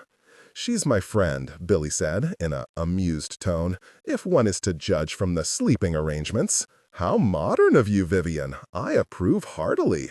Don't worry, I won't tell your parents, though I'm sure they'd find a way to blame me for it if they ever found out." I'm sorry about... I wasn't sure how to finish the sentence. "I'm sorry about taking over your apartment? I'm sorry about commandeering your bed. I'm sorry about the still wet stockings that we've hung from your fireplace mantel to dry. I'm sorry for the orange makeup stains that we've smeared into your white carpet. Oh, it's quite all right. I don't live here. The Lily is Peg's baby, not mine. I always stay at the Knickerbocker Club. I've never let my dues lapse, though God knows it's expensive. It's quieter there, and I don't have to report to Olive. But these are your rooms. In name only, thanks to the kindness of your Aunt Peg. I just came by this morning to get my typewriter, which, now that I mention it, appears to be missing. I put it in the linen closet in the outside hallway." "Did you? Well, make yourself at home, girlie." "I'm sorry I started to say," but he cut me off again. "I'm joking. You can keep the place. I don't come to New York much anyhow. I don't like the climate. It gives me a raw throat. And this city is a hell of a place for ruining your best pair of white shoes." I had so many questions, but I couldn't formulate any of them with my dry and foul-tasting mouth through the buzzing haze of my gin-soaked brain. What was Uncle Billy doing here? Who had let him in? Why was he wearing a tuxedo at this hour? And what was I wearing? Apparently nothing but a slip, And not even my own slip, but Celia's. So what was she wearing? And where was my dress? "Well, I've had my fun here," said Billy. "Enjoyed my little fantasy of angels in my bed. But now that I realize you're my ward, I'll leave you be and see if I can find some coffee in this place. You look like you could use some coffee yourself, girlie. May I say, I do hope you're getting this drunk every night and tumbling into beautiful women. There could be no better use of your time. You make me awfully proud to be your uncle. We'll get along famously." As he headed to the door, he asked, "What time does Peg get up, by the way?" "Usually around 7, I said. "Capital," he said, looking at his watch. "Can't wait to see her." "But how did you get here?" I asked dumbly. What I meant was, how did you get into this building? Which was a silly question, because of course Peg would have made sure that her husband, or ex-husband, or whatever he was, had a set of keys. But he took the question more broadly. "I took the 20th Century Limited. That's the only way to get from Los Angeles to New York in comfort, if you've got the peanuts for it. Train stopped in Chicago to pick up some slaughterhouse high society types. Doris Day was in the same carriage with me the whole ride. We played gin rummy all the way across the Great Plains. Doris is good company, you know. A great girl. Much more fun than you'd think, given her saintly reputation." Arrived last night, went right to my club, got a manicure and a haircut, went out to see some old robbers and derelicts and ne'er-do-wells that I used to know, then came here to pick up my typewriter and say hello to the family. Get yourself a robe, girlie, and come help me scare up some breakfast in this joint. You won't want to miss what happens next. Once I was able to rouse myself and get vertical, I headed to the kitchen, where I encountered the most unusual pairing of men I'd ever seen. There was Mr. Herbert sitting at one end of the table, wearing his usual sad trousers and undershirt, his white hair tousled and hopeless-looking, his customary sanka in a mug before him. At the other end of the table was my Uncle Billy, tall, slim, sporting a sharp-looking tuxedo and a golden California tan. Billy was not so much sitting in the kitchen as lounging in it, taking up space with an air of luxurious pleasure while enjoying his highball of scotch. There was something of Errol Flynn about him, if Errol Flynn couldn't be bothered to swashbuckle. In short, one of these men looked like he was about to go to work on a coal wagon, the other looked like he was about to go on a date with Rosalind Russell. "Good morning, Mr. Herbert," I said, as per our habit. "I would be shocked to discover that was true," he replied. "I couldn't find the coffee, and I couldn't stomach the idea of sanka," Billy explained, "so I settled on scotch, any port in a storm. You might want to nip yourself, Vivian. You look as though you've got a heck of a sore dome." "I'll be all right once I make myself some coffee," I said, not really convinced of this fact myself. "So Peg tells me you've been working on a script," Billy said to Mr. Herbert. "I'd love to have a look at it." "There's not much to see," said Mr. Herbert, glancing sorrowfully toward the notebook that sat before him. "May I?" Billy asked, reaching for the notebook. "I'd rather you." "Oh, never mind," said Mr. Herbert, a man who always managed to be defeated before the battle had even begun. Billy slowly paged through Mr. Herbert's notebook. The silence was excruciating. Mr. Herbert stared at the floor. "It looks as though these are just lists of jokes," Billy said. "Not even jokes, all of them, but punchlines, and a lot of drawings of birds." Mr. Herbert shrugged in surrender. "If any better ideas should develop themselves, I'm hoping to be alerted. The birds aren't bad, anyway." Billy set down the notebook. I was feeling protective of poor Mr. Herbert, whose response to Billy's teasing was to look even more tortured than usual, so I said, "Mr. Herbert, have you met Billy Buell? This is Peg's husband." Billy laughed. "Oh, don't you worry, girlie. Donald and I have known each other for years. He's my attorney, actually, or used to be, when they still let him practice law, and I'm Donald Jr.'s godfather, or used to be. Donald's just feeling nervous because he knows I've arrived unannounced. He's not sure how that's going to go over with the upper echelon management around here. Donald! It had never occurred to me that Mr. Herbert had a first name. Speaking of upper echelon management, at that very moment, in walked Olive. She took 2 steps into the kitchen, saw Billy Buell sitting there, opened her mouth, closed her mouth, and walked out. We all sat in silence for a moment after she left. That had been quite an entrance, and quite an exit. "You'll have to excuse Olive," said Billy at last. "She's not accustomed to being this excited to see someone." Mr. Herbert put his forehead back down on the kitchen table and literally said, "Oh, moan, moan, moan." "Don't worry about me and Olive, Donald. We'll be fine. She and I respect each other, which makes up for the fact that we dislike each other. Or rather, I respect her, so that's something we share at least. We have an excellent relationship based on a deep history of profound one-way respect, and plenty of it." Billy took out his pipe, scratched a match into flame with his thumbnail, and turned to me. "How are your parents, Vivian?" Billy asked. "Your mother and the mustache? I always liked them." "Well, I liked your mother. What an impressive woman, that one. She's careful never to say anything nice about anyone, but I think she was fond of me, too. Don't ever ask her if she likes me, of course. She'll be forced by propriety to deny it. I never warmed to your father. Such a stiff man. I used to call him the deacon, but only behind his back, of course, out of politeness. Anyway, how are they?" "They're doing well." "Still married?" I nodded, but the question took me aback. It had never occurred to me that my parents could be anything but married. "They never have affairs, do they, your parents?" "My parents? Affairs? No, that can't hold much novelty for them, can it?" Have you been to California, Vivian?" he asked, thankfully changing the subject. "No. You should come. You'd love it. They have the best orange juice. Also, the weather is outstanding. East Coast people like us do well out there.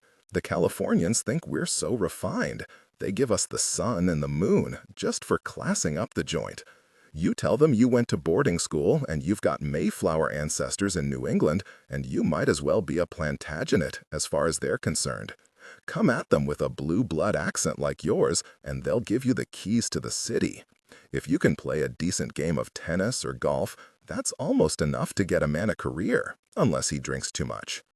I was finding this to be a very quick-paced conversation for 7 o'clock on the morning after my birthday festivities. I'm afraid I might have been just staring at him, blinking, but honestly, I was doing my best to keep up. Also, did I have a blue blood accent? "How are you entertaining yourself around the Lily, Vivian?" he asked. "Have you found a way to be useful?" "I sew," I said. "I make costumes." "That's smart. You'll always find work in the theater if you can do that, and you'll never age out of it. What you don't want to be is an actress." "What about your beautiful friend in there? Is she an actress?" "Celia? She's a showgirl. That's a tough gig. There's something about a showgirl that always breaks my heart. Youth and beauty, they're such a short lease, girlie. Even if you're the most beautiful girl in the room right now, there are 10 new beauties coming up behind you all the time, younger ones, fresher ones, while the older ones are rotting on the vine, still waiting to be discovered. But your friend, she'll leave her mark while she can. She'll destroy man after man in some great romantic death march, and maybe someone will write songs about her or kill himself for her, but soon enough it will end. If she's lucky, she might marry a rich old fossil. Not that this fate is anything to envy. If she's very lucky, her old fossil will die on the golf course one fine afternoon and leave her everything while she's still young enough to enjoy it. The pretty girls always know it will end soon, too. They can feel how provisional it all is. So I hope she's having a good time being young and beautiful." "Is she having a good time?" "Yes," I said. "I think so. I didn't know anybody who had a better time than Celia." "Good. I hope you're having a good time, too. People will tell you not to waste your youth having too much fun, but they're wrong. Youth is an irreplaceable treasure, and the only respectable thing to do with irreplaceable treasure is to waste it. So do the right thing with your youth, Vivian. Squander it." That's when Aunt Peg walked in, bundled up in her plaid flannel bathrobe, her hair pointing in every direction. "Pegsy!" cried Billy, leaping up from the table. His face was instantly bright with joy. All the nonchalance was gone in a heartbeat. "Forgive me, sir, but your name escapes me," said Peg, but she was smiling too, and in the next moment they were embracing. It wasn't a romantic embrace, I would say, but it was robust. This was an embrace of love, or at least very strong feeling. Billy took out his pipe, scratched a match into flame with his thumbnail, and turned to me. "How are your parents, Vivian?" Billy asked. "Your mother and the mustache? I always liked them." "Well, I liked your mother." What an impressive woman, that one. She's careful never to say anything nice about anyone, but I think she was fond of me, too.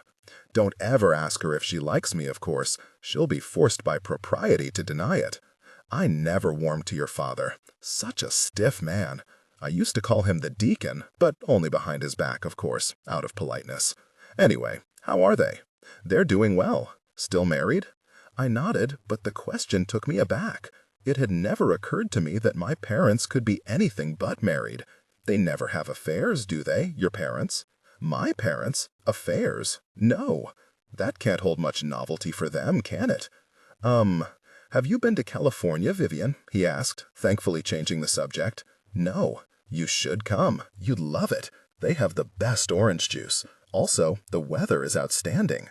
East Coast people like us do well out there. The Californians think we're so refined. They give us the sun and the moon just for classing up the joint. You tell them you went to boarding school and you've got Mayflower ancestors in New England, and you might as well be a Plantagenet as far as they're concerned. Come at them with a blue blood accent like yours, and they'll give you the keys to the city. If you can play a decent game of tennis or golf, that's almost enough to get a man a career, unless he drinks too much." I was finding this to be a very quick-paced conversation for 7 o'clock on the morning after my birthday festivities. I'm afraid I might have been just staring at him, blinking, but honestly, I was doing my best to keep up. Also, did I have a blue blood accent? "How are you entertaining yourself around the lily, Vivian?" he asked. "Have you found a way to be useful?" "I sew," I said. "I make costumes." "That's smart. You'll always find work in the theater if you can do that, and you'll never age out of it. What you don't want to be is an actress." "What about your beautiful friend in there? Is she an actress?" "Celia? She's a showgirl." "That's a tough gig. There's something about a showgirl that always breaks my heart. Youth and beauty, they're such a short lease, girlie. Even if you're the most beautiful girl in the room right now." They pulled back from the embrace and just looked at each other for a while, holding each other lightly by the forearms. When they stood like that together, I could see something profoundly unexpected for the first time. I could see that Peg was kind of beautiful. I'd never noticed it before. She had such a shine on her face, looking at Billy, that it changed her whole countenance. It wasn't merely the reflected light off his good looks either. Standing in his radius, she looked like a different woman. I could see in her face a hint of the brave young girl who went off to France to be a nurse during the war. I could see the adventurer who'd spent a decade on the road with a cheap theatrical touring company. It wasn't only that she suddenly looked 10 years younger, she also looked like the most fun gal in town. "I thought I'd pay you a visit, honey," Billy said. "So Olive informed me. You might have let me know. I didn't want to bother you, and I didn't want you to tell me not to come. I figured it'd be best if I made my own arrangements. I have a secretary now who takes care of everything for me. She made all the travel plans. John Marie is her name. She's bright, efficient, devoted. You'd love her, Peg. She's like a female version of Olive." Peg pulled away from him. "Jesus, Billy, you never quit." "Hey, don't be sore at me. I'm just teasing. You know I can't help it. I'm just nervous, Pegsy. I'm afraid you'll throw me out, honey, and I just got here." Mr. Herbert stood up from the kitchen table, said, "I'm going somewhere else now," and left. Peg took Mr. Herbert's seat and helped herself to a sip of his cold Sanka. She frowned at the cup, so I got up to make her a fresh cup of coffee. I wasn't sure if I should even be in the kitchen at this sensitive moment, but then Peg said, "Good morning, Vivian. Did you enjoy your birthday celebration?" "A bit too much," I said. "And you've met your Uncle Billy?" "Yes, we've been talking." "Oh dear, be careful not to absorb anything he tells you." "Peg," said Billy, "you look gorgeous." She ran a hand through her cropped hair and smiled a big smile that settled deeply into her lined face. "That's quite a compliment for a woman like me." "There is no woman like you. I've checked into it. Doesn't exist." "Billy," she said, "give it a rest." "Never." "So what are you doing here, Billy? Do you have a job in the city?" "No job. I'm on civilian furlough. I couldn't resist making the trip when you told me Edna was here and that you're trying to make a good show for her. I haven't seen Edna since 1919. Christ, I'd love to see her. I adore that woman. And when you told me you'd enlisted Donald Herbert to write the script, of all people, I knew I had to come back east and rescue you." "Thank you. That's terribly kind of you. But if I needed rescue, Billy, I'd let you know, I promise. You'd be the 14th or 15th person I'd call." He grinned. "But still on the list." Peg lit a cigarette and handed it to me, then lit another one for herself. "What are you working on out there in Hollywood?" "A bunch of nothing. Everything I write is proudly stamped NSA, no significance attempted. I'm bored, but they pay me well, enough to keep me comfortable. Me and my simple needs." Peg burst out laughing. "Your simple needs. Your famously simple needs. Yes, Billy, you're quite the renunciate, practically a monk." "I'm a man of humble tastes, as you know," said Billy. Himself, who comes to the breakfast table dressed like he's about to be knighted. Himself, with his house in Malibu. How many swimming pools do you have now?" "None. I just borrowed Joan Fontaine's." "And what does Joan get out of that arrangement?" "The pleasure of my company." "Jesus, Billy, she's married. She's Brian's wife. He's your friend." "I love married women, Peg. You know that. Ideally, happily married ones. A happily married woman is the most solid friend a man could ever have. Don't worry, Pegsy. Joan is just a pal. Brian Ahern is in no danger from the likes of me." I could not stop looking from Peg to Billy and back again, trying to imagine these two as a romantic couple. They didn't look like they belonged together physically, but their conversation flickered so bright and sharp. The teasing, the jabs of knowing, the fullness of the attention they gave each other. The intimacy was more than obvious, but what were they within that intimacy? Lovers? Friends? Siblings? Who knew? I gave up trying to figure it out and just watched the lightning flash between them. "I'd like to spend some time with you while I'm here, Pegsy," he said. "It's been too long." "Who is she?" Peg asked. "Who is who?" "The woman who just left you, which has caused you to feel so suddenly nostalgic and lonely for me. Come on, spill it. Who was the latest Miss Billy to leave your side?" "I'm insulted. You think you know me so well." Peg just gazed at him, waiting. "If you must know," said Billy, "her name was Camilla."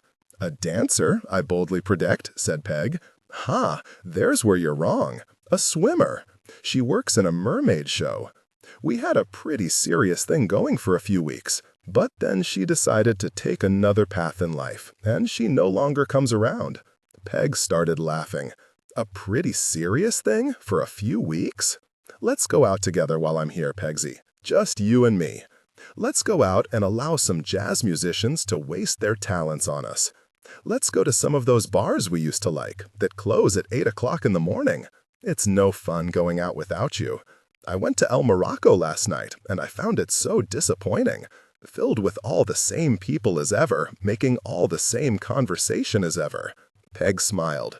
"Lucky for you that you live in Hollywood, where the conversation is so much more varied and engaging.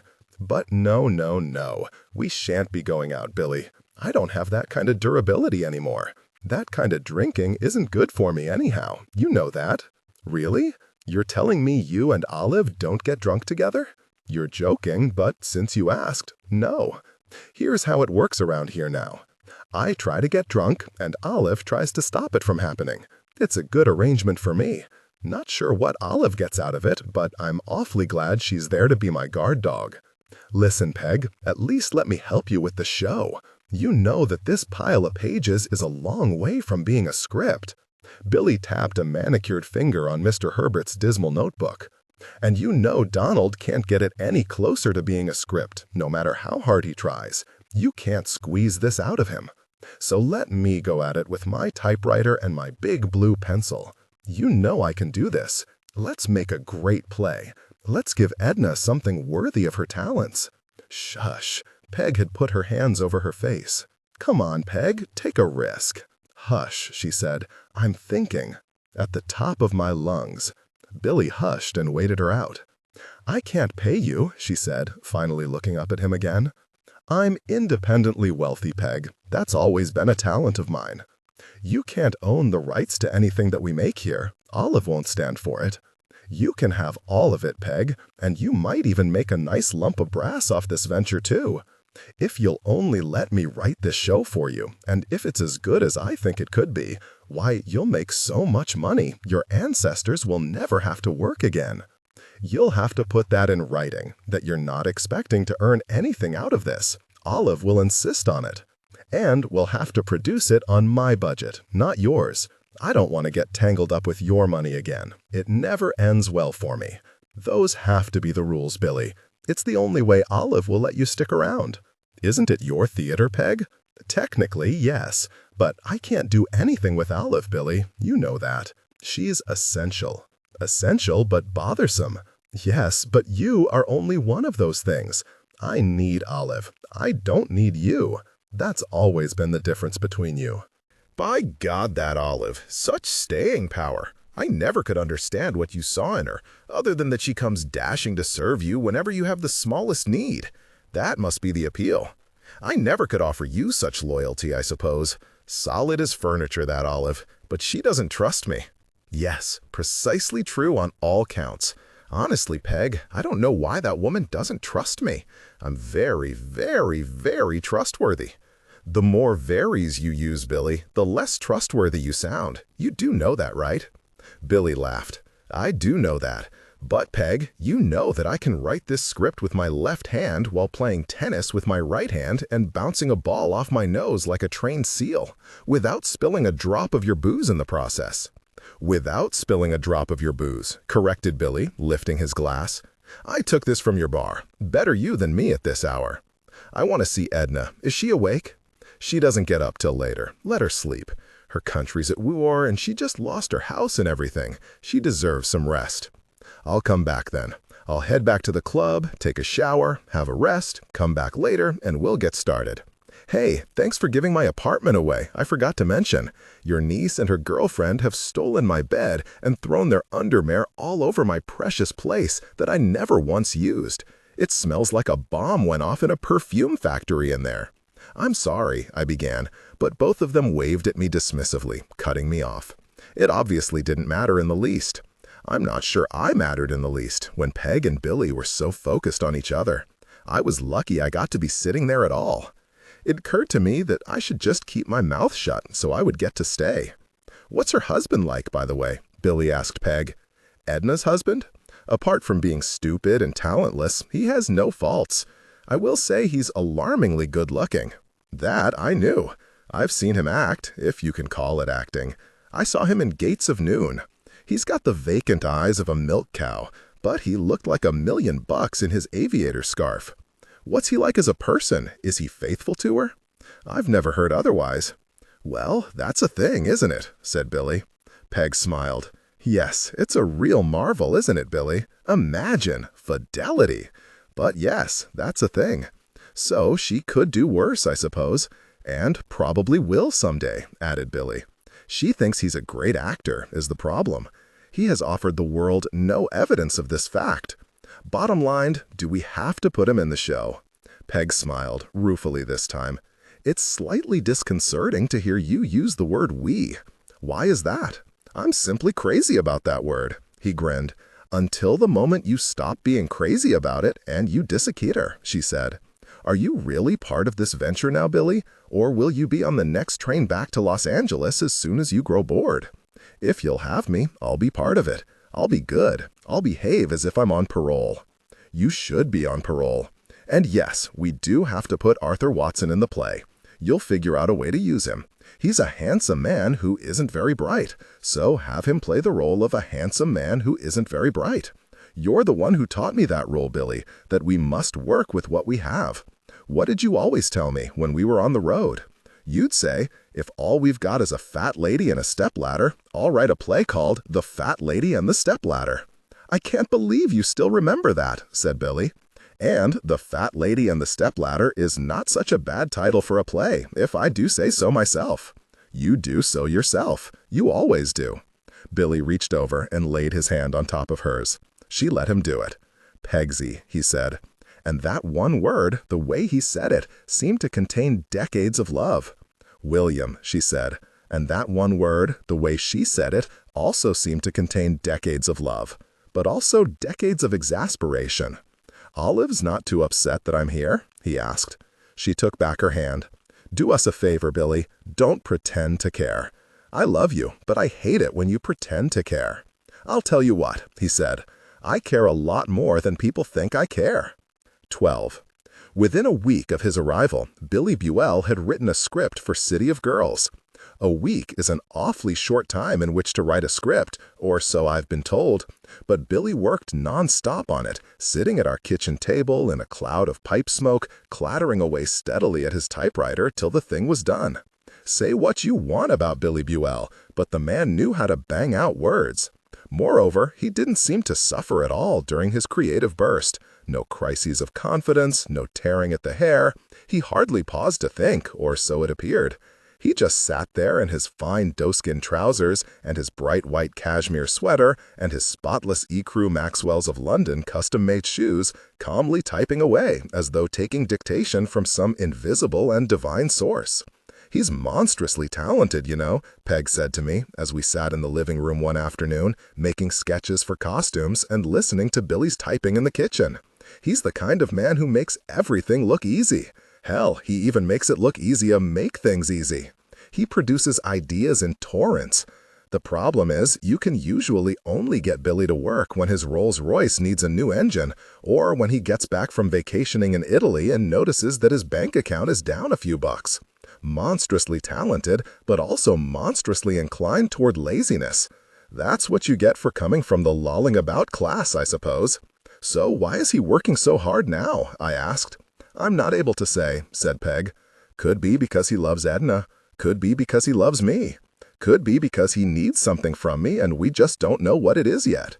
Could be because he's gotten bored out there in California, or even lonely. I'm not going to examine his motives too fiercely. I'm glad he's doing the job, in any case.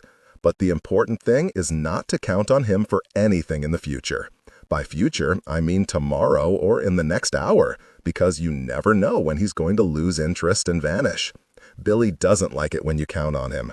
If I ever want privacy from Billy, I'll just tell him that I desperately need him for something, and then he'll run straight out the door and I won't see him for another 4 years. The script was intact on the day Billy typed the last word. I don't recall him editing any of it. And his script didn't just have dialogue and stage directions, it also included lyrics of the songs that Billy wanted Benjamin to write. And it was a good script, or at least I thought so, based on my limited experience. But even I could understand that Billy's writing was bright and funny, fast-paced and upbeat. I could see why 20th Century Fox kept him on payroll, and why Luella Parsons had once written in her column, "Everything Billy Buell touches is box office, even in Europe." Billy's version of City of Girls was still the tale of one Mrs. Eleanora Alabastera, a wealthy widow who loses all her money in the crash of 1929 and transforms her mansion into a casino and bordello in order to keep herself afloat. But Billy added some interesting new characters as well. Now the play also included Mrs. Alabaster's fantastically snobbish daughter, Victoria, who would sing a comic song at the beginning of the show called "Mummy is a Rum Runner." There was also a gold-digging, penniless aristocrat of a cousin from England, played by Arthur Watson, who is trying to win Victoria's hand in marriage in order to lay claim to the family mansion. You can't have Arthur Watson playing an American police officer, Billy explained to Peg. Nobody would believe it. He has to be a British dolt. He'll like this role better anyway. He gets to wear finer suits and he can pretend to be important. The romantic male lead would be a scrappy young kid from the wrong side of the tracks named Lucky Bobby, who used to fix Mrs. Alabaster's cars, but who now helps her set up an illegal casino in her home, the result being that they both get stinking rich. The romantic female lead was a dazzling showgirl named Daisy. Daisy has a body that won't quit, but her simple dream is to get married and have a dozen children. "Let Me Knit Your Booties, Baby" would be her signature song, performed in the manner of a striptease. That role, of course, would be played by Celia Ray. At the end of the play, Daisy the showgirl ends up with Lucky Bobby, and the two of them head off to Yonkers to have a dozen babies together. The snobbish daughter falls in love with the toughest gangster in town, learns how to shoot a machine gun, and goes on a bank-robbing spree in order to finance her expensive tastes. Her big number is "I'm down to my last pint of diamonds." The shady cousin from England is banished back to his shores without inheriting the mansion. And Mrs. Alabaster falls in love with the mayor of the city, a real law and order type, who has been trying and failing to shut down her speakeasy throughout the entire production. The two of them get married, and the mayor resigns his political post in order to become her bartender. Their final duet, which would turn into the big closing number for the whole cast, was called "Let's Make Ours a Double." There were some new, smaller roles in the play, too. There would be a purely comical drunkard character who pretends to be blind so he doesn't have to work, but who is still a mighty fine poker player and pickpocket. Billy talked Mr. Herbert into taking the role. "If you can't write the script, Donald, at least be in the damn play." There would be the showgirl's mother, an old floozy who still wants to be in the spotlight. "Call Me Mrs. Casanova" was her signature tune. There would be a banker trying to repossess the mansion. And there would be a large company of dancers and singers, far more than our usual 4 boys and 4 girls, if Billy had anything to say about it, in order to make the play into a bigger and more energized production. Peg loved the script. "I can't write for free seeds," she said, "but I know what a smashing story is, and this is a smashing story." Edna loved it too. Billy had transformed Mrs. Alabaster from a mere caricature of a society dame into a woman of real wit and intelligence and irony. Edna had all the funniest lines in the play, and she was in every single scene. "Billy," exclaimed Edna after reading the script for the first time, "this is delightful, but you're spoiling me. Doesn't anyone else in the show get to speak?" "Why would I take you off stage for a moment?" Billy said to her. "If I have the chance to work with Edna Parker Watson, I want the world to know I'm working with Edna Parker Watson." "You're a dear," said Edna, "but I haven't performed comedy in so long, Billy. I'm afraid I'll be quite stale." "The trick of comedy," said Billy, "is not to perform it in a comic manner. Don't try to be funny, and you'll be funny. Just do that effortless thing you Brits do, of throwing away half the lines as though you can scarcely be bothered to care, and it'll be brilliant. Comedy is always best when it's thrown away." It was interesting to watch Edna and Billy interact. They had a real friendship, it appeared, based not only on teasing and playfulness, but on mutual respect. They admired each other's talents and genuinely had a good time together. The first night they saw each other, Billy had said to Edna, "Very much of little consequence has transpired since last we met, my dear. Let's sit down for a drink and talk about none of it." To which she had replied, "There is nothing I would rather not talk about, Billy, and nobody whom I would rather not talk about it with." Billy once told me in front of Edna, "So many men had the pleasure of having their hearts broken by our dear Edna back when I knew her in London so long ago. I didn't happen to be one of them, but that's only because I was already in love with Peg. But back in her prime, Edna cut down man after man. It was something to see. Plutocrats, artists, generals, politicians, she mowed them all to bits." "No, I'm downed na," Edna protested, while smiling in a manner that suggested, "Yes, I did." "I used to love to watch you break a man apart, Edna," Billy said. "You did it so beautifully. You broke them with such force that they would be enfeebled forever, and then some other woman could come and scoop them up and control them. It was a service to humanity, really.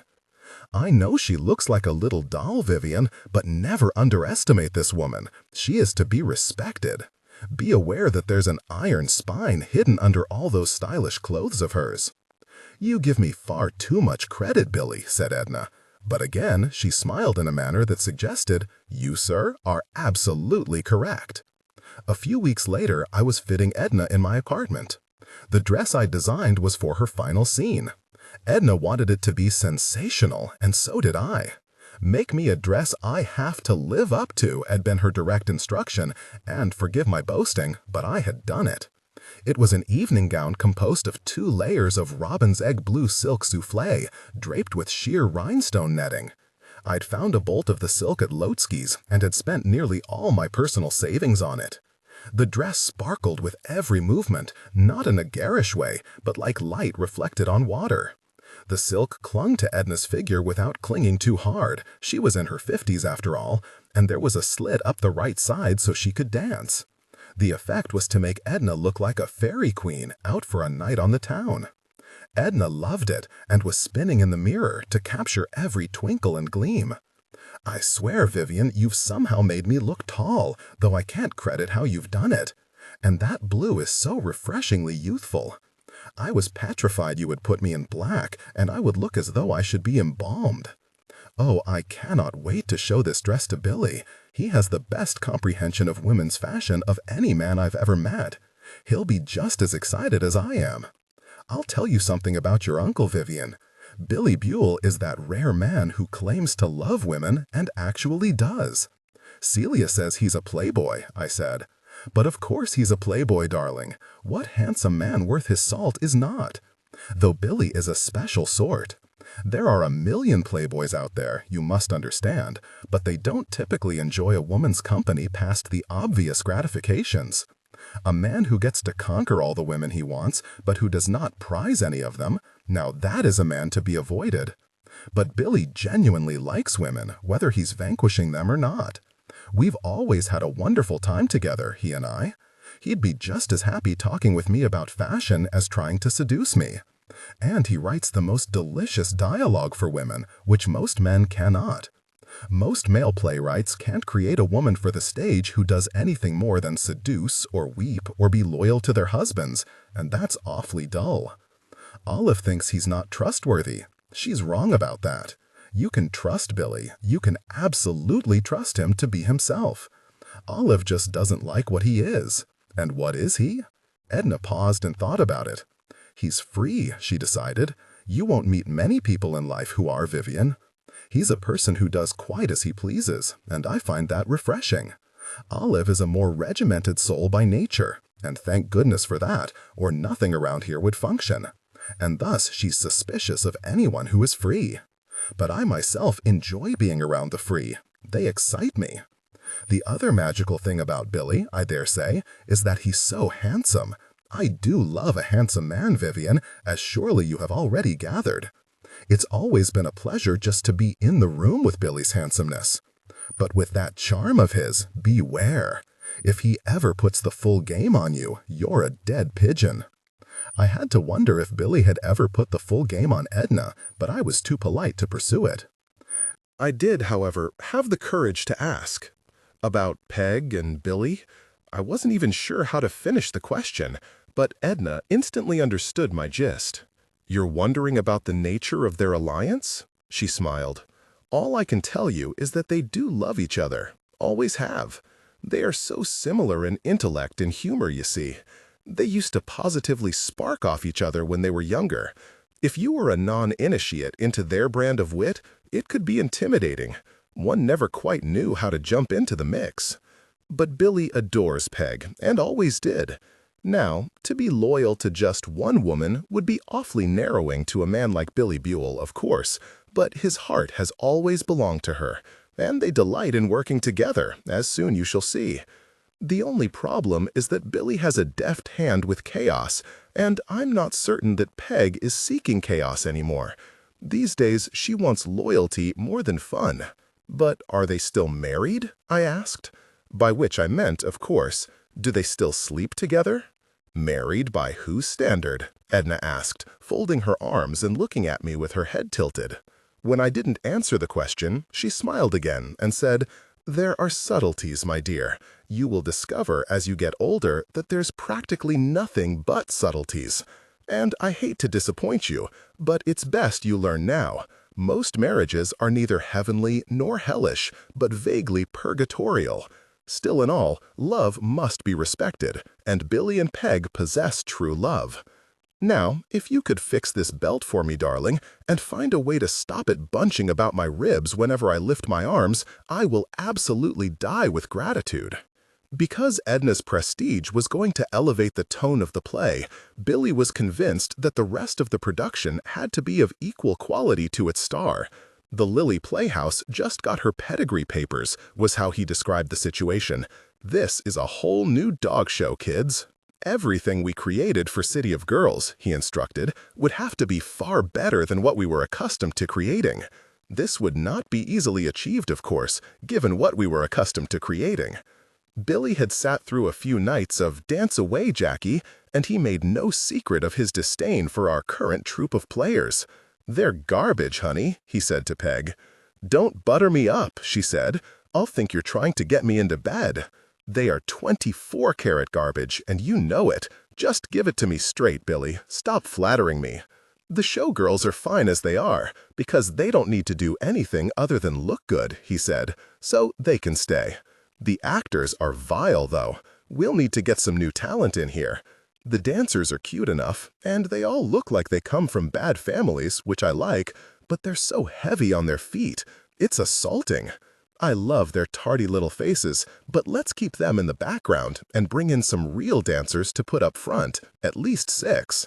Right now, the only dancer I can stand to watch footing around the front of the stage is that fairy, Roland. He's terrific, but I need everyone else to be of his caliber."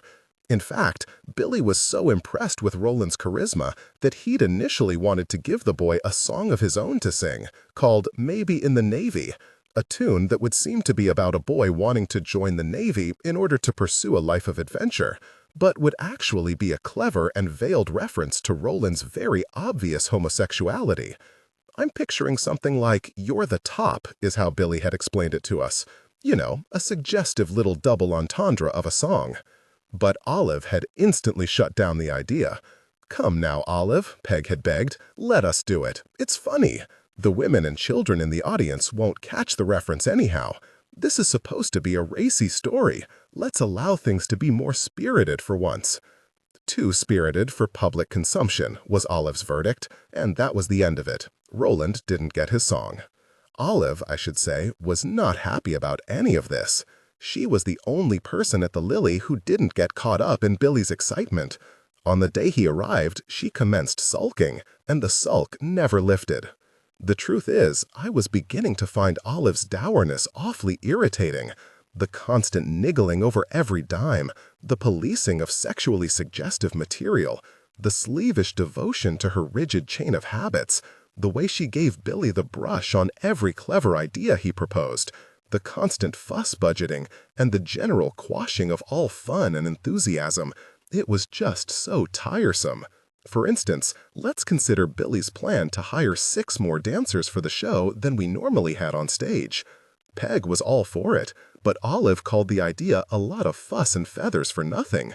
When Billy argued that 6 more dancers would make the show feel more like a spectacle, Olive said, "6 more dancers adds up to money we don't have, with no discernible difference to the play. Rehearsal salaries alone are $40 a week, and you want 6 more of them? Where do you propose I get the funds for this?" "You can't make money without spending money, Olive," Billy reminded her. "Anyway, I'll spot you." "I like that idea even less," Olive said, "and I don't trust you to deliver. Remember what happened in Kansas City in 1933? "No, I don't remember what happened in Kansas City in 1933, said Billy. "Of course you don't," Peg put in. "What happened is that you left me and Olive holding the bag. We'd rented out that massive concert hall for the big song and dance spectacle you wanted me to produce, and you hired dozens of local performers, and you put everything in my name. And then you vanished to St. Tropez for a backgammon tournament. I had to empty the company's bank account to pay it all back, while you and your money were nowhere to be found for 3 solid months. Geez, Pegsy, you make it sound like I did something wrong. No hard feelings, of course." Peg gave a sardonic grin. "I know how you've always loved your backgammon. But Olive's got a point. The Lily Playhouse is barely in the black as it is. We can't go out on a limb for this production." "Naturally, I'll be disagreeing with you now," said Billy. "Because if you ladies will go out on a limb for once, I can help you to create a show that people will actually want to see. When people want to see a show, it makes money.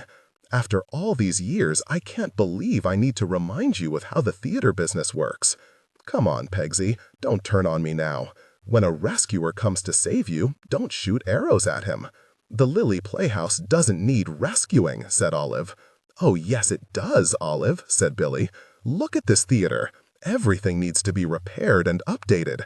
You're still using gas lights practically. Your seats are 3/4 empty every night. You need a het. Let me make one for you. With Edna here, we have the chance, but we can't go slack on any of it. If we get some critics in here, and I will get critics in here, we can't have the rest of the production looking ramshackled compared to Edna. Come on, Pegsy, don't be a coward. And remember, you won't have to work as hard as usual with this play, because I'll help you direct it like we used to do. Come on, honey, take a chance. You can keep on producing your catch-penny little shows and creeping along toward bankruptcy, or we can do something great here. Let's do something great. You were always a reckless dame with a buck. Let's give it a go. One more time. Peg wavered. Maybe we could hire just 4 additional dancers, Olive? Don't you let him ritz you, Peg, said Olive. We can't afford it. We can't even afford 2. I have the ledgers to prove it. You worry too much about money, Olive, said Billy. You always have.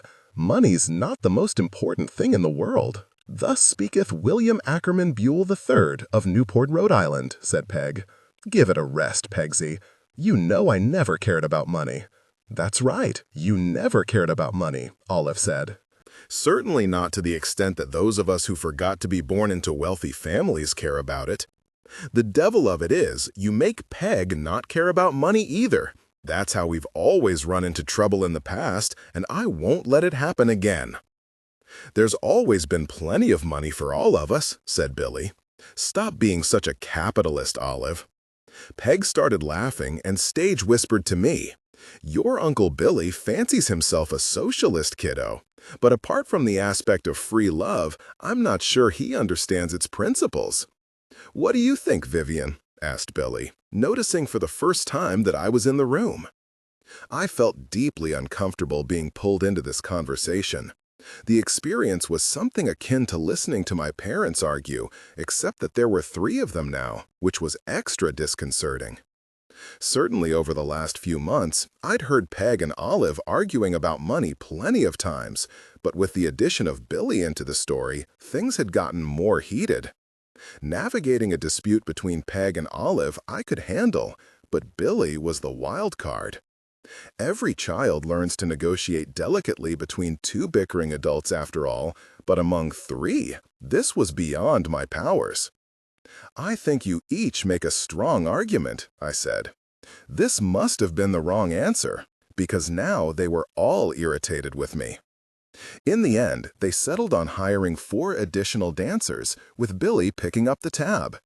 It was a decision that left nobody happy, which is what my father might have called a successful business negotiation. Everyone should leave the table feeling as if they've gotten a bad deal, my father once taught me joylessly. This way, you may rest assured that nobody was taken for a ride and that nobody can get too far ahead. 13. Here was another thing I noticed about the effect that Billy Buell had upon our little world. With his arrival at the Lily Playhouse, everyone started drinking more. A whole hell of a lot more. Having read this far, Angela, you may be wondering how it was physically possible for us to drink more than we already did, but here is the thing about drinking. One can always drink more if one is truly committed. It's just a matter of discipline, really. The big difference now was that Aunt Peg was drinking with us.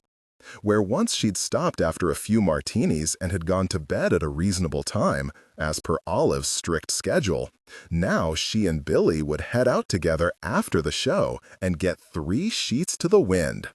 Every single night. Oftentimes, Celia and I would join them for a few drinks before heading off to make revelry and trouble elsewhere. If at first it seemed awkward for me to be gadding about town with my plainly dressed middle-aged aunt, the awkwardness soon faded when I learned what a gas Peg could be in a nightclub, especially once she had a few drinks in her. Largely, this was because Peg knew absolutely everybody in the entertainment business, and they all knew her. And if they didn't know Peg, then they knew Billy and wanted to catch up with him after all these years. Which meant that drinks arrived at our table in snappy time, usually accompanied by the owner of the establishment, who often sat with us to gossip about Hollywood and Broadway. Billy and Peg still looked so mismatched to me. He, so handsome in his white dinner jacket and slicked back hair, and she in her matronly be-ultimate dress and no makeup whatsoever. But they were charming, and wherever we went, they quickly ended up the center of any gathering. And they lived large. Billy ordering up filet mignon and champagne. He often carelessly wandered away before it was time to eat the steak, but he never neglected to drink the champagne. And inviting everyone in the room to join us. He talked non-stop about the show that he and Peg were producing and what a smash hit it was going to be. As he explained to me, this was a deliberate marketing tactic. He wanted to get word out that City of Girls was coming and that it would be good. I have yet to meet the press agent who can spread gossip faster than I can do at a nightclub. It was all fun, except for one thing. Peg was always trying to be responsible and head home early, while Billy was always trying to get her to stay out late. I remember one night at the Algonquin when Billy said, "Would you like another drink, my wife?" And I saw a look of real pain cross Peg's face. "I shouldn't," she said. "It's not good for me, Billy. Let me collect my thoughts for a moment and try to be sensible." "I didn't ask if you should have a drink, Pegsy. I asked if you wanted one." "Well, of course I want one. I always want one. But make it a mild one, please." "Shall I cut to the chase and order you 3 mild ones at the same time?" "Just one mild one after another, William. That's how I like to live my life these days." "To your very good health," he said, lifting his glass to toast her and then waving to get the waiter's attention. As long as the man keeps them coming, I might be able to survive an evening of mild cocktails. That night, Celia and I peeled off from Billy and Peg to go have our own adventures. When we stumbled home at our standard gauzy gray pre-sunrise hour, we were startled to find all the lights on in the living room and an unexpected tableau within. There was Peg sprawled out on the couch, fully dressed, unconscious, and snoring. She had an arm flung over her face, and one of her shoes was kicked off. Billy, still wearing his white dinner jacket, was dozing in a chair next to her. On the table between them was a pile of empty bottles and full ashtrays. Billy woke up when we walked in and said, "Oh, hello, girls." His voice was slurred, and his eyes were Bing cherries. "I'm sorry," I said, in my own slurred voice. "Didn't mean to disturb you." "You can't disturb her." Billy waved an arm vaguely in the direction of the couch. "She's pickled. I couldn't get her up the last flight of steps. Say, maybe you girls can help me." So the 3 of us drunks tried to help an even drunker person get upstairs to bed. Peg was not a small woman, and we were not at our strongest or most graceful, so this was no easy operation. We more or less dragged her up the stairs the way you would transport a rolled-up carpet, thumping our way along until we reached the door to the 4th-floor apartments. I'm afraid we laughed like sailors on leave the whole time. I'm also afraid that was an uncomfortable trip for Peg, or that it would have been uncomfortable had she been conscious. And then we opened the door, and there was Olive, the last face you want to see when you are at your drunkest and most guilty. In one glance, Olive took in the situation. Not that it was difficult to read. I expected her to strike out in anger, but instead she dropped to her knees and cradled Peg's head. "Olive," he said, "hey, look, you know how it is." "Please get me a wet towel, someone," she asked in a low voice, "a cold one." "I wouldn't know how to do that," said Celia, sliding down the wall. I ran into the bathroom and flopped about until I could solve the problem of how to turn on a light, how to procure a towel, how to turn on a tap, how to discern hot water from cold, how to soak the towel without utterly soaking myself. I utterly failed at that step. and how to find my way out of the bathroom again. By the time I got back, Edna Parker Watson had joined the scene, wearing an adorable red silk pajama set and a lush gold dressing gown I couldn't help but notice, and was now helping Olive drag Peg into her apartment. The women, I'm sorry to say, looked as though they'd done this before. Edna took the damp towel from me and pressed it against Peg's forehead. "Come now, Peg, let's wake up now." Billy was standing back a bit, wavering on his feet, looking green around the gills. He looked his age for once. "She just wanted to have some fun," he said weakly. Olive stood up and said, again in that low voice, "You always do this to her." "You always give her the spur when you know she needs the reins." Billy looked for a moment as if he were going to apologize, but then made the classic drunkard's mistake, instead of digging in. Don't blow your lid about it. She'll be all right. She just wanted to have a few more when we got home. She's not like you," Olive said, and unless I was mistaken, her eyes were sprinkled with tears. "She can't stop after 10 drinks. She never could," Edna said gently. "I can dance, too. I just don't want to waste my time singing and dancing when I don't gotta sing and dance. You hear what I'm saying?" "In that case, I amend my offer," said Billy. "You've got the job, period." Well, that got Olive's attention. She looked up from her paper in alarm. "We haven't even heard him read," Peg said. "We don't know if he can act." "Trust me," Billy said. "He's perfect. I feel it in my gut." "Congratulations, mister," said the kid. "You made the right call. Ladies, you won't be disappointed." And that, Angela, was Anthony. I fell in love with Anthony Rosella, and I'm not going to dilly-dally around pretending that I didn't. And he fell in love with me too, in his own way, and for a little while at least. Best of all, I managed to fall in love with him within the space of just a few hours, which is a model of efficiency. The young can do that kind of thing, as you must know, without difficulty. In fact, passionate love, executed in short bursts, is the natural condition of the young. The only surprising thing was that it hadn't happened to me sooner. The secret to falling in love so fast, of course, is not to know the person at all. You just need to identify one exciting feature about them, and then you hurl your heart at that one feature with full force, trusting that this will be enough of a foundation for lasting devotion. And for me, the exciting thing about Anthony was his arrogance. I wasn't the only one who noticed it, of course. That cockiness was how he got cast in our play, after all. But I was the one who fell in love with it. Now, I'd been around plenty of arrogant young men since arriving in town a few months earlier. It was New York City, Angela. We breed them here. But Anthony's arrogance had a special twist to it. He genuinely didn't seem to care. All the cocky boys I'd met thus far liked to play at nonchalance, but they still had an air about them of wanting something, even if it was only sex. But Anthony had no apparent hunger or longing about him. He was fine with whatever transpired. He could win, he could lose, it didn't shake him up. If he didn't get what he wanted out of a situation, he would just stroll away with his hands in his pockets, unfazed, and try again somewhere else. Whatever life offered, he could take it or leave it. He could even take it or leave it when it came to me. So, as you can imagine, I had no choice but to become completely smitten with him.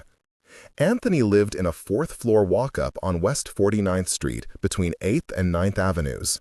He lived with his older brother, Lorenzo, who was the head chef at the Latin Quarter restaurant, where Anthony worked waiting tables when he didn't have an acting job. His mom and pop used to live in that apartment too, he told me, but they were both dead now, a fact that Anthony relayed to me with no evident sense of loss or sorrow. Parents, another thing he could take or leave. Anthony was Hell's Kitchen born and raised. He was pure 49th Street, right to the core. Grew up playing stickball on that very street, and learned how to sing just a few blocks away at the Church of the Holy Cross. I came to know that street awfully well in the next few months. I certainly came to know that apartment awfully well, and I remember it with warm fondness, because it was in his brother Lorenzo's bed that I experienced my first climax. Anthony didn't have a bed of his own. He slept on the couch in the living room, but we helped ourselves to his brother's room when Lorenzo was at work.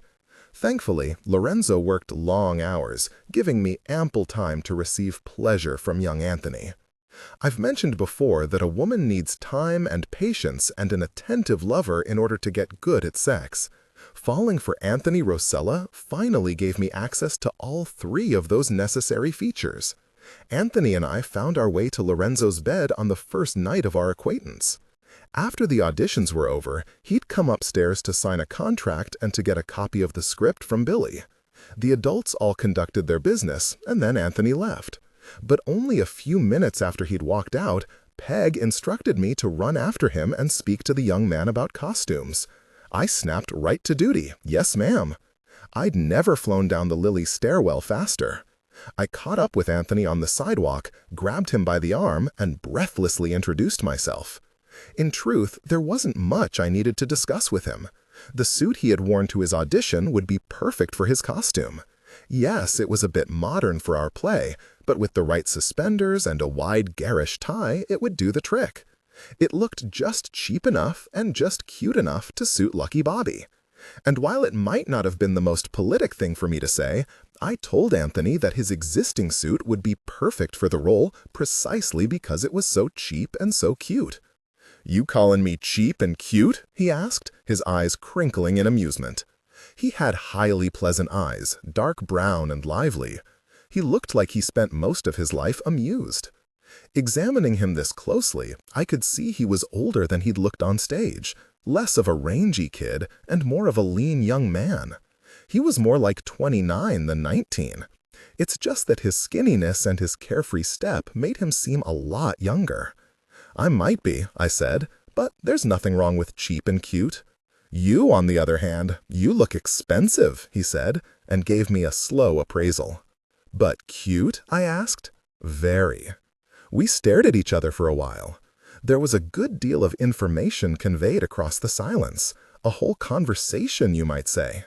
This is what flirtation is in its purest form, a conversation held without words. Flirtation is a series of silent questions that one person asks another person with their eyes.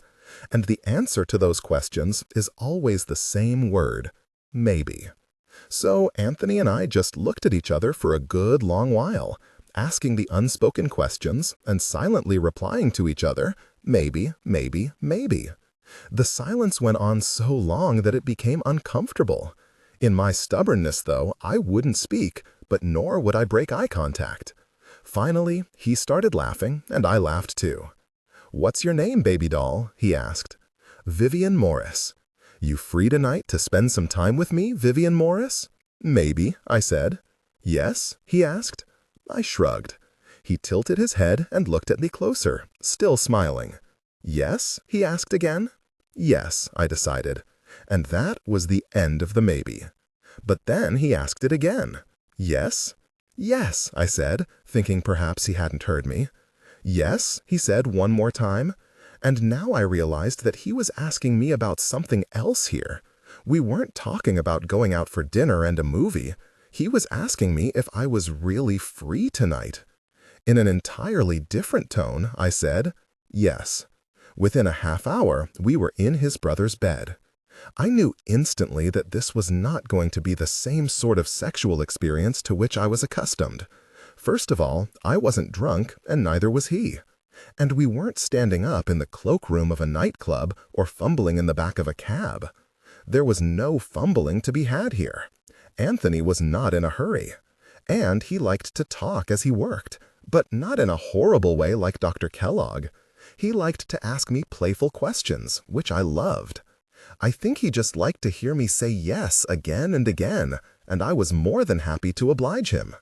"You know how pretty you are, don't you?" he asked, once he'd locked the door behind us. "Yes," I said. "You're gonna come sit on this bed with me now, right?" "Yes." "You know I'm gonna have to kiss you now, 'cause of how pretty you are?" "Yes." And sweet mercy, could that boy kiss! One hand on each side of my face, with his long fingers reaching behind my skull, holding me still while he softly tested out my mouth. This part of sex, the kissing part, which I always loved, was usually over far too quickly in my experience. But Anthony didn't seem to be heading towards something more. This was the first time I'd been kissed by somebody who was getting as much pleasure out of kissing as I was.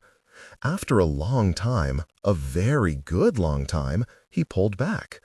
"Here's what we're gonna do now, Vivian Morris.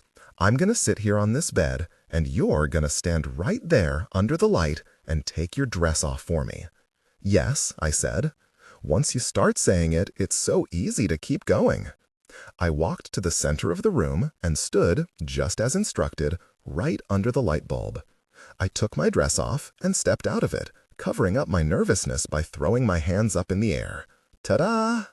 As soon as my dress came off, though, Anthony started laughing, and I was catapulted into shame, thinking of how thin I was and how small my breasts were.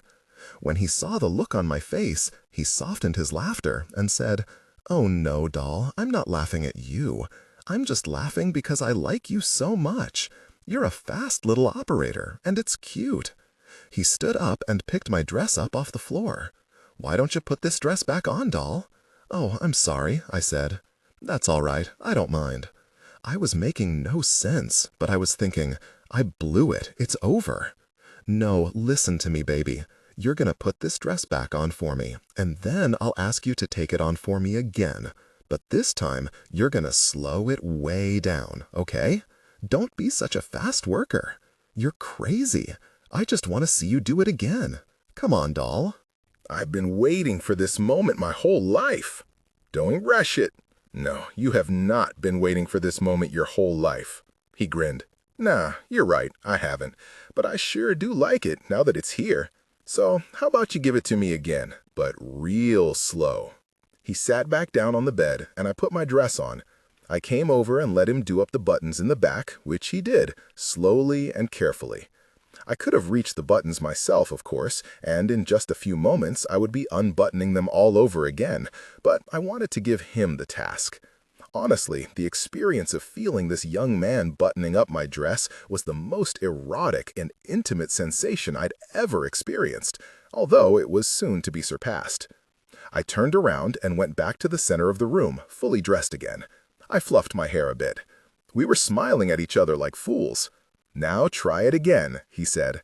"Go real slow for me. Make like I'm not even here." This was my first experience of being watched. And while I'd had plenty of men put their hands all over me in the past few months, I'd not had nearly enough of them appraise me with their eyes. I turned my back to him, as if I were shy. Truthfully, I was a bit shy. I had never felt quite so nude, and I was still clothed. I reached back and unbuttoned the dress. I allowed it to drop from my shoulders, but it caught around my waist. I left it there. I unhooked my brassiere and slid it over my arms. I placed it on the chair next to me. Then I just stood there and let him look at my naked back. I could feel him looking at me, and it was like a current running up my spine. I stood there for a long time, waiting for him to say something, but he didn't speak. There was something thrilling about my not being able to see his face, not knowing what he was doing behind me on the bed. To this day, I can still feel the quality of air in the room, that cool, fresh, autumnal air. Slowly, I turned around, but kept my eyes down. My dress was still gathered loosely about my waist, but my breasts were bare. Still, he said nothing. I closed my eyes and allowed myself to be inspected and contemplated. The voltage I'd felt running up my spine had now circled to the front of me. My head felt light and spinny. The prospect of moving or speaking seemed impossible. "That's right," he said finally. "That's what I'm talking about. Now you can come over here next to me." He guided me down onto the bed and pushed my hair back away from my eyes. I expected him to more or less attack my breasts and mouth at this point, but he didn't go near them. His lack of urgency was driving me a bit wild. He didn't even kiss me again. He just smiled at me. "Hey, Vivian Morris, I've got a big idea. You want to hear it?" "Yes." "So, here's what we're going to do now. You're going to lay back on this bed and let me take off the rest of your clothes. And then you're going to shut your pretty little eyes. And then you know what I'm going to do?" "No," I said. "I'm going to show you what's what." It might be difficult for someone of your age, Angela, to understand how radical a concept oral sex was for a young woman of my generation. I knew about BJs, of course. That would have been our term for blowjobs, which I'd done a few times and wasn't sure I liked or even exactly understood. But the idea of a man putting his mouth on a woman's genitals? This was not done. Let me amend that. Of course, I'm sure it was done. Every generation likes to think that they discovered sex, but I'm sure that far more sophisticated people than me were experiencing cunnilingus in 1940 all over New York City, especially in the Village. But I'd never heard of it. God knows I'd had everything else done to the flower of my femininity that summer, but not this. I'd been palmed and rubbed and penetrated and certainly fingered and probed. My heavens, how the boys like to poke about, and so vigorously too. But never this. His mouth had ended up between my legs so fast, and the sudden realization of his destination and his intent had shocked me to the point that I said, "Oh," and started to sit up. But he reached up one of his long arms, placed his palm on my chest, and firmly pressed me back down again, without once stopping what he was doing. "Oh," I said again. Then I felt it. There was a sensation occurring here that I didn't even know could occur. I took the sharpest inhale of my life, and I'm not sure I let my breath out for another 10 minutes. I do feel that I lost the ability to see and hear for a while, and that something might have short-circuited in my brain, something that has probably never been fully fixed since. My whole being was astonished. I could hear myself making noises like an animal, and my legs were shaking uncontrollably, not that I was trying to control them, and my hands were gripping down so hard over my face that I left fingernail divots in my own skull. Then it became more, and after that, it became even more still. Then I screamed as though I were being run over by a train, and that long arm of his was reaching up again to palm my mouth, and I bit into his hand the way a wounded soldier bites on a bullet. And then it was the most, and I more or less died. When it was all over, I was panting and crying and laughing and could not stop shuddering. But Anthony Rochella just smiled that same cocky smile as ever. "Yeah, baby," said the skinny young man, whom I now loved with all my heart. "That's what's what." Well, a girl is never really the same after something like that, now is she? Here's the extraordinary thing, though. On that night of our remarkable first encounter, Anthony and I did not even have sex. By which I mean, we did not engage in literal intercourse. Nor did I do anything to Anthony that first night to offer him pleasure in return for the potent revelation he had just delivered unto me. Nor did he seem to need me to do anything. He didn't seem to mind in the least if I just lay there, as immobilized as if I'd just fallen out of an airplane. Again, this was part of the charm of Anthony Rochella, that incredible lack of urgency, the way that he could take it or leave it. I was beginning to understand the origins of Anthony Rochella's immense self-confidence. It now made perfect sense to me why this penniless young man strutted about as though he owned the whole town. Because if you're a fellow who can do that to a woman without even needing anything in return, why wouldn't you think awfully highly of yourself? After he'd held me for a while and teased me a bit for having screamed and cried in pleasure, he'd gone to the icebox and come back with a beer for each of us. "You're gonna need a drink, Vivian Morris," he said, and he was right about that. He never even took his clothes off that night. That boy had ravaged me right to the point of unconsciousness without even removing the jacket of his cheap, cute suit. Of course, I was back there the next night to writhe around once more under the magnificent powers of his mouth, and the next night too. Still, he stayed fully dressed, without asking for anything in reciprocation. On the third night, I finally dared to ask, "But what about you? Do you need?" He grinned. "We'll get around to it, baby," he said. "Don't you worry." And he was right about that, too. We got around to it. Boy, did we ever. But he waited until I was famished for it. I don't mind telling you, Angela, he waited until I was begging for it. The begging bit was somewhat tricky on my part, because I didn't know how to beg for sex. What sort of language does a nicely bred young lady use to plead for access to that unnameable male organ, which she so dearly wants? Could you kindly? If it's not any trouble. I just didn't have any of the terminology required for this sort of exchange. Sure, I'd been doing a lot of dirty, filthy things since my arrival in New York, but I was still a nice young lady at my core, and nice young ladies don't ask for things. Oh, For the most part, what I had been doing over the course of these past few months was allowing dirty, filthy things to happen to me, at the hands of men who were always in a big hurry to get it done. But this was different. I wanted Anthony, and he was in no hurry to give me what I wanted, which only made me want him more. When it got to the point when I would stammer things like, "Do you think we might someday?" he would stop what he was doing, rise up on one elbow, grin at me, and say, "How's that now? If you ever wanted to." If I ever wanted to what, baby? Just say it. I would say nothing, because I could say nothing, and he would just grin wider and say, "Sorry, baby, I can't hear you. You gotta enunciate." But I couldn't say it, at least not till he taught me how to say it. "There are some words you need to learn, baby," he told me one night while he was toying with me in bed, "and we ain't doing nothing more till I hear you say it." Then he taught me the nastiest words I'd ever heard, words that made me blush and burn. He made me repeat the words after him, and he relished how uncomfortable it made me. Then he went to work on my body again, leaving me splayed and flayed with longing. When I had reached such a peak of desire that I could scarcely draw a breath, he stopped what he was doing and turned on the light. "So, here's what we're gonna do now, Vivian Morris," he said. "You're gonna look me dead in the eye, and you're gonna tell me exactly what you want me to do to you using the words I just taught you. And that's the only way it's ever gonna happen, baby doll." And Angela, God help me, I did it. I looked him dead in the eye, and I begged for it like a $2 hooker. After that, it was catty bar the door.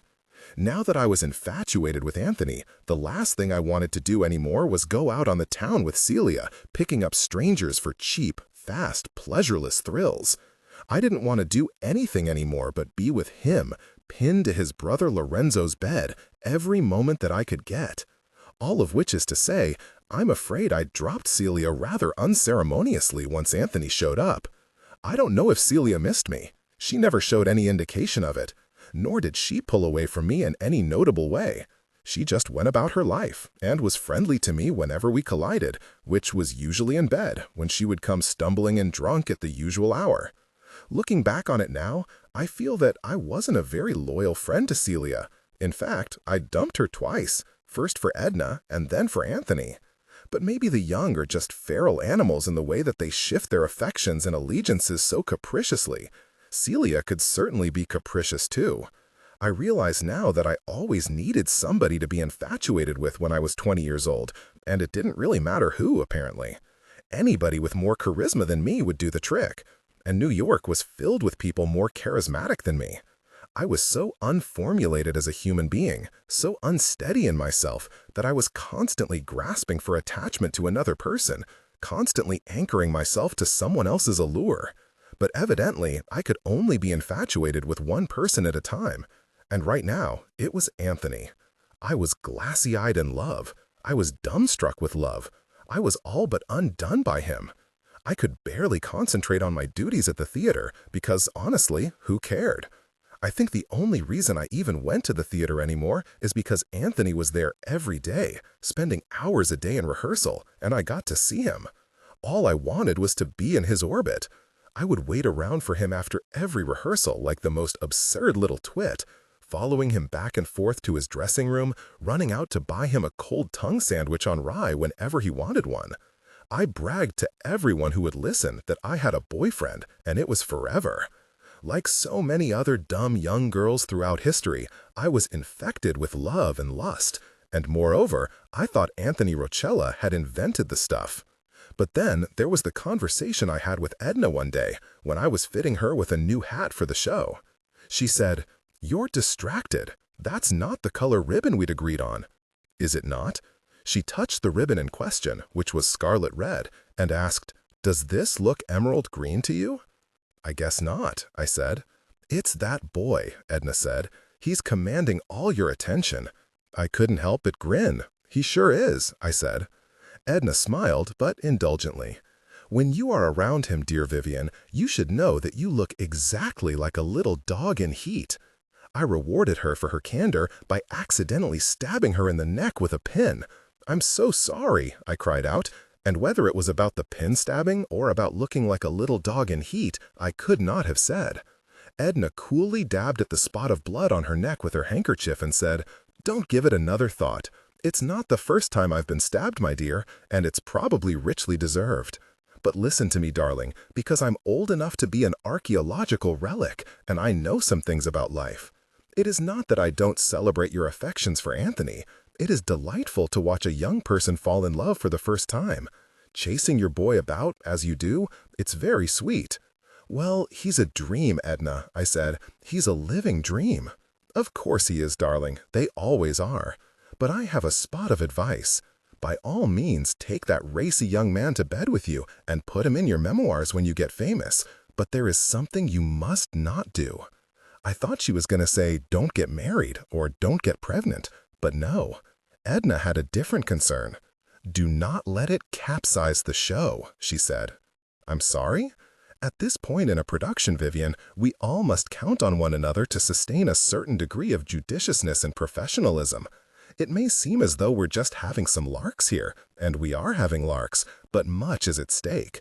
Your aunt is pouring everything she has into this play, heart, soul, and all her money, too. And we wouldn't want to drive her show over a cliff.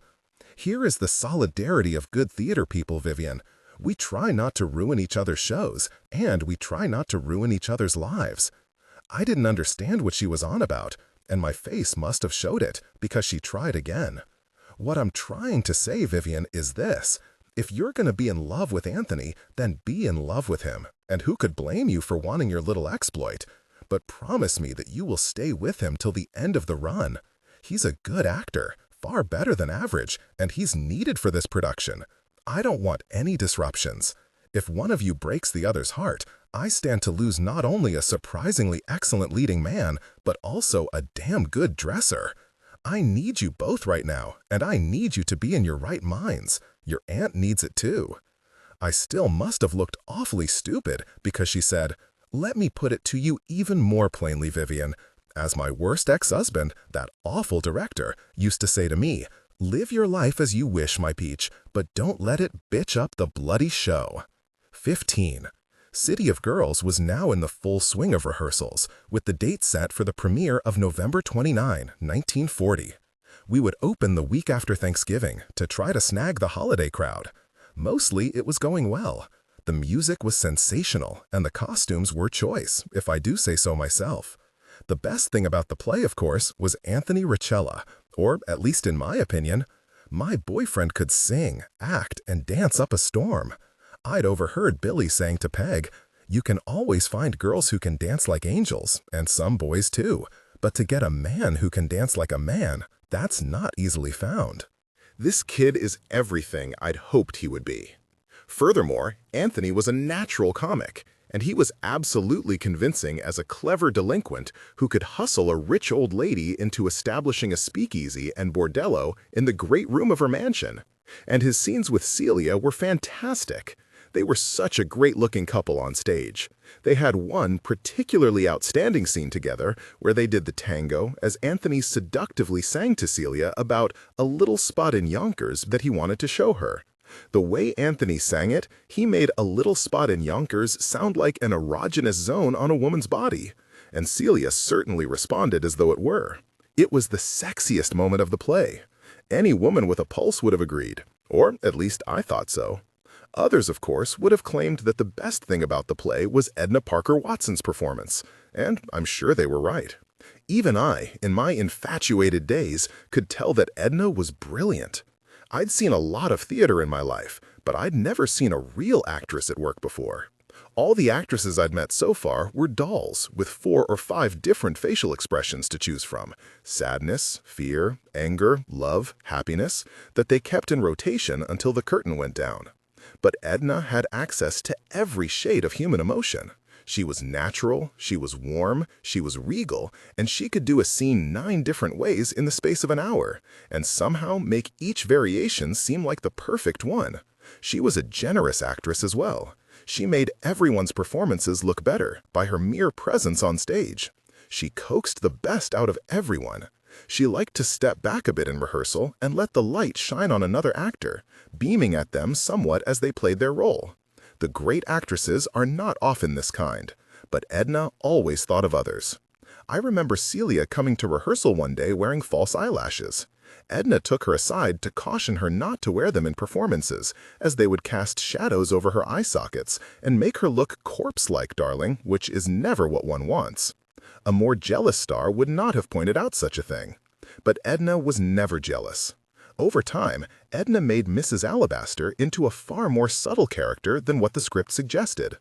Edna transformed Mrs. Alabaster into a woman of knowing, a woman who knew how ridiculous her life was when she was rich, and then knew how ridiculous it was to be broke, and then knew how ridiculous it was to be running a casino in her drawing room. Yet she was a woman who bravely played the game of life anyhow, and allowed the game of life to somewhat play her. She was ironic, but not cold. The effect was a survivor who had not lost the ability to feel. And when Edna sang her romantic solo, a simple ballad called I'm Considering Falling in Love, she brought the room to a state of silent awe every single time. It didn't matter how many times we'd heard her sing it already. We all stopped whatever we were doing to listen.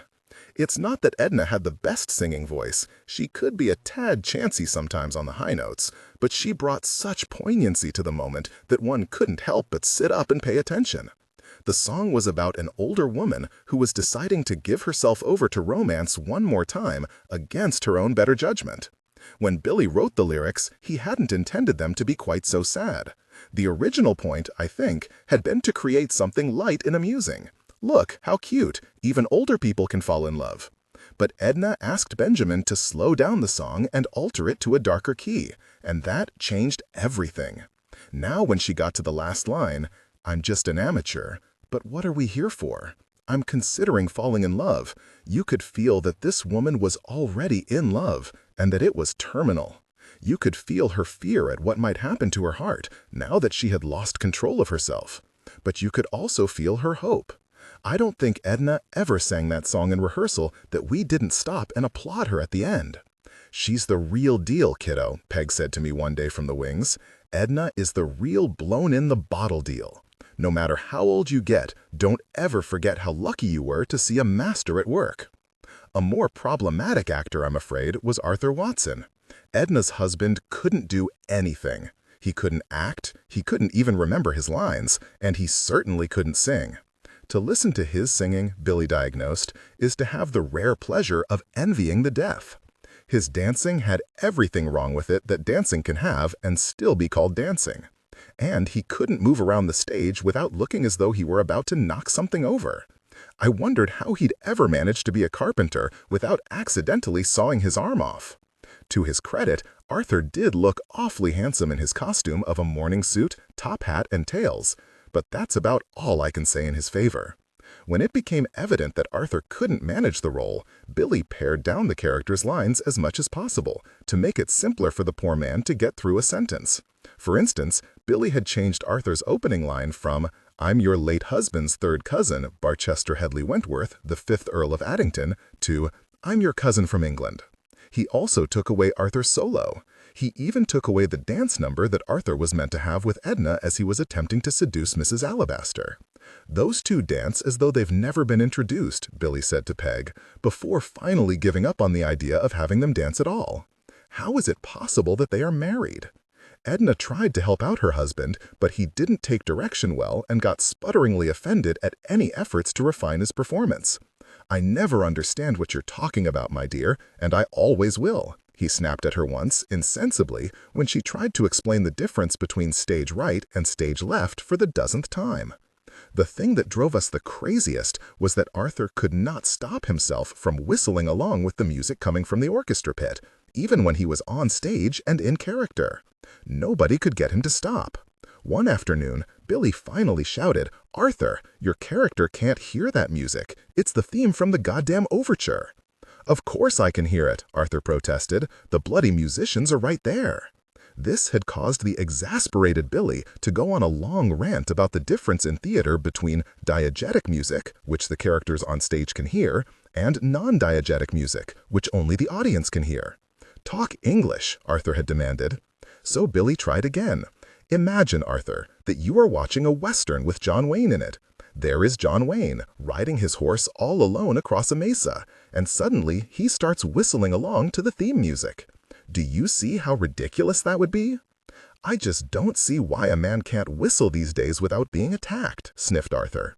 Later, I heard him ask one of the dancers, "What the devil is a mesa?" I used to look at Edna and Arthur Watson and try with all my might to imagine how she coped with him.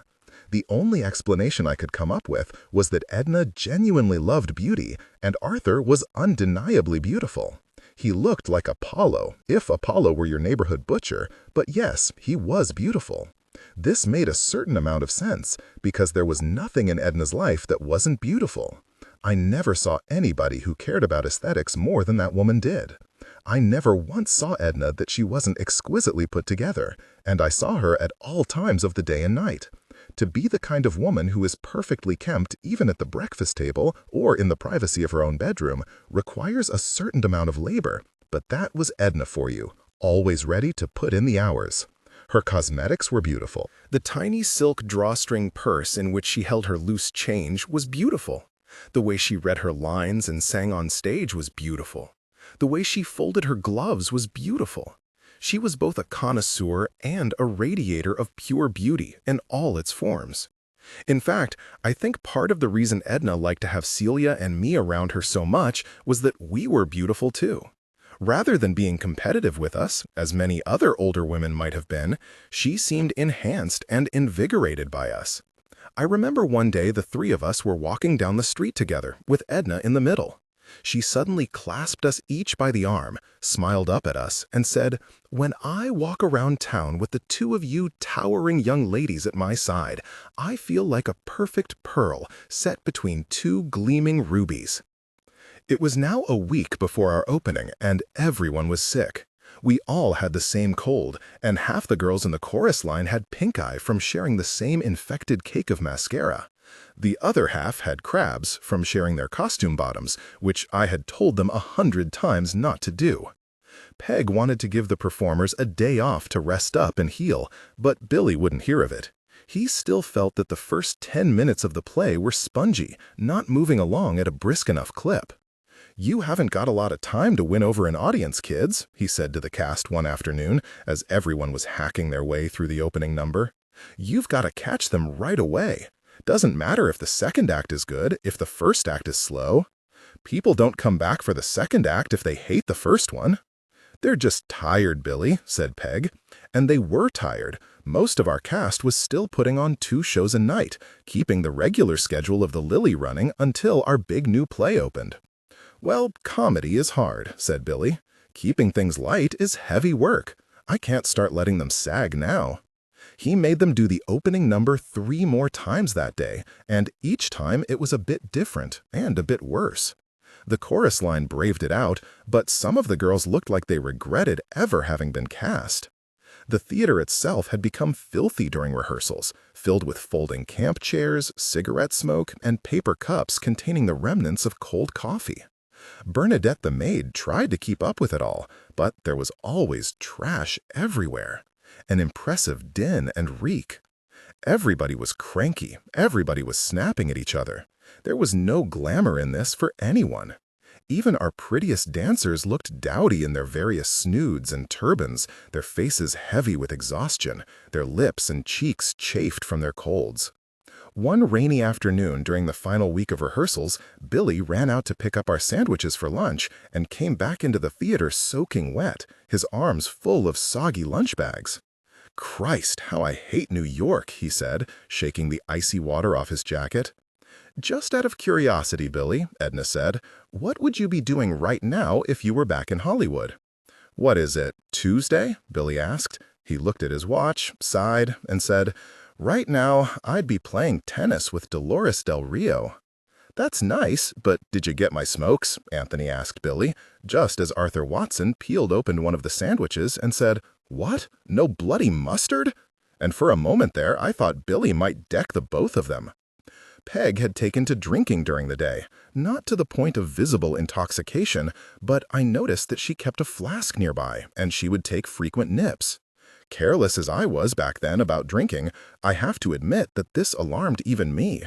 And there were more instances now, a few times a week, when I would find Peg blacked out in the living room amid a tumble of bottles, never having made it upstairs to bed. Worse, Peg's drinking did not serve to relax her, but made her more tense. She caught Anthony and me necking in the wings once in the middle of rehearsal and snapped at me for the first time in our acquaintance. "God damn it, Vivian, do you think you could manage for 10 minutes to keep your lips off my leading man?" The honest answer? No, I couldn't. But still, it wasn't characteristic of Peg to be so critical, and my feelings were hurt. And then there was the day of the ticket blowout. Peg and Billy wanted to buy rolls of new tickets for the Lily Playhouse to reflect the new prices. They wanted the tickets to be big and brightly colored and to read City of Girls. Olive wanted to use our old ticket rolls, which said nothing but admission, and she also wanted to use our old ticket prices. Peg dug in, insisting, "I'm not charging the same thing for people to see Edna Parker Watson on stage that I would charge them to see one of my stupid girly shows." Olive dug in harder. "Our audiences can't afford $4 for an orchestra seat, and we can't afford to print new rolls of tickets." Peg, "If they can't afford a $4 ticket, then they can buy a ticket in the balcony for $3. "Our audience can't afford that either." "Then maybe they aren't our audience anymore, Olive. Maybe we'll get a new audience now. Maybe we'll get a better class of audience, just this once." "We don't serve the carriage trade," Olive said. "We serve working people, or do I have to remind you?" "Well, maybe the working people of this neighborhood would like to see a quality show, Olive, for once in their lives.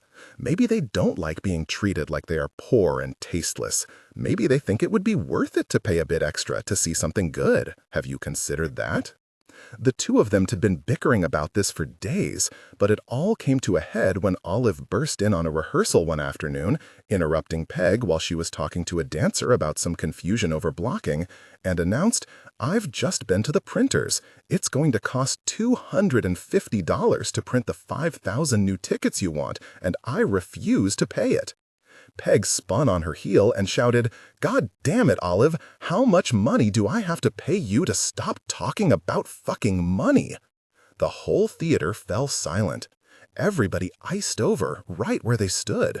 Maybe you remember, Angela, what a powerful impact the word fuck used to have in our society, back before everybody and their children started saying it 10 times a day before breakfast. Indeed, it was once a very potent word. To hear it coming out of a respectable woman's mouth, this was never done. Not even Celia used that word. Billy didn't even use that word. I used it, of course, but only in the privacy of Anthony's brother's bed, and only because Anthony made me say it before he would have sex with me, and I still blushed whenever I spoke it. But to hear it shouted? I had never heard it shouted. It did cross my mind for a moment to wonder where my nice old Aunt Peg had ever learned such a word, although I guess if you've taken care of wounded soldiers on the front lines of trench warfare, you've probably heard everything. Olive stood there with the invoice in her hand. She had a distinctly slapped look about her, and it was something terrible to behold in one who was always so commanding. She put her other hand over her mouth, and her eyes filled with tears. In the next moment, Peg's face went sodden with remorse. "Olive, I'm sorry. I'm so sorry. I didn't mean it. I'm an ass." She stepped toward her secretary, but Olive shook her head and skittered away backstage. Peg ran after her. The rest of us all looked around at each other in shock. The air itself felt dead and hard. It was Edna who recovered first, perhaps not surprisingly. "My suggestion, Billy," she said in a steady voice, "is that you ask the company to start the dance number again from the top. I believe Ruby knows where to stand now, don't you, my dear?" The little dancer nodded quietly. "From the top?" asked Billy, a bit uncertainly. He looked more uncomfortable than I'd ever seen him before. "That's correct," Edna said, with her usual polish. From the top. And Billy, if you could please remind the cast to keep their attention on their roles and the job at hand, that would be ideal. Let us be mindful to keep the tone light as well. I know you are all tired, but we can do this. As you are discovering, my friends, making comedy can be hard. The ticket incident might have dissolved from my memory, but for one thing. That night, I went to Anthony's place as usual, ready for my standard evening fare of sensual debauchery. But his brother, Lorenzo, came home from work at the unforgivably early hour of midnight, so I had to beat it back to the Lily Playhouse, feeling more than a little frustrated and exiled. I was irritated, too, that Anthony wouldn't walk me home, but that was Anthony for you. That boy had many sterling qualities, but gentlemanliness was not among them. Okay, maybe he only had one sterling quality. In any case, I was flustered and distracted when I arrived back at the Lily, and it's likely that my blouse was on inside out as well. As I climbed the stairs to the third floor, I could hear music playing. Benjamin was at the piano. He was playing Stardust in a melancholy way, more slowly and sweetly than I'd ever heard.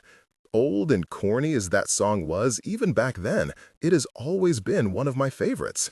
I opened the door to the living room carefully, not wanting to interrupt. The only light in the room was the small lamp over the piano. There was Benjamin, playing so softly that his fingers barely touched the keys. And there, standing in the middle of the darkened living room, were Peg and Olive. They were dancing with each other. It was a slow sort of dance, more of a rocking embrace than anything. Olive had her face pressed against Peg's bosom, and Peg was resting her cheek on the top of Olive's head. They both had their eyes closed tightly. They were clinging to each other, squeezed together in a silent grip of need. Whatever world they were in, whatever era of history they were in, whatever memories they were in, whatever story they were knitting back together in the tightness of their embrace, it was very much their own world. They were somewhere together, but they were not here. I watched them, unable to move and unable to comprehend what I was witnessing, while at the same time unable to not comprehend what I was witnessing. After a while, Benjamin glanced over to the doorway and saw me. I don't know how he sensed that I was there. He didn't stop playing, and his expression didn't change, but he kept his eyes on me. I kept my eyes on him too, maybe looking for some kind of explanation or instruction, but none was offered. I felt pinned in the doorway by Benjamin's gaze.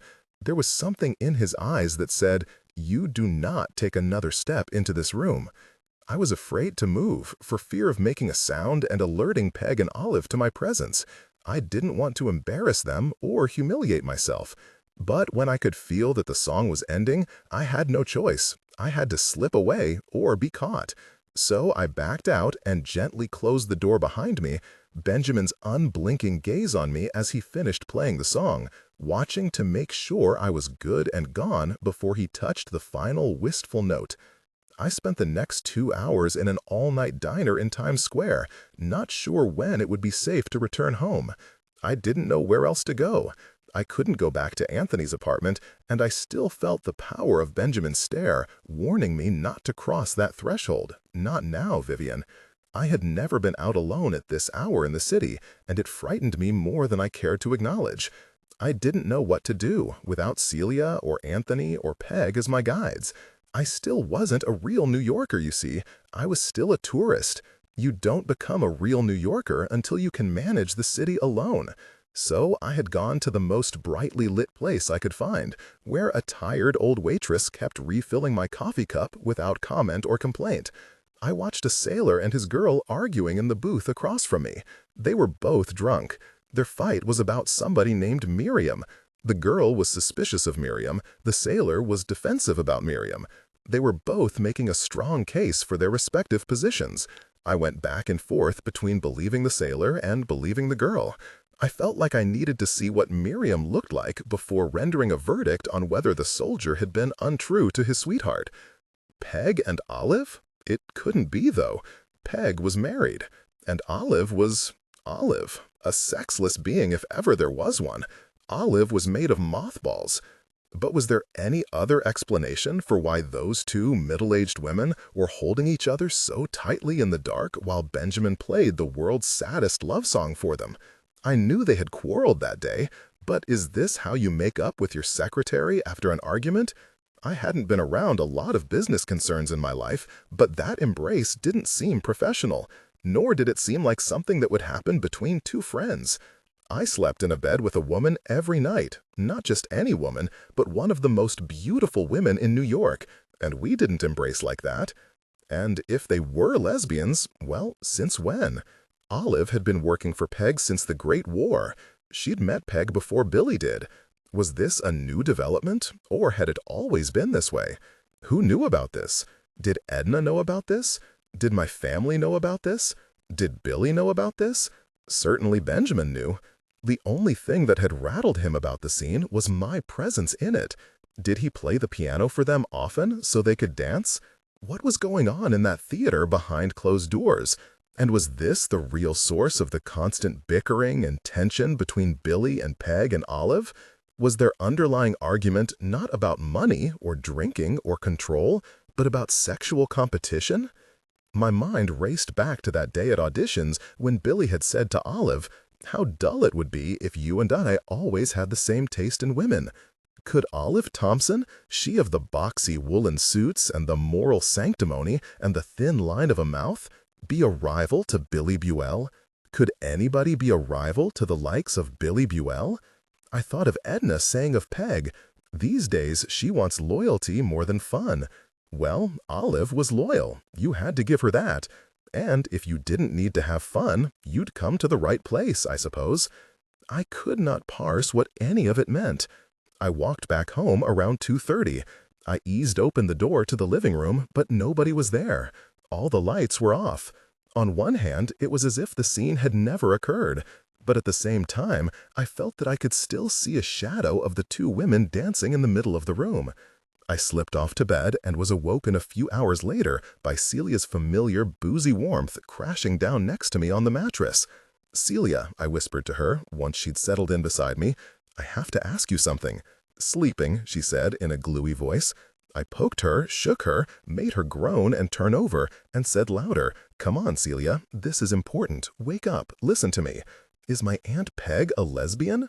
"Does a dog bark?" Celia replied, and she was sound asleep in the very next instant. 16. From Brooks Atkinson's review of City of Girls in the New York Times, November 30, 1940. If the play is destitute of veracity, it is by no means destitute of charm. The writing is quick and sharp, and the cast is nearly universally excellent. But the great pleasure of City of Girls lies in the rare opportunity to witness Edna Parker Watson at work. This lauded British actress possesses a flair for the comic that one might not have expected from so illustrious a tragedian. Watching Mrs. Watson stand aside to appraise the clown show in which her character regularly finds herself is a marvel. Her reactions are so richly humorous and subtle as to make her walk away with this delightful little piece of lampoonery tucked tidily under one arm. Opening night had been terrifying and also contentious. Billy had stocked the audience with old friends and loudmouths, columnists and ex-girlfriends, and every publicist and critic and newspaperman he knew by name or reputation, and he knew everyone. Peg and Olive had both objected to this idea, and strongly. "I don't know if we're ready for that," Peg said, sounding just like a woman who is panicked to learn that her husband has invited his boss over for dinner that night and expects a perfect meal on short notice. "We'd better be ready," said Billy. "We're opening in a week." "I don't want critics in this theater," Olive said. "I don't like critics. Critics can be so unsympathetic." "Do you even believe in our play, Olive?" Billy asked. "Do you even like our play?" "No," she replied, "except in spots." "I cannot resist, though I know I'll regret it. Which spots?" Olive thought carefully. "I might, somewhat, enjoy the overture." Billy rolled his eyes. "You're a living tribulation, Olive." Then he turned his attention to Peg. "We've got to take the risk, honey. We've got to spread the word. I don't want the only important person in the audience that first night to be me." "Give us a week at least to work out the kinks," said Peg. It doesn't make any difference, Pegsy. If the show is a bomb, it'll still be a bomb in a week, kinks or no. So let's find out right away whether we've wasted all our time and money or not. We need big gravy people in the audience or it'll never work. We need them to love it, and we need them to tell their friends to come and see it, and that's how the ball rolls. Olive won't let me spend money to advertise, so we need to ballyhoo the hell out of this thing. The sooner we start selling out every seat in the house, the sooner Olive will stop looking at me like a murderer, and we can't sell out every seat in this house unless people know we're here. I think it's vulgar to invite one's social friends to one's place of work, said Olive, and then expect them to provide free publicity. Then how do you aim for us to alert people to the fact that we have a show, Olive? Would you like me to stand on the street corner in a sandwich board? Olive looked as though she wouldn't be against it. As long as the sign doesn't say, "The end is near," said Peg, who did not seem certain that it wasn't. "Pegsy," said Billy, "where's your confidence? This mule kicks. You know it does. You know this show is good. You can feel it in your belly, just like I do." But Peg was still uneasy.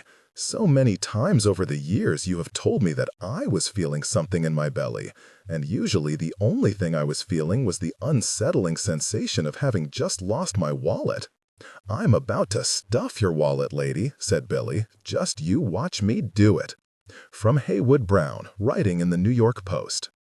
Edna Parker Watson has long been a gem of the British stage, but after watching City of Girls, one wishes she had come to brighten our shores sooner. What might have been seen as a mere curio transforms into a memorable night of theater, thanks to Mrs. Watson's rare understanding and wit as she portrays a down-on-her-luck society doyenne who must turn bordello madam in order to save the family mansion. Benjamin Wilson's songs crackle with delight, and the dancers are brilliantly ascending. Newcomer Anthony Rossella smolders as a flashy urban Romeo, and Celia Ray's distracting carnality gives the show an overall adult savor. In the last few days before opening night, Billy spent money like crazy, even crazier than usual. He brought in 2 Norwegian masseuses for our dancers and stars. Peg was appalled by the expense, but Billy said, "We do it in Hollywood all the time, with your jumpier stars. You'll see, it calms them right down." He had a doctor come to the Lily Playhouse and give everyone vitamin shots. He told Bernadette to bring in every cousin she'd ever had, and their kids too, to clean that theater until it was unrecognizable. He hired men from the neighborhood to hose down the facade of the Lily and to make sure every light bulb in the big electric sign was firing at full blaze, and he put new gels on all the stage lighting as well. For the final dress rehearsal, he brought in catering from Toots Shores, caviar, smoked fish, finger sandwiches, the works. He hired a photographer to take publicity photos of the cast in full costume. He filled the lobby with large sprays of orchids, which probably cost more than my first semester at college, and was probably a better investment too. He brought in a facialist, a manicurist, and a makeup artist for Edna and Celia. On the day of our opening, he wrangled up some kids and unemployed men from the neighborhood and hired them at 50 cents a pop, which was a pretty good wage, for the kids at least, to mill about outside the theater, giving the impression that something tremendously exciting was about to happen. He hired the kid with the loudest mouth to keep shouting, "Sold out, sold out, sold out." On the evening of opening night, Billy presented Edna, Peg, and Olive with surprise gifts, for good luck, he said. He gave Edna a slim gold bracelet from Cartier that was just to her taste. For Peg, there was a handsome new leather wallet from Mark Cross. "You'll need it soon, Pegsy," he said with a wink. "Once the box office starts pouring in, your old wallet will bust at the seams." As for Olive, he ceremoniously bestowed her with an overwrapped gift box containing, once she had finally gotten all the paper and bows off, a bottle of gin. "Your own stash," he said, "to help you anesthetize yourself during the utter boredom that you apparently suffer from this production." From Dwight Miller in the New York World Telegram. Theatergoers are urged to ignore the saggy and worn seats of the Lily Playhouse and to ignore the flakes of ceiling that may land in their hair as the Hoofers dance on stage, and to ignore the ill-designed sets and the flickering lights. Yes, they are urged to ignore every discomfort and inconvenience and get themselves over to Ninth Avenue to see Edna Parker Watson in City of Girls. Then the audience was entering the theater, and we all crowded backstage, everyone in full costume and full makeup, listening to the glorious din of a packed house. "Gather round," said Billy. "This is your moment." The nervous, high-strung actors and dancers all formed a loose circle around Billy. I stood next to Anthony, as proud as I had ever been, holding his hand. He gave me a deep kiss, then dropped my hand and shifted back and forth on his feet lightly, jabbing the air with his fists like a boxer about to fight. Billy took a flask out of his pocket, helped himself to a generous swig, then passed it to Peg, who did the same. "Now, I'm not one for speeches," said Billy, "given that I'm unfamiliar with stringing words together and I don't enjoy being the center of attention." The cast laughed indulgently. "But I want to tell you people that what you've made here in a short amount of time and on a shoestring budget is just as good as theater can ever be. There is nothing playing on Broadway right now, or in London too, I would wager, that's any better than the goods we've got to offer these folks tonight." "I'm not sure there's anything playing in London at all right now, darling," corrected Edna dryly, "except maybe Bombs Away." The cast laughed again. "Thank you, Edna," said Billy. "You've reminded me to mention you. Listen to me, everyone. If you get nervous or unsettled on stage, look to Edna. From this moment on, she's your captain, and you couldn't be in better hands. Edna is the coolest-headed performer with whom you will ever have the privilege of sharing a stage with. Nothing can shake up this woman, so let her steadiness be your guide. Stay relaxed by seeing how relaxed she is. Remember that an audience will forgive a performer for anything except being uncomfortable. And if you forget your lines, just keep talking gibberish, and Edna will somehow fix it. Trust Hershey's. Been doing this job since the Spanish Armada, haven't you, Edna?" "Since somewhat before then, I should think," she said, smiling. Edna looked incandescent in her vintage red Lanvin gown from the Lotsky's bin. I had tailored the dress to her with such care. I was so proud of how well I'd dressed her for this role. Her makeup was exquisite, too. But of course it was. She still resembled herself, but this was a more vivid, regal version of herself. With her bobbed, glossy black hair and that lush red dress, she looked like a piece of Chinese lacquer, immaculate, varnished, and ever so valuable. "One more thing before I turn it over to your trusty producer," said Billy. "Remember that this audience didn't come here tonight because they want to hate you. They came because they want to love you. Peg and I have put on thousands of shows over the years, in front of every kind of audience there is, and I know what an audience wants. They want to fall in love. So, I've got an old vaudevillians tip for you. If you love them first, they won't be able to help themselves from falling in love with you right back. So go out there and love them hard, is my advice." He paused for a moment, wiped his eyes, and then spoke again. "Now listen," he said. "I stopped believing in God during the Great War, and you would have too if you'd seen what I saw. But sometimes I have relapses, usually when I get too drunk or overly emotional, and right now I'm a little of both, so forgive me, but here goes. Let's bow our heads and have a prayer." I couldn't believe it, but he was serious. We bowed our heads. Anthony took my hand again, and I felt the thrill that I always got from his attentions, no matter how slight. Somebody took my other hand and gave it a squeeze. I could tell from her familiar touch that it was Celia. I'm not sure I'd ever had a happier moment than this. "Dear God of whatever nature you are," said Billy, "shine your favor on these humble players. Shine your favor on this wretched old theater. Shine your favor on those bums out there and make them love us. Shine your favor on this useless little endeavor of ours. What we're doing here tonight doesn't matter a bit in the cruel scheme of the world, but we're doing it anyhow. Make it worth our while. We ask this in your name, whoever you are, and whether we believe in you or not, which most of us don't. Amen." "Amen," we all said. Billy took another swig off his flask. "Anything you'd like to add to that, Peg?"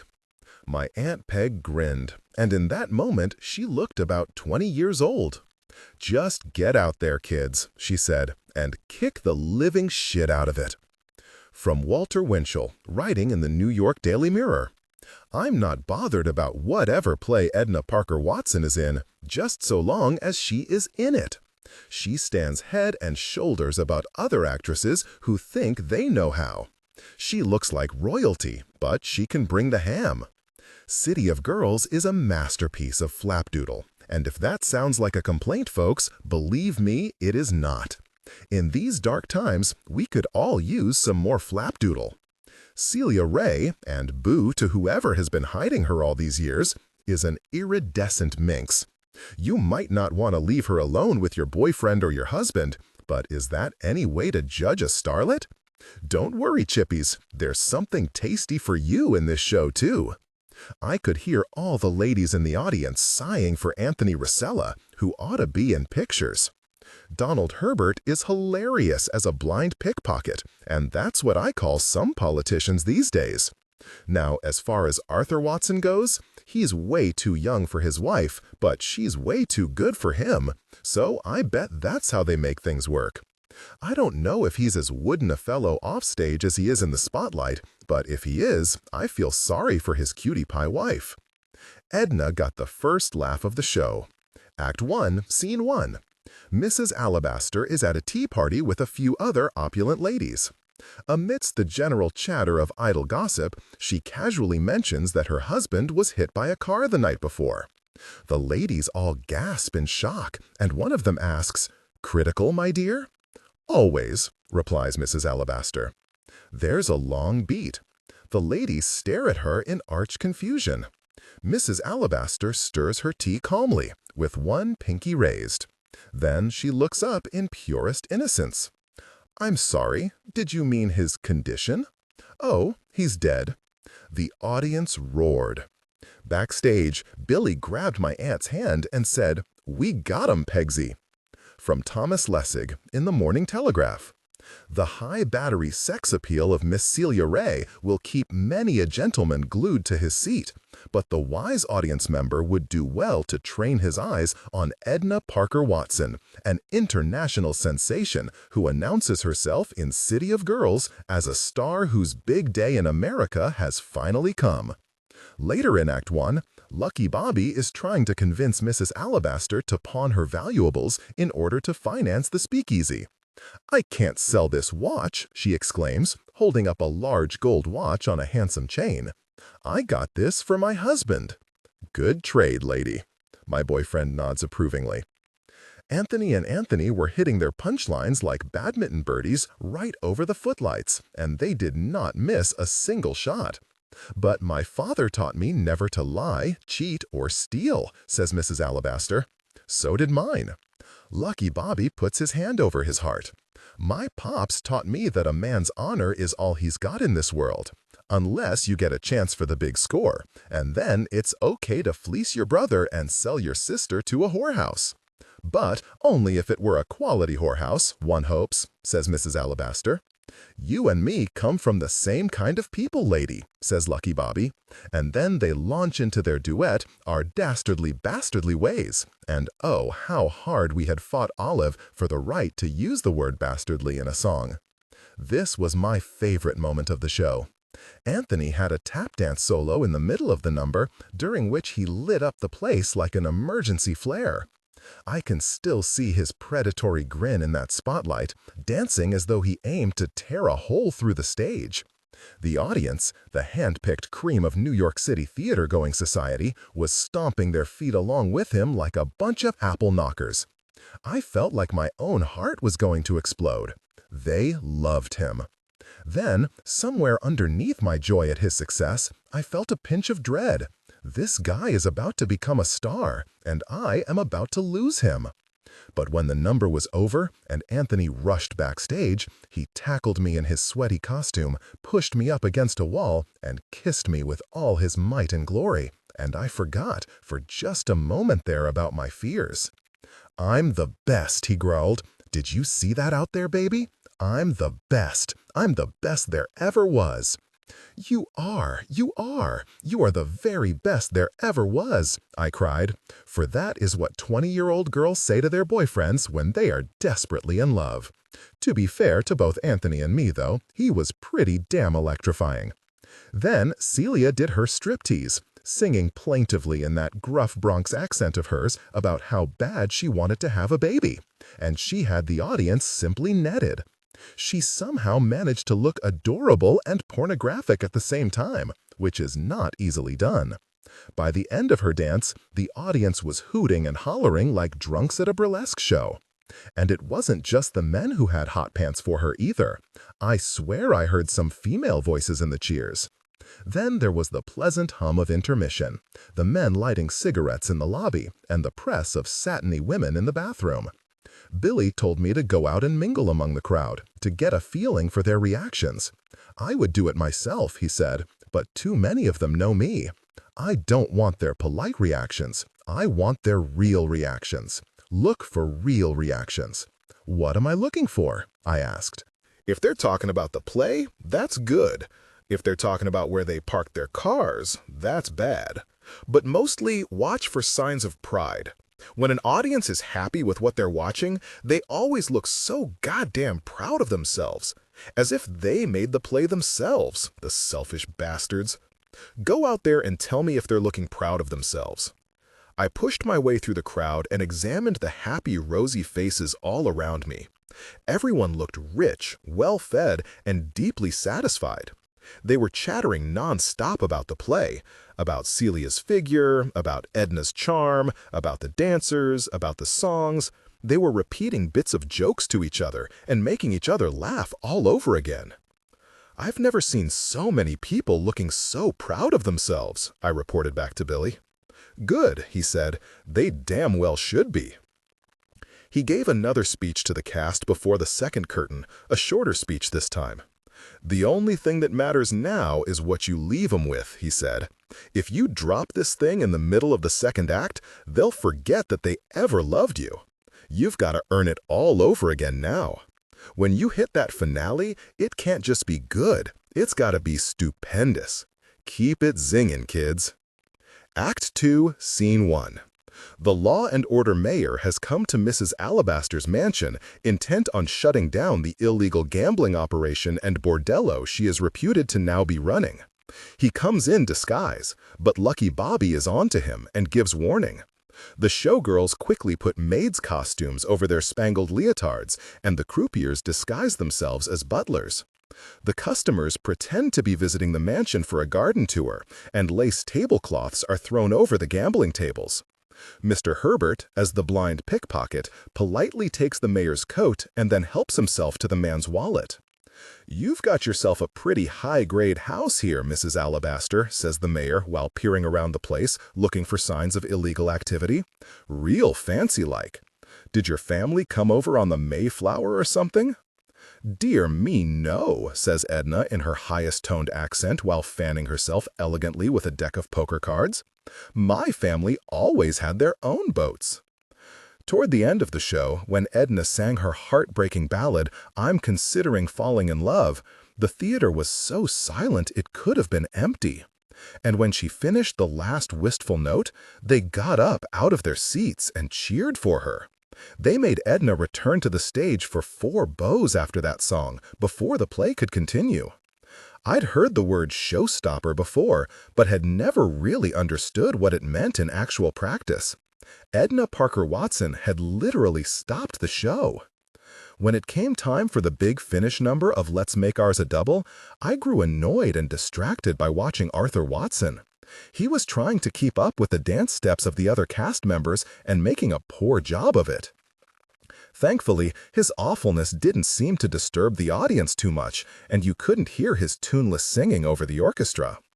Anyway, the audience was singing and clapping along with the chorus. "Sin babies, gin babies, come right on, babies." The Lily Playhouse glittered with a sheen of pure shared joy. Then it was over. Curtain calls followed. So many curtain calls. Bows and more bows. Bouquets of flowers thrown upon the stage. Then, finally, the house lights came up, and the audience gathered their coats and were gone like smoke. The whole exhausted lot of us, cast and crew, wandered out on that empty stage and just stood there for a moment in the dust of what we had just created, speechless in the staggering incredulity of what we had just seen ourselves do. From Nicholas T. Flint in the New York Daily News. Playwright and director William Buell has made a sly move to cast Edna Parker Watson in such a light role.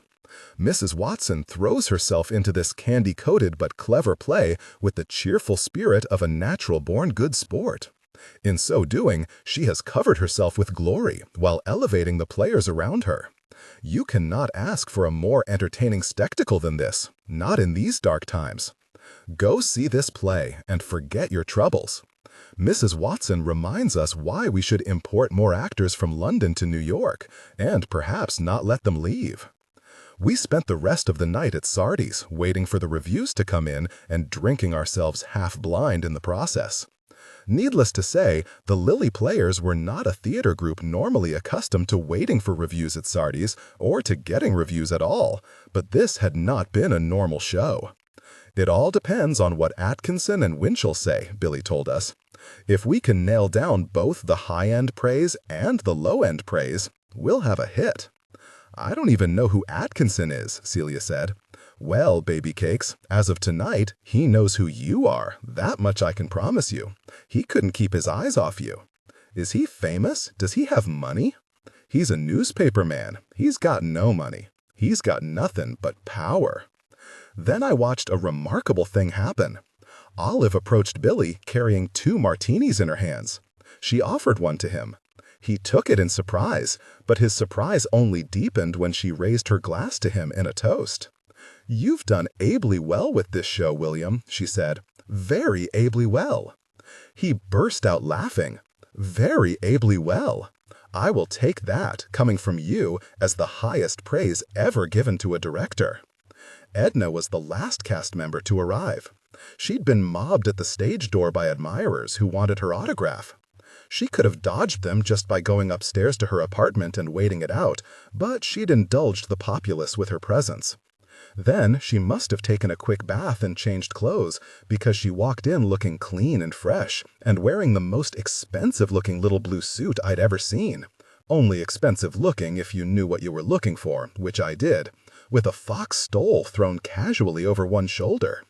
On her arm was that good-looking idiot husband of hers who had almost ruined our finale with his terrible dancing. He was beaming as though he were the star of the night. "The much-praised Edna Parker Watson," Billy cried, and we all cheered. "Be careful, Billy," said Edna. "Arthur, darling, could you fetch me the most icy cocktail available?" Arthur went wandering off in search of the bar, and I wondered if he would be smart enough to find his way back. "You've made a wild success of things, Edna," said Peg. "You did it all, my loves," said Edna, gazing up at both Billy and Peg. "You are the geniuses and the creators. I'm just a humble war refugee, grateful to have a job." "I have the worst desire to get falling down drunk just about now," said Peg. "I can't bear the wait for the notices. How do you remain so calm, Edna? How do you know I'm not already falling down drunk myself?" "Tonight I should be sensible and mind my intake," said Peg. "No, never mind. Vivian, will you chase after Arthur and tell him to bring back about 3 times the number of drinks he had originally planned?" If he can manage the math, I thought. I headed to the bar. I was trying to wave down the bartender when a man's voice said, "Could I buy you a drink, miss?" I turned around with a flirty smile, and there was my brother Walter. It took me a moment to recognize him, because it was so incongruous to see him in New York City, in my world, surrounded by my people. Also, the family resemblance threw me for a loop. His face and mine were so similar that for a disorienting instant, I almost thought I'd bumped into a mirror. What on earth was Walter doing here? "You don't look too happy to see me," he said, with a careful smile. I didn't know if I was happy or unhappy. I was just tremendously disoriented. All I could think was that I must be in trouble. Maybe my parents had gotten wind of my immoral behavior and sent my big brother to retrieve me. I found myself glancing over Walter's shoulder to see if my parents were with him, which definitely would have signaled the end of a good time. "Don't be so jumpy, V," he said. "It's just me." It was as if he could read my mind, which didn't serve to relax me any further. "I came by to see your little play. I liked it. You kids did a fine job. But why are you in New York City at all, Walter?" I was suddenly aware that my dress was revealing too much cleavage and that there was a hickey remnant on my neck. "I quit school, V." "You quit Princeton?" "Yes, I did." "Does Dad know?" "Yes, he does." None of this made any sense. I was the delinquent member of the family, not Walter. But now he had dropped out of Princeton? I suddenly got a vision of Walter breaking wild, throwing away all his years of good behavior to come to New York to join me in a carnival of drinking, carousing, and dancing himself to smithereens at the Stork Club. Maybe I'd inspired him to be bad. "I'm joining the Navy," he said. I should have known better. "I start officer candidate school in 3 weeks, V. I'll be in training right here in New York City, just up the river, on the Upper West Side. The Navy's got a decommissioned battleship moored on the Hudson, and they're using it as a school. Right now, they're short of officers, and they'll take anyone with 2 years of college. They'll train us in just 3 months, V. I start right after Christmas. When I graduate, I'll be an ensign. I'll ship out in the spring and go wherever they need to send me." "What does Dad have to say about you quitting Princeton?" I asked. My voice sounded weird and stilted in my ears. The awkwardness of this encounter was still throwing me off, but I was doing my best to make conversation, pretending as though everything was perfectly normal, pretending as though Walter and I chatted with each other at Sardi's every week. "He hates it like gum," Walter said, "but it's not his call to make. I'm of age and I can make my own choices. I called Peg and told her I was coming to the city. She said I could stay with her for a few weeks before OCS training begins. See a bit of New York, take in the sights. Walter would be staying at the Lily? With us degenerates? "But you didn't have to join the Navy," I said dumbly. To my mind, Angela, the only people who became sailors were working-class kids with no other options for advancement. I think I'd even heard my father say that at some point. "There's a war on, V," said Walter. "America will be part of it sooner or later." "But you don't have to be part of it," I said. He looked at me with an expression that was both puzzled and disapproving. "It's my country, V. Of course I have to be part of it." There was a wild cheer from the other side of the room. A newsboy had just walked in with a handful of early editions. The raves were already coming in. "And look here, Angela, I've saved my favorite for last." From Kit Yardley in the New York Sun, November 30, 1940. "It is well worth seeing City of Girls, if only to enjoy Edna Parker Watson's costumes, which are delectable from stem to stern." 17. We had a hit on our hands. Within the space of a week, we'd gone from begging people to come see our little play to turning them away at the gates. By Christmas, both Peg and Billy had made back all the money they'd invested, and now the shekels were really pouring in, or so Billy said. You might have thought that with the success of our show, tensions would have tamped down between Peg and Olive and Billy, but it was not the case. Even with all the accolades and the sold-out house every night, Olive still managed to be anxious about money.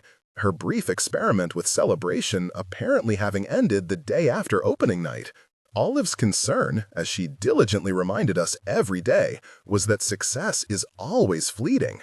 "It is all well and good," she said, "to have City of Girls bankrolling us now, but what will the Lily Playhouse do when the play closes? We had lost our neighborhood audience. The working-class folks whom we'd humbly entertained for so many years had been driven away by our new high ticket prices and our cosmopolitan comedy. And how could we be sure they would return once we went back to business as usual? Because certainly we would be getting back to business as usual sooner or later. It wasn't as though Billy would stay in New York forever, nor had he promised to write us any more hit shows. And once Edna was lured to a better theater company for a new production, which was bound to happen eventually, we would lose City of Girls. We couldn't very well expect somebody of Edna's prestige to stay in our slipshod little playhouse forever, and we couldn't afford to attract other actors of her caliber once she left. Really, all this abundance had been built on the talents of one woman alone, and that's an awfully shaky way to run a business. And on it went, from Olive day after day. So much gloom, so much doom. She was a tireless Cassandra, constantly reminding us that ruin was right around the corner, even as we were all intoxicated with victory. "Be careful, Olive," said Billy. "Make sure you don't enjoy any minute of this good fortune, and don't let anyone else enjoy it either." But even I could see that Olive was correct about one thing. Our ongoing success with the show was all due to Edna, who never stopped being extraordinary. I watched that play every night, and I can report that she somehow managed to reinvent the role of Mrs. Alabaster each time. Some actors will get a character right and then freeze the performance, just repeating the same rote expressions and reactions. But Edna's Mrs. Alabaster never stopped feeling new. She was not delivering her lines, she was inventing them, or so it seemed. And because she was always playing with her delivery and changing the tone, the other players had to stay attentive and vibrant too. And New York City certainly rewarded Edna for her gifts. Edna had been an actress forever, but with the wild success of City of Girls, she now became a star. The term star, Angela, is a vital but tricky designation that can only be bestowed upon a performer by the populace itself. Critics cannot make someone a star, box office receipts cannot make someone a star, mere excellence cannot make someone a star. What makes someone a star is when the people decide to love you en masse. When people are willing to line up at the stage door for hours after a show just to catch a glimpse, that makes you a star. When Judy Garland releases a recording of "I'm Considering Falling in Love," but everyone who saw City of Girls says that your version was better, that makes you a star. When Walter Winchell starts writing gossip about you in his column every week, that makes you a star. Then there was the table that came to be held for her at Sardi's every night after the show. Then there was the announcement that Helena Rubinstein was naming an eyeshadow after her, Edna's Alabaster. Then there was the 1,000-word piece in Woman's Day about where Edna Parker Watson buys her hats. Then there were the fans deluging Edna with letters, asking questions like, "My own attempt at a career on the stage was interrupted by the financial reversals of my husband, so would you consider taking me on as your protege? I believe you will be surprised to find that we have much the same style of acting." And then there was this incredible and very out-of-character letter from none less than Katharine Hepburn herself. "Darlingest Edna, I have just seen your performance, and it drove me insane. And of course, I shall have to come and see it about 4 more times, and then I will jump in a river, because I shall never be as good as you." I know about all these letters because Edna asked me to read and respond to them for her, since I had such nice handwriting. This was an easy job for me, now that I didn't have any new costumes to design. Given that the Lily was running the same production now, week after week, there was no further need for my talents. Aside from mending and maintenance, my duties were over. For that reason, in the wake of our show's success, I more or less became Edna's private secretary. I was the one who turned down all the invitations and pleas. I was the one who arranged the Vogue photo shoot. I was the one who gave a reporter from Time a tour of the Lily for an article called "How to Make a Hit." And I was the one who escorted around that terrifyingly acerbic theater critic Alexander Woollcott when he profiled Edna for The New Yorker. We were all worried that he would savage Edna in print. "Alec never takes a nibble out of somebody when a chomp will do," said Peg. But we needn't have been concerned, as it turned out. For here was Woollcott on Watson. Edna Parker Watson possesses the face of a woman who has lived her life in a state of upward dreaming. Enough of those dreams have come true, it appears, to have kept her forehead unlined by worry or sorrow, and her eyes are bright with the expectation of more good news to come. What this actress now possesses is something beyond mere sincerity of feeling. She has an inexhaustible catalog of humanness at her disposal. Too spirited an artist to limit herself to Shakespeare and Shaw, she has recently donated her talents to City of Girls, the most dizzy-headed and heel-kicking show we have seen in New York for quite some time. To watch her become Mrs. Alabaster is to watch comedy transmogrify into art.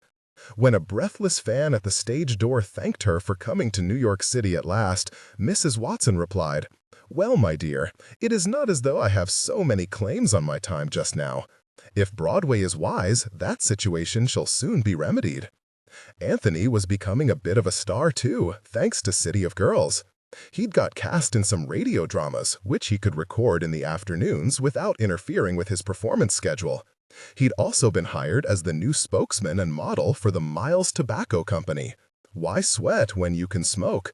So he had good money coming in now, for the first time in his life. But he still hadn't upgraded his living arrangements. I'd started leaning on Anthony, trying to convince him to get his own place. Why would such a promising young star still be sharing quarters with his brother in a dank old tenement building that smelled of cooking oil and onions? I was pushing him to rent a nicer apartment with an elevator and a doorman and maybe even a garden in the back, and definitely not in Hell's Kitchen. But he wouldn't consider it. I don't know why he so resisted moving out of that filthy fourth-floor walk-up. All I can guess is that he suspected me of trying to make him look more marriageable, which was, of course, exactly what I was doing. The problem was that my brother had now met Anthony, and needless to say, he did not approve. If only there was a way to hide from Walter the fact I was dating Anthony Rosella at all. But Anthony and I were pretty obvious in our lust, and my brother was far too observant to have missed it. Plus, since Walter was now staying at the Lily, he was easily able to see what was going on in my life. He saw it all, the drinking, the back-and-forth flirtations, the rowdy repartee, the general depravity of theater folk. I'd hoped that Walter might get pulled into the fun. Certainly the showgirls tried to lure my handsome brother into their embraces many times. But he was far too straight-laced to take the bait of pleasure. Sure, he'd have a cocktail or two, but he wasn't about to cavort. Instead of joining us, he seemed to monitor us.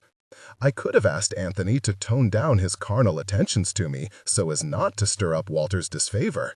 But Anthony wasn't the sort of guy who was going to change his behavior to make anybody feel more comfortable. So my boyfriend still grabbed me, kissed me, and slapped my bottom just as much as ever, whether Walter was in the room or not. My brother watched, judged, and then finally delivered this condemning analysis of my boyfriend. Anthony doesn't seem very marriageable, V. And now I couldn't get that weighty word, marriageable, out of my mind. I should say that I had never before even thought of marrying Anthony, nor was I sure that I would ever want to. But suddenly, with Walter's disapproval hanging over my head, it mattered that my boyfriend wasn't seen as marriageable. I felt insulted by the word, and maybe a little challenged by it. I felt that I should take this problem on and solve it. Clean up my man a bit. With this in mind, I had started making suggestions to Anthony, not too subtly, I'm afraid, about how he could boost his status in the world. Wouldn't he feel more grown up if he didn't sleep on a couch? Wouldn't he be more attractive if he wore slightly less oil in his hair? Wouldn't he seem more refined if he wasn't always chewing gum? How about if his speech was somewhat less slangy? For instance, when my brother, Walter, had asked Anthony if he held any career aspirations outside of show business, Anthony had grinned and said, "Not so, you'd notice." Might there have been a more cultivated way to answer this question? Anthony knew exactly what I was doing. He was no dummy, and he hated it. He accused me of trying to get him to turn square in order to make my brother happy, and he wasn't having it. And it certainly didn't endear him to Walter. In those few weeks Walter stayed at the Lily, the tension between my brother and my boyfriend grew so thick you could have busted it up with a sledgehammer. It was an issue of class, an issue of education, an issue of sexual threat, an issue of brother versus lover. But some of it too, I suspect, was just a matter of unfettered, competitive young maleness. They each had a lot of pride and a lot of machismo, which made every room in New York City too small for the both of them. Finally, it all came to a head one night when a group of us had gone out for drinks at Sardi's after the show. Anthony had been manhandling me at the bar, to my delight and pleasure, of course, when he caught Walter giving him the stink eye. Next thing I knew, the two young men were chest to chest. "You want me to back out of this deal with your sister, don't ya?" Anthony demanded, pushing a little farther into Walter's space. "Well, just you try to make me do it, Captain." The way Anthony was grinning at Walter in that moment, leering, really, had an unmistakable edge of threat. For the first time, I could see the Hell's Kitchen street fighter in my boyfriend. It was also the first time I'd ever seen Anthony look like he cared about something. And in that moment, what he cared about was not me, but the pleasure of punching my brother in the face. Walter held Anthony's gaze without blinking and replied in a low tone, "If you're trying to take a crack at me, son, don't do it with words." I watched Anthony size up my brother, taking note of the football shoulders and the wrestling neck, and think better of it. Anthony dropped his eyes and backed down. He gave a careless laugh and said, "We got no beef here, Captain. You're all right, you're all right." Then he slid back into his customary air of nonchalance and stepped away. Anthony had made the right call. My brother, Walter, was many things, an elitist, a Puritan, and uptight as all hell, but he was not a weakling, and he was not a coward. My brother could have pounded my boyfriend straight into the pavement. Anyone could see that.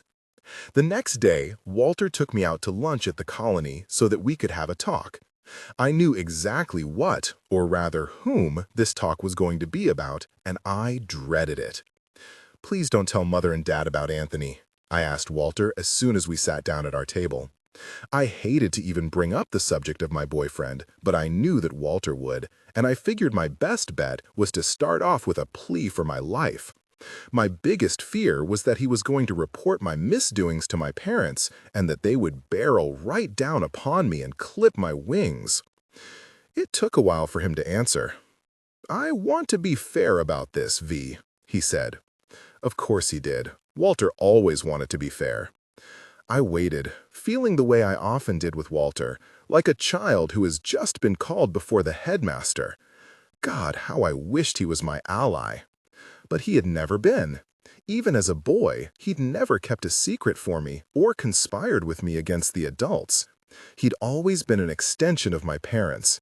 He'd always behaved more like a father than a peer. Moreover, I'd treated him as such. Finally, he said, "You can't fool around like this forever, you know." "Oh, I know," I said, although my actual plan, in point of fact, was to fool around like this forever. "There's a real world out there, V. You're going to have to put away the balloons and streamers at some point and grow up." "Without a doubt," I agreed. "You were raised right. I have to trust in that. When the time comes, your breeding will kick in. You're playing the Bohemian now, but eventually you'll settle down and marry the correct kind of person." "Of course I will," I nodded, as though this were my plan precisely. "If I didn't believe that you had good sense, I would send you back home to Clinton right now." "I don't blame you," I cried, in fullest agreement. If I didn't believe that I had good sense, I would send myself back home to Clinton right now. Which didn't particularly make sense, but seemed to mollify him. I knew my brother well enough, thank God, to know that my only hope for salvation was to agree with him completely. "It's kinda like when I went to Delaware," he said, softening a bit after another long silence. This stopped me up. Delaware? Then I remembered that my brother had spent a few weeks the previous summer in Delaware. He'd been working at a power plant, if I recalled, learning something about electrical engineering. "Of course," I said, "Delaware." I wanted to encourage this positive-sounding track, although I had no idea what he was referring to. "Some of the people I spent time with in Delaware were pretty rough," he said. "But you know how that is. Sometimes you want to rub elbows with people who weren't raised the same way as you. Expand your horizons. Maybe it builds character." Well, that was pretentious. Encouragingly, though, he smiled. I smiled too. I tried to look like someone who was busy expanding her horizons and building her character through intentional fraternization with her social inferiors. A difficult look to master in a single facial expression, but I did my best. "You're just having your kicks," he decided, sounding as though he were almost convinced of this diagnosis himself. "It's innocent enough." "That's right, Walter. I'm just having my kicks. You don't have to worry about me." His face darkened. I'd made a tactical error. I had contradicted him. "Well, I do have to worry about you, V, because I'm starting officer candidate school in a few days. I'll be moving to the battleship uptown, and I won't be around to keep an eye on you anymore." Hallelujah, I thought, while nodding gravely. I don't like the direction I see your life heading in, he said. That's what I wanted to tell you today. I don't like it at all. I can certainly understand that, I said, going back to my original